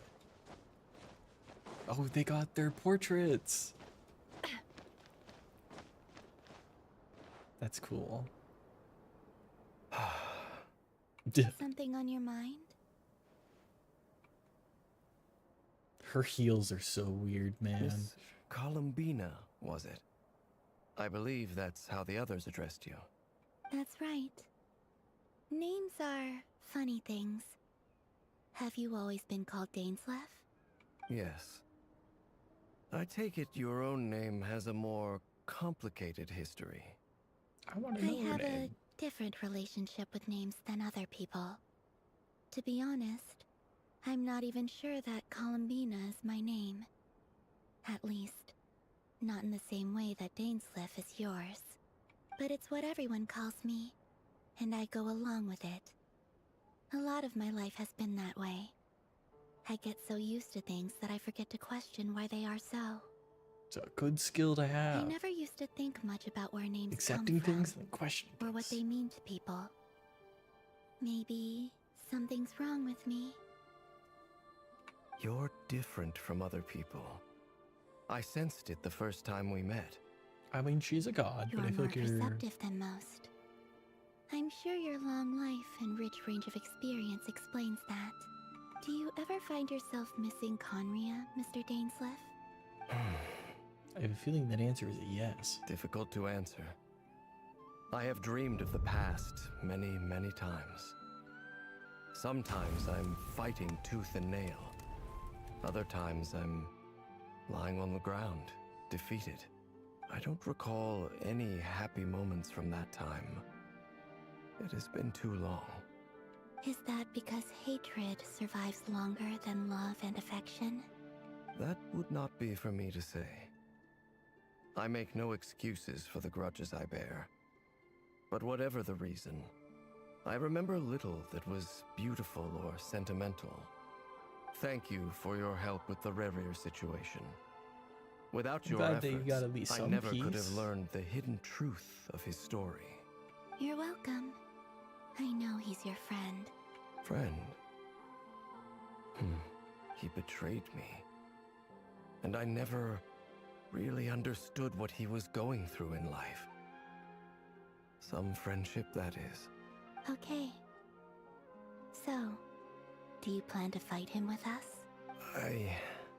You see? You're torn. Now you know what really happened.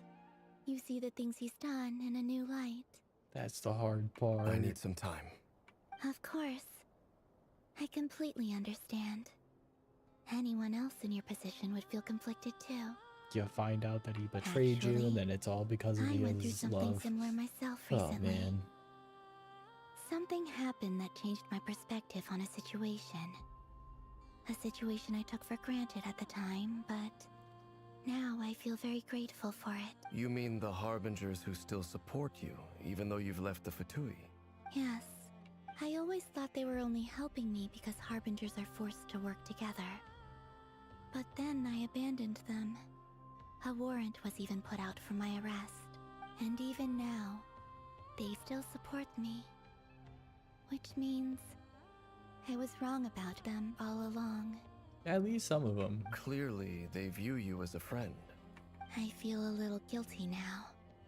I regret not seeing her help for what it was, and not treasuring it. I see the guilt that you're feeling now, because I feel it too.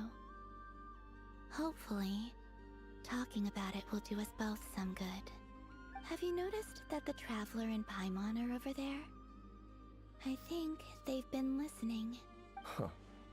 Shall we say hello? Sure. We've been found out. They caught us!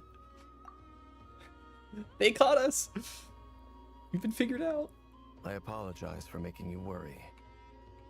No doubt you wish to know where I stand on the plan to take down the Recher of Solnari. I'm afraid I need a little time, but I will seriously consider joining you. I hope you do. I have a feeling it won't be good for us if you don't. So grateful to hear that. They needn't be. This was something that I was going to have to face up to eventually. That doesn't matter to them. They're grateful to you regardless. You can't control their gratitude, so just accept it. And then, have a think about whether you're willing to join us. Such a genuine smile. Time to remember the friends, idiot. The Lavatrog's back. Early showtime. Let's go rendezvous with the others. You know the place. I mean, only the worst can happen, right? Or we're supposed to be optimistic. Surely the best would happen.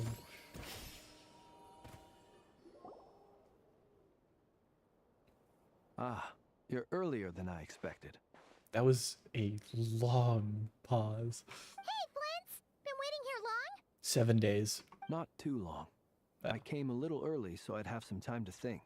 Are you nervous about the battle? Quite the opposite. I'm reminiscing on my past battles. When I was awakened by the Ratniki, I had not touched a weapon in many years. I felt like the battlefield was not where I belonged. But after waging war against the Wild Hunt for so long, I came to realize something. A life of absolute peace is simply not a possibility for me. What a Chad power stance. My restless flame indicates that somewhere inside of me, there is a deep yearning to root out the evil in this world. Oh, that doesn't sound like such a bad thing. Well, in the past, when I was a Fae whose primary concern was hibernation, it was hardly ideal. But it certainly serves me well here in the present. And I am delighted to be able to join forces with you in this endeavor. Awesome. Looks like I'm not the first to arrive. Ah, Miss Lauma. Did you sleep okay last night? I struggled to settle down at first because of the nerves. But don't worry. I got enough sleep in the end. I'll be just fine. Well, glad that you're Please. doing okay. I'm just doing my part. Never! Over here! The party slowly I gathers. asked me to relay a message. She said Anefa will be on high alert and keep a close watch over all secondary districts where defense is required, providing support as necessary. Meanwhile, Aino herself will provide range support to us directly, using her latest invention. Excellent. My thanks to all involved. The chess set's looking a little unstable. It won't hold him much longer. We should be prepared. No sense sitting around waiting. Let's make the first move while we still have the option. I agree. Paimon, find a safe hiding place. She's gonna go behind me. Got it! Be careful, Traveler! I will. It's weird hearing the Traveler talk. We've gone through so many patches, and now we can speak. Take your positions as soon as the battle starts. Every ounce of strength we have in our bones, let us bring to this fight. Ready? Let's go. I've seen all your futile ploys before. You have become the authors of your own demise. I wouldn't be so sure about that. You are merely a moment of sport before I tear down the moon. Yeah, whatever you say, buddy. Oh, that's so cool. Oh, we're fighting him. Oh, and we get... The moonlight. Stay on your toes. Raise you. Yep. Move. You too.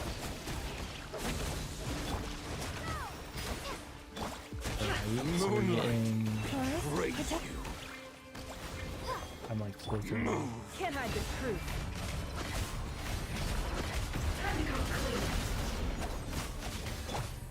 Close your eyes. Observe. I not get body? Moonlight. Close your eyes. Ow. Ooh, the combo. Move.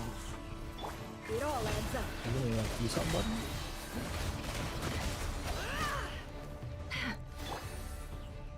Observe. Close your eyes. Hunt him down. Hunt them down. God, he goes hard. The mystery unravels. Can't hide the truth.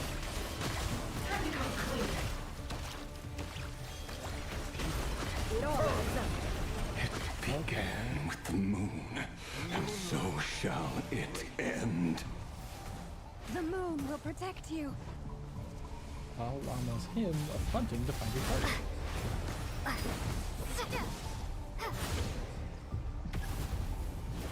Do you see now? Cool. Got him. Sorry, buddy. When will it be as you foretold? We're following the deer.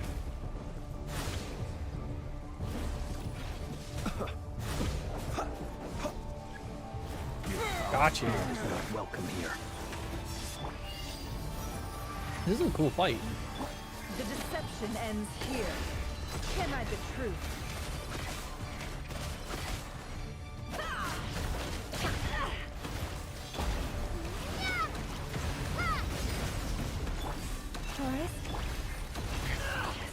I wish I didn't get knocked back. Stop picking me.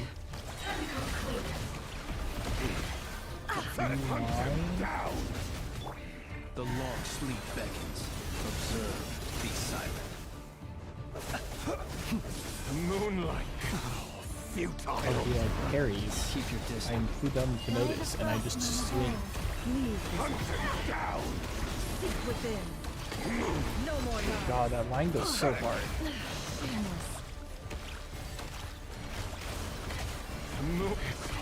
Futile. How unfortunate. Close your eyes. Can you Observe. stop punching me? Nightfall. Stop knocking me over.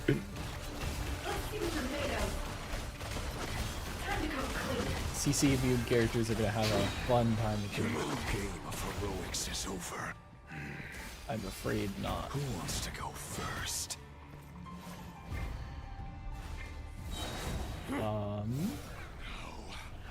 Get out of my sight! No. Okay. We've been separated. Take. You okay? Now me and Lauma. Not Lauma. Never. Stuck outside the barrier. I guess he really doesn't like us. I told you before, knowing too much is always a death sentence. Be careful what you wish for.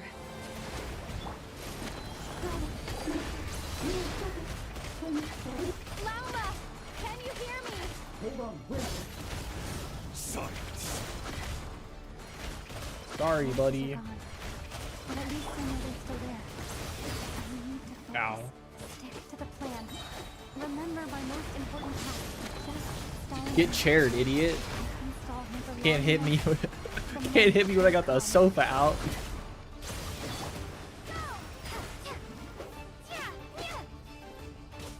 Can't hide the truth. Yeah.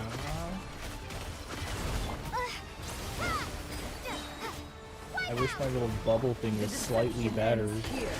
No more lies. Can't hide the truth.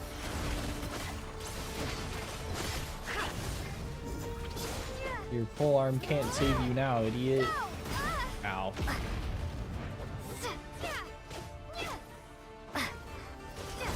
You look so cool. Where'd you go? Are you pogoing me? Sorry. Absorb Kuvaki 3 times to make a shield. I've got this. Cool. Sorry, buddy. Yeah, crushes. This is such a cool fight. I love the music. I love the atmosphere. Look at that in the background. All the hands grabbing at the moon. The shield's broken. I can't keep this up.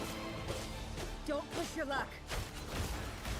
Death is within my grasp. Look at that. This looks so cool. Ow. It all adds up.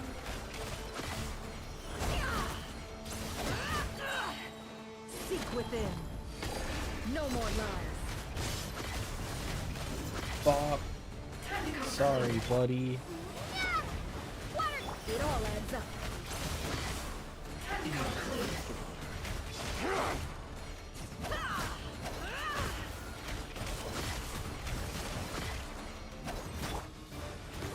Can't hide the truth. The mystery unravels. Bombs away! No more lies. Bombs away.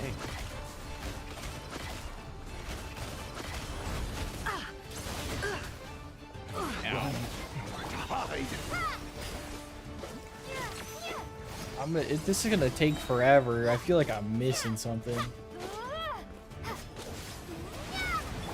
The deception ends here.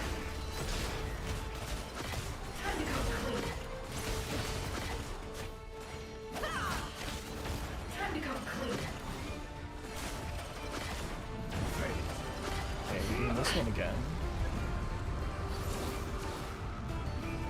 Sorry, buddy. There's no other way. Cool. I'm doing something. Oh?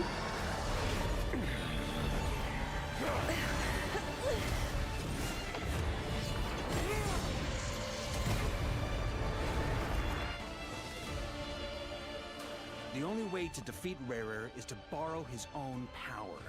That means Columbina will have to disappear while you two bear the brunt of his attacks. You have to hold on. Find a way to keep him focused on killing the two of you. Alright. Never! Your eyes are bleeding.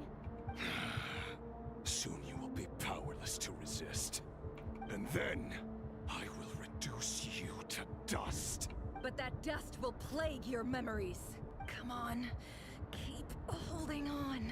Any other tricks up your sleeve? Let's see them. As entertaining as they are, you've backed yourself into a corner. You don't fool me. I see your fear clear as day. I have to stoke his rage. Make him unleash everything. You fear what you could never defeat. You fear the thought of never being able to save your beloved. You cannot win the fight against fate, Rerir. Is that what you think? Well, now it's your turn to feel afraid! Oh. You fear the sound of your own name? Is it us you hate? Or is it what you've become? Let's see what becomes of you!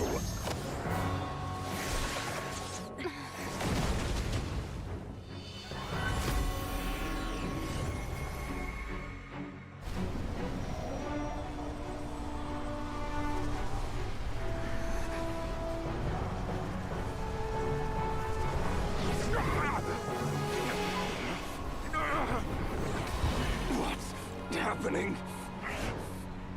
That power. I've seen it before.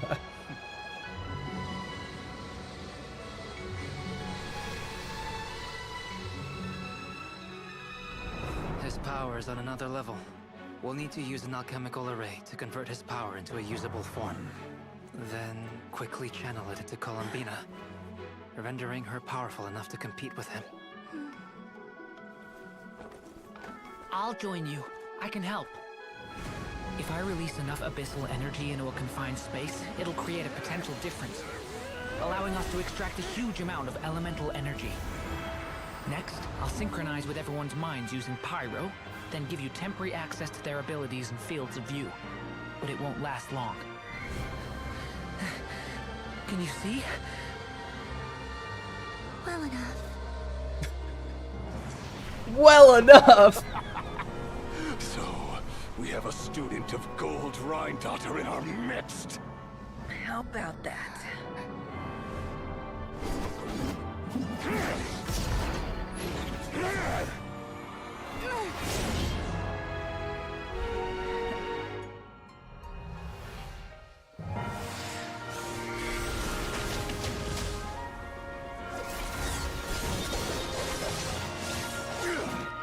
Jesus.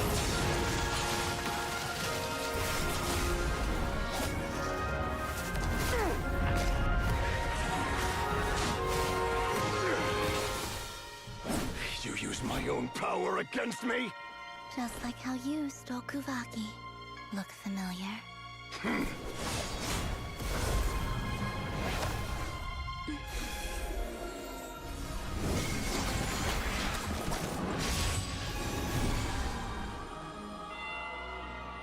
Oh, this is so fucking cool, dude.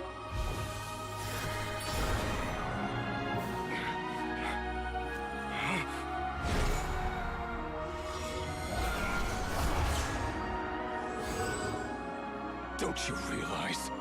You don't have the power to hold that gate open. I don't, but someone else does.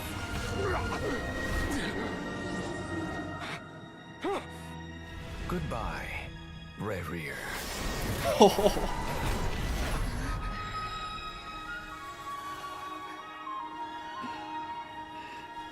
We won.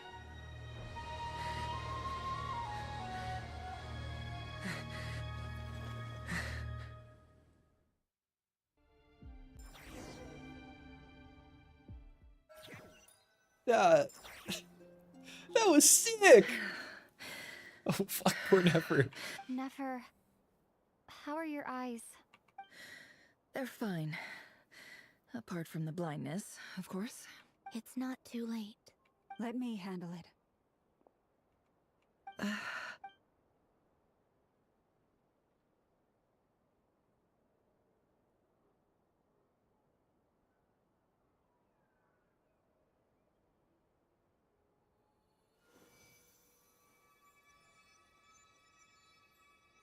Miss Nefer, it's not like you to lose your composure. That was the most reckless thing I've ever seen you do. Reckless how? The situation was critical. Our lives were at stake. We had to do something. Even so. Okay. I guess you're right. Under the circumstances, it was a wise decision. You traded your eyes for An incredible victory. In business terms, I suppose that's a huge return on investment. I'd be hard-pressed to argue otherwise. Still, I don't like this outcome, and I don't want you to lose your sight for good. People suffer when they make sacrifices they shouldn't have to make, whether that means faith, strength, or in this case, your ability to even see. I had hoped you could win without sacrificing so much as a single hair on your head.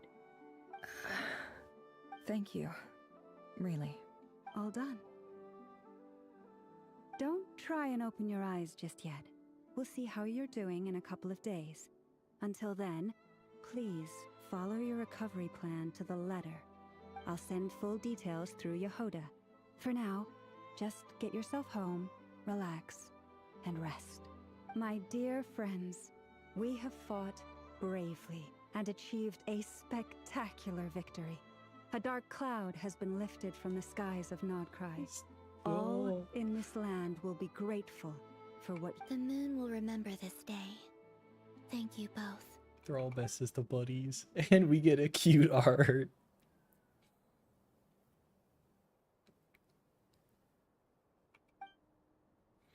The sight of Nefer navigating the road with her eyes closed is a new one for you. She proceeds cautiously, but as her silhouette disappears in the distance, you notice she seems almost smug. There's something I want to let you know.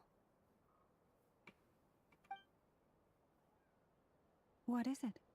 When Durin connected everyone's minds so I could access their powers, I also felt everything they felt.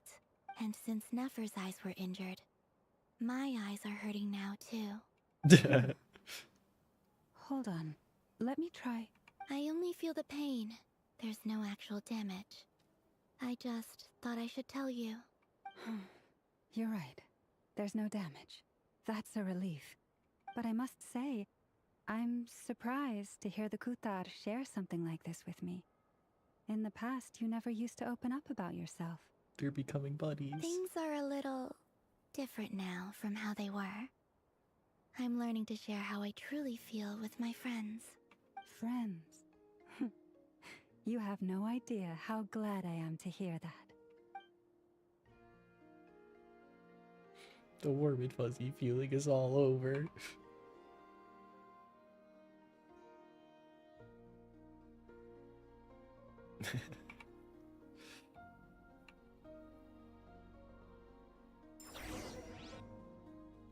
I didn't expect that we'd get to fight him. That's sick.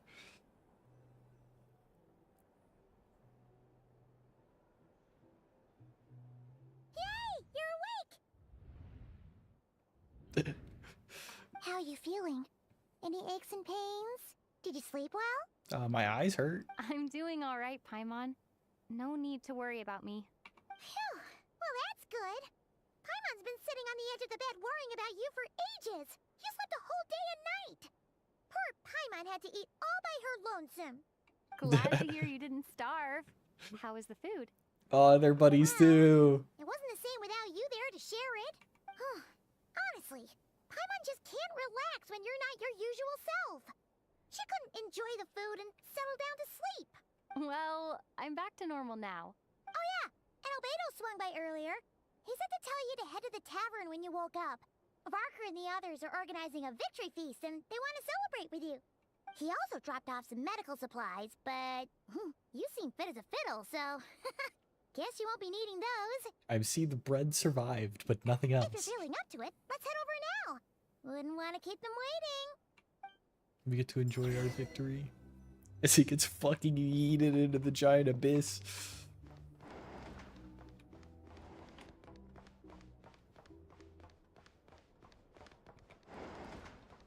Is it this way? No, this is the other room.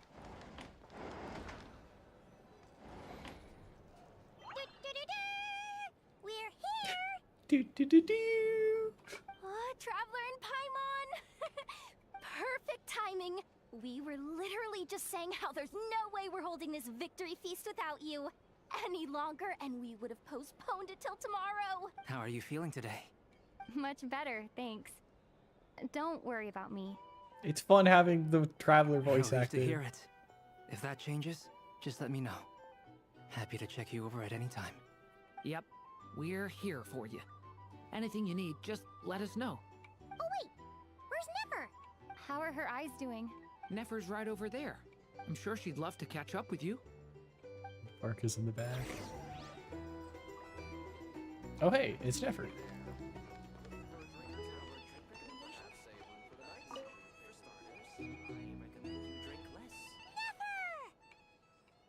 Traveler, Paimon, are you recovering well? Much better thanks to a good rest. You're looking well too. Turns out that moon chanter has some real talent after all.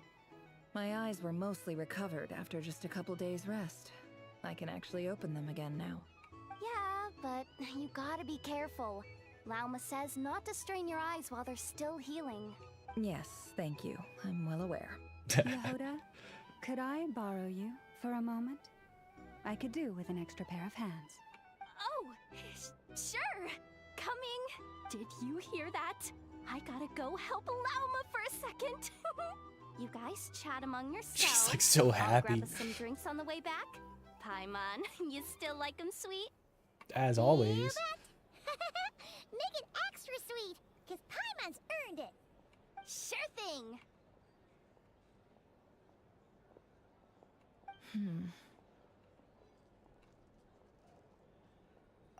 What's on your mind? The Raker of Solnari. Kind of a snake, don't you think? More of a wolf in my mind, but you know. No, definitely a snake. A poisonous one who spewed his venomous hatred everywhere. Anyone who seeks revenge out of hatred for other people has become a snake. That's something my dad used to say. I don't mean to disrespect, but did you know, have two tribes fight each other to the death for revenge? Perhaps. I'm sure it sounds like a very wise and open-hearted perspective to your ears. But me? I think hatred is a perfectly justifiable emotion. What else is left when everything you depended on in life gets stripped away? Something's gotta fuel that drive to keep on living. Yeah, when I look at your life, though, I can kind of see a lot of things that you depend on. If you're worried about me, you can nip that in the bud. I'm not someone who gets stuck in the past. It's just... I suddenly feel like I was wrong to call my father a liar. He was just a fool. That's why the Academia turned their back on him. And why the other tribes ganged up on him. Oh, Father. How much better things could have been if you were a skilled liar. Look at the Ibis King. Thoth is a fiendishly cunning liar.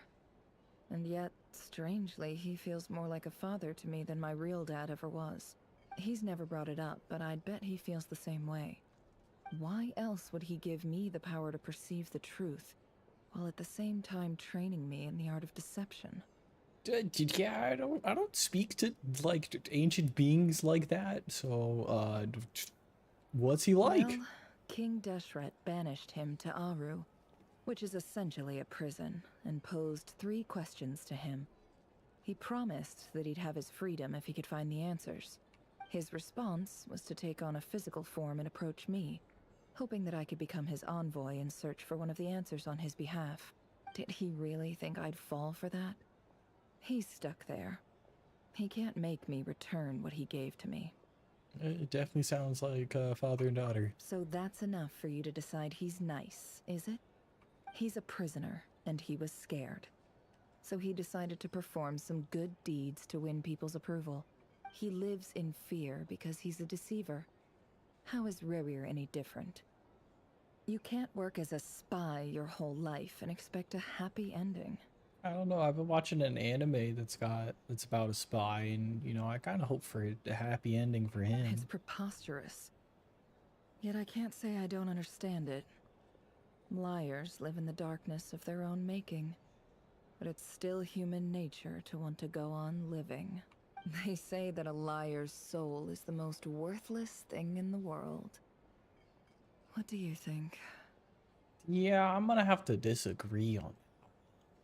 Oh, really? Well, it takes a very kind person to find compassion even for liars. Everyone's got a reason to lie. If you ask me, the soul of a liar really is worth nothing. Because all they care about is themselves. That's never a bad thing. Sometimes you're the only one that's gonna care For about example, yourself. when something good falls into my lap, I don't go sharing the news around. Stops other people trying to steal it from me.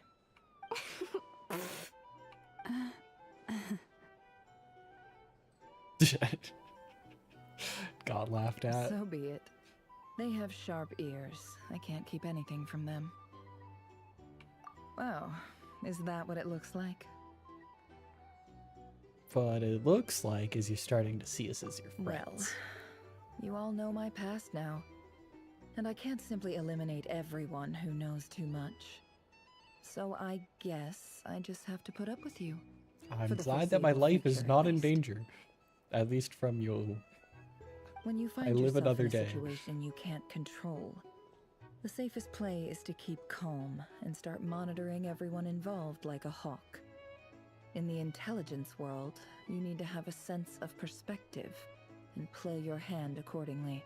If you understand what's at stake, please ensure my secret is safe with you. I trust you'll I get respect it. my wishes If I as a speak friend. any of it, But don't I'm gonna be forget, taken out back. I will also be watching you like a hawk. Very good. Oh wait! Now that the panic's over and we've all calmed down, Paimon suddenly remembered something. What is it, Paimon? After all that build-up, our mystery ally never showed up even once. The mystery ally? Quest ended. Oh. Huh?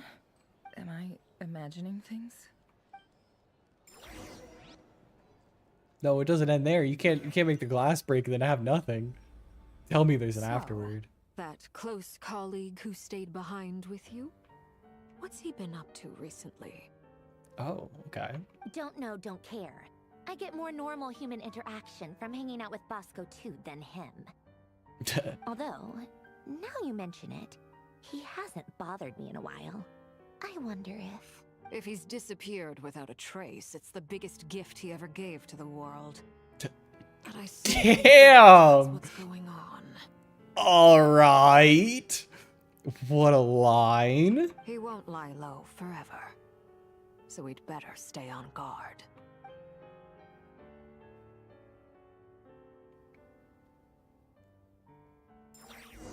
I'm scared.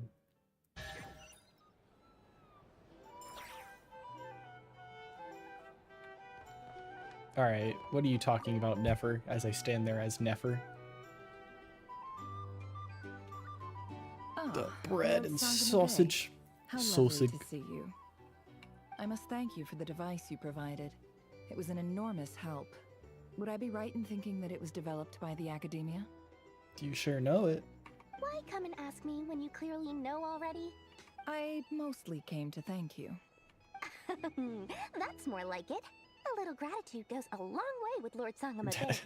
Play your cards right, and you might even stand a chance of becoming my long-term supplier. I'm so excited. The chance to work with such a kind and charitable investor as yourself would be a great honor for the Curatorium. Huh? Charitable? Who said anything about charity? First time hearing about it. Let's see. The first plot of land you purchased in Nodcry, your desert interests, and...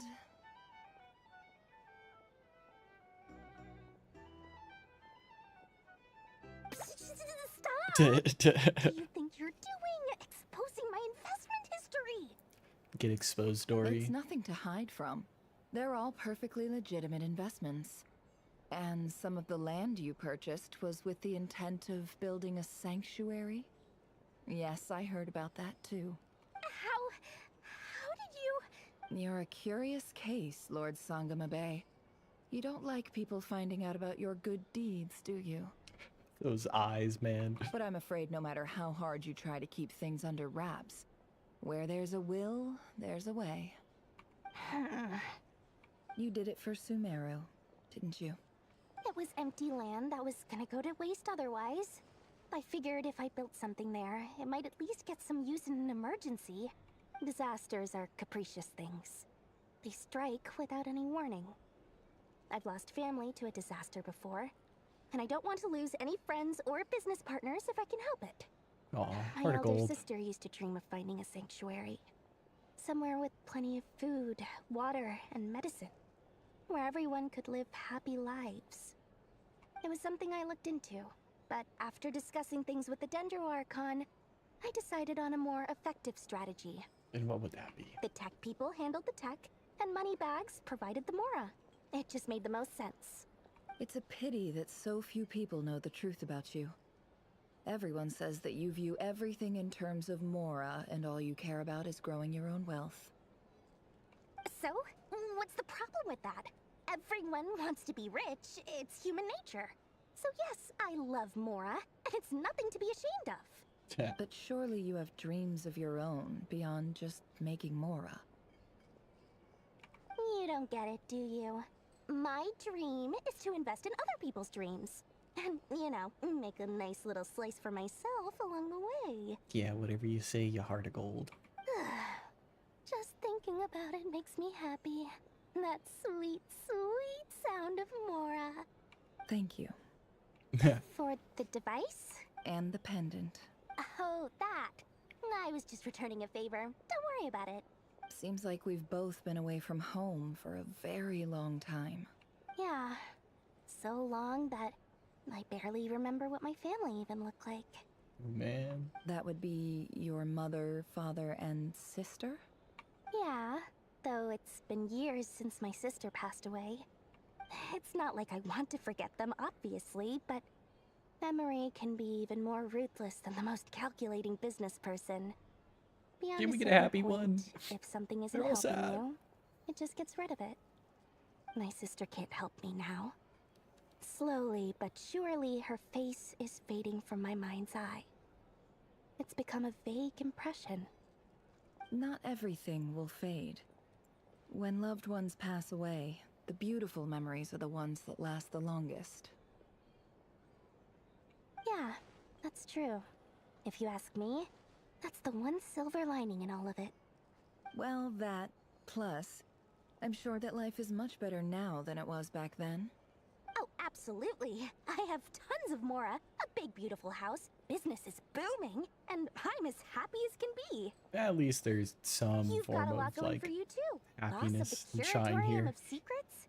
I'm sure there's plenty of Mora to be made in that line of work. I appreciate the vote of confidence.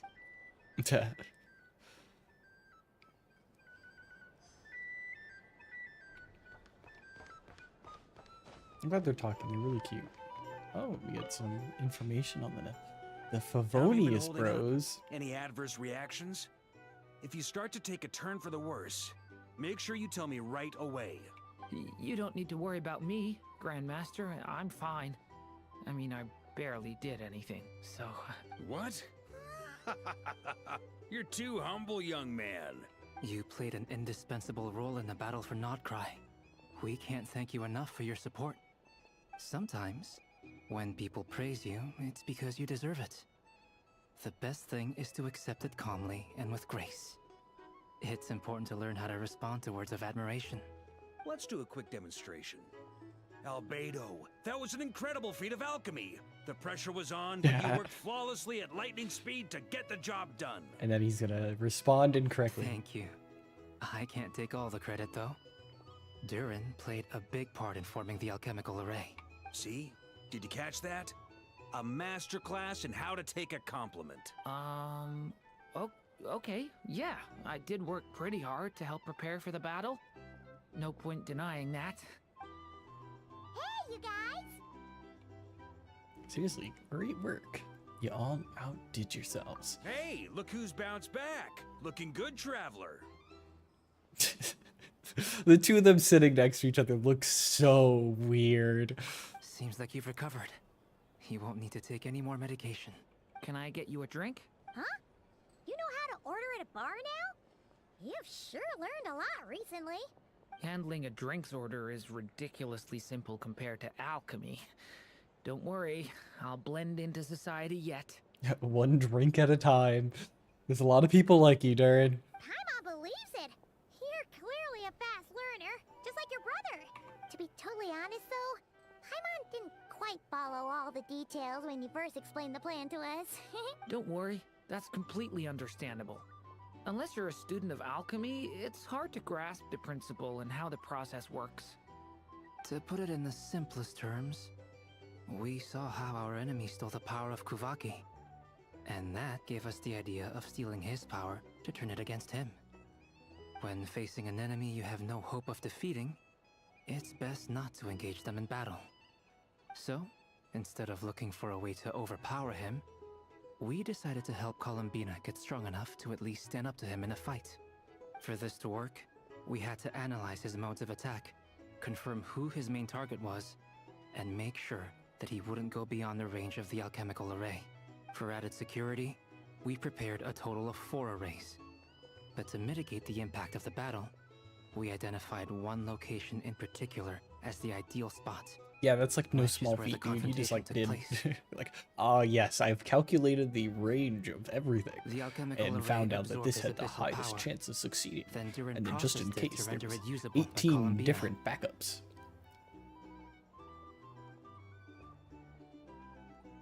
That power enabled her to do what would otherwise have been nigh on impossible. What surprised me was that Dainsleif actually agreed to join us. Given his history with Rerir, he had every right to sit this one out. But we're extremely grateful for the decision he made.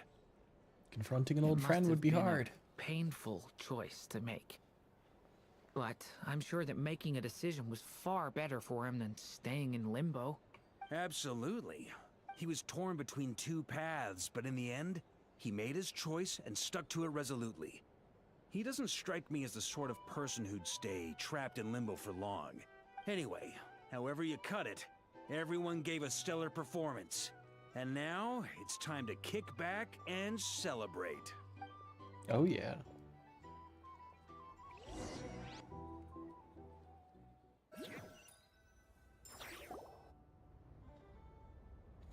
That's the only reason you're here. For tea. Yes. I've thought a lot about it. And I've realized that you, me, and Arlecchino should be friends. I think this is very important. So I felt I had to come and tell you. Well, this is a new one. I'm so moved. I can't even hold my teacup. If that's all, you can leave now. Do you not want to be friends with me? Or is it that you prefer being co-workers? What is this, Columbina? Are you deliberately testing my patience threshold? Right now, my politeness module is active. But if you say another word, I swear I'll shut it down. I love these if your two. politeness module was active, wouldn't you say the word please at some point? Got him! Paulownia, please see Lady Columbina to the door. Will you still invite me to your next tea party? What? Yes, I think you will. Bye-bye, dear Sandrone. Bye-bye. I hope I'm not interrupting. Last time, the Wild Hunt escorted you out. Would you rather I handled it myself this time? We just wanted to, see how you were doing now that it's all over. Why? Out of concern for my safety?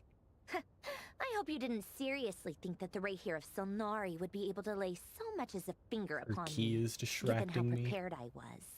Mostly because you kind of helped us out, so we just wanted to check you were okay. I Looks like all spy your robots are books fixed, and huh? teacups on the table. Afternoon tea. Sorry, we were interrupting at all. Oh, don't you worry about that. Tea time is already a write-off. The visitor before you managed to kill my appetite. If you're in the mood for tea, go ahead and help yourself. Otherwise, it's going to waste. My coasters are still missing in action, though. Use this notebook instead. Whoa! Pretty hefty notebook. Look at all those calculations. You can ignore those. They're just dumb scribblings. I doodle and write in my free time. Sometimes I remember the distant, dreamlike past. Sometimes I imagine the far-flung future. And other times, I grit my teeth and note down all the crazy nonsense going on in the present. Some people do the crosswords in the newspaper. Yeah. This is my equivalent of that. Ramblings of a bad man, the best way to pass the time. Trying to predict the Man, future have I is been like there. daydreaming. And writing about the present just makes me furious. The past is my favorite. If nothing else, it's already set in stone, so I don't have to rack my brains trying to figure it all out. Huh. Although, having said that, the only vaguely interesting memory in my past is probably that guy they call Lord Artificer. Lord Artificer, you mean Alien Gulatin? Who else? Pretty much all the mecha and Fontaine are his personal handiwork. Wait, are you saying you know him? Like, personally? As a friend? I don't remember Fontaine that well. I don't know who that is. I mean, I guess we were friendly enough. But he lived hundreds of years ago. Yep. In fact, I'm probably the only normal person left who knew him at all. Let's say she has the whole key thing going on. I don't think she's We human. used to chat occasionally back when he was still around. Before he passed away, he asked me to destroy all his manuscripts. I honored his request, but I did read through everything first before destroying them.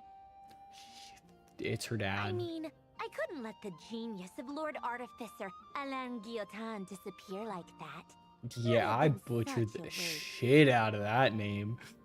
So, that's where the formula's in your notebook are from? I just told you. Those are my equivalent of crossword puzzles. They're just dumb formulas that I solve for fun when I'm bored. Alain's work was like epic poetry. The formulas in my notebook are just silly little riddles in comparison. I love the dynamic that's going on here of me at the side of the table with Paimon. Not that there's anything bad about them. The marionette with the giant pulsing to the side. Hurt anyone. Except me, because I lose a few brain cells in the process. Anyway, while we're on the topic, I might as well tell you about what happened to him and his friends. Alain Guillotin had two close buddies, Renee and Jacob. They spent their childhood years together in the Narzissenkreuz Institute. Fun. They were all quite competitive, so there was some rivalry between them. But it was a friendly rivalry. But beneath the friendship and the rivalry ran something deeper. A sense of nostalgia for the past. I don't know any of these people. I don't remember. Unfortunately, childhood would end. The prophecy would come true. The apocalypse would arrive. And the future would never be. A mad dream that would normally only capture the minds of lunatics begin to take root in their hearts. A dream of saving the world. I have a feeling we're pretty good at mad dreaming and maybe a mind of the lunatic. Had been people of lesser wits, that dream would probably have ended up as something for them to joke about in their older years. But alas, they were some of the sharpest minds around. They nurtured that dream with the full power of their intellect, and it grew into something that ate away at their souls. The first of them to fall under its spell was Renee. Against Alain's wishes, he persisted in experimenting on a mutual friend of theirs to try and save their life. Alain did not approve and parted ways with Renee. It's complicated. Alain wanted to believe that Renee only did what he did for the sake of their friendship. But when he told me about what happened, I could tell he still had some suspicions about Renee's motives. Perhaps the seed that would grow into a nightmare had already sprouted in Renee's mind. Even then... This is a child. The next time they met, Renee's soul had been completely engulfed by the dream of salvation. His futile attempt to change the tide of fate only resulted in a wave that swallowed up the world, even before the apocalypse came. And although that wave died down eventually, I hear that it just recently came back with a vengeance. Yeah, you know. As I understand, Renee wanted to live out his dream of salvation once more. But I'm told that the attempted resurgence finally died out for good.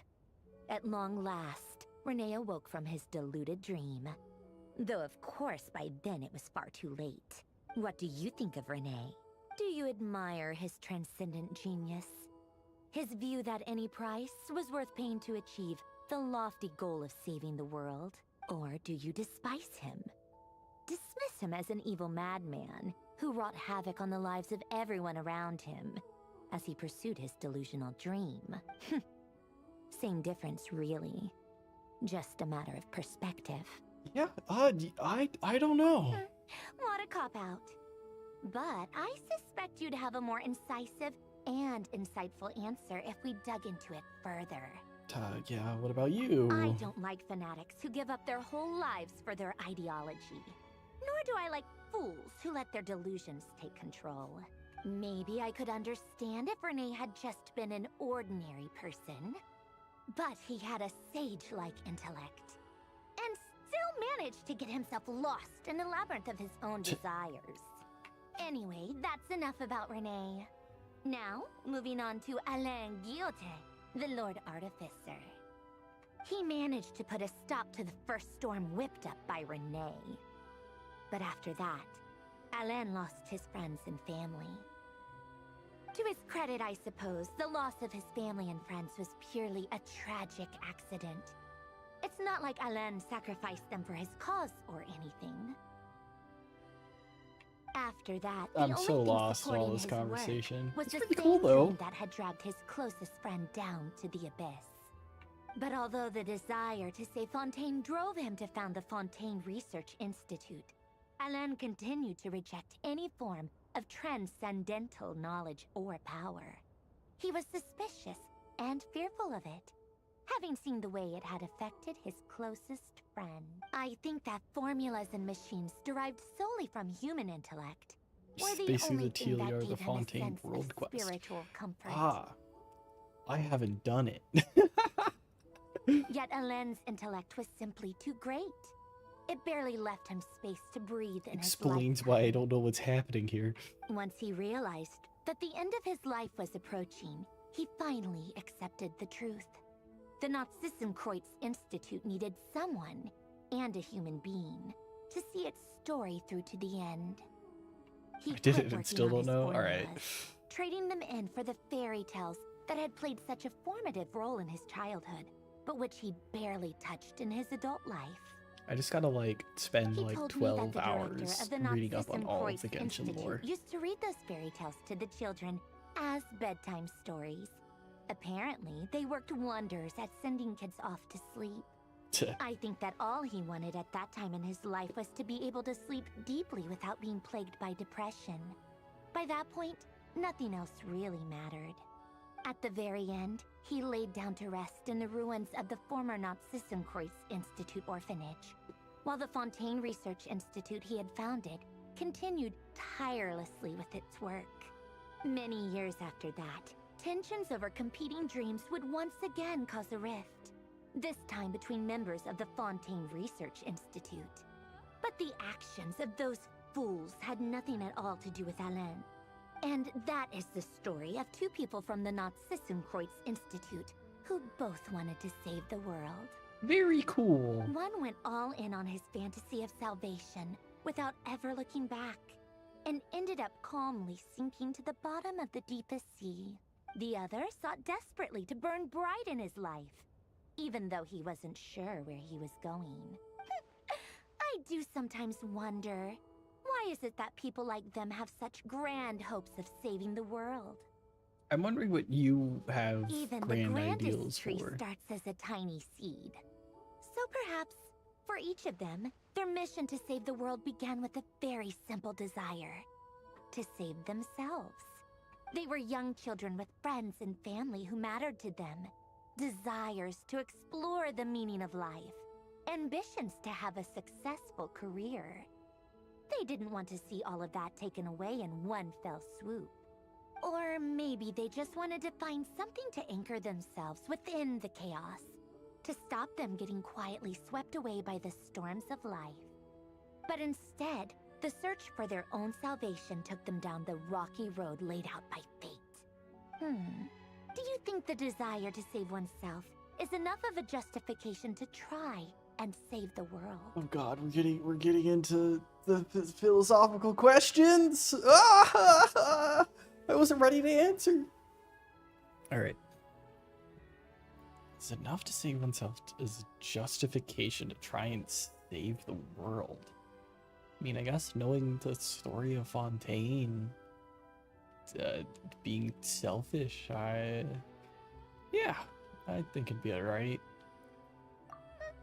The way you said that sounded just like Alain. I asked him the same question back when he was in his prime, putting all of his energy into his work. He gave the exact same answer as you did. Fun. No elaboration, just a quick short answer before getting right back to his work. He was always that way. All right, tea time's over. I'm glad I got invited for tea. I owe Arlecchino a favor for telling me these stories. I'll have to bring a whole sack of gifts the next time I visit the House of the Hearth. I'm gonna go tinker with Paulownia now. You guys can do whatever you want, as long as it doesn't involve interrupting me. Paulownia, okay, bye. Exit hibernation mode. Begin diagnostics. He was just chilling in the back, sleeping. Dude sleeps menacingly.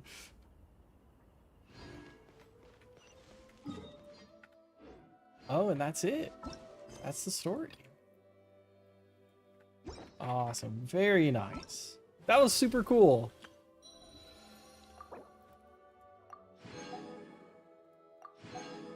Insight rewards. Would've been nice for Nefer if I didn't already max her out.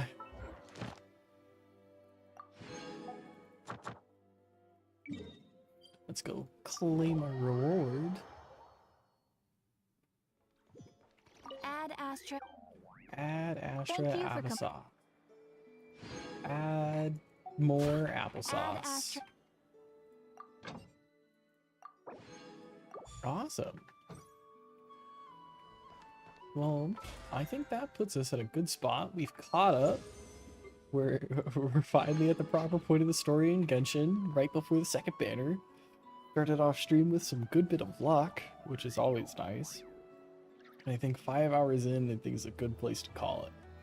Don't know if I'm going to be streaming it all this weekend, but hopefully for next week I'm going to try and pick up and we're going to play some more variety games. We might sneak some Genshin in here. We have the new event to do and do this, 'cause I think this will be fun. Seeing art with Layla gets me excited. And we get the whatever this is. This looks cute. So that'll be some stuff to look forward. So of course, thank you all for watching. And then, you know, happy Saturday.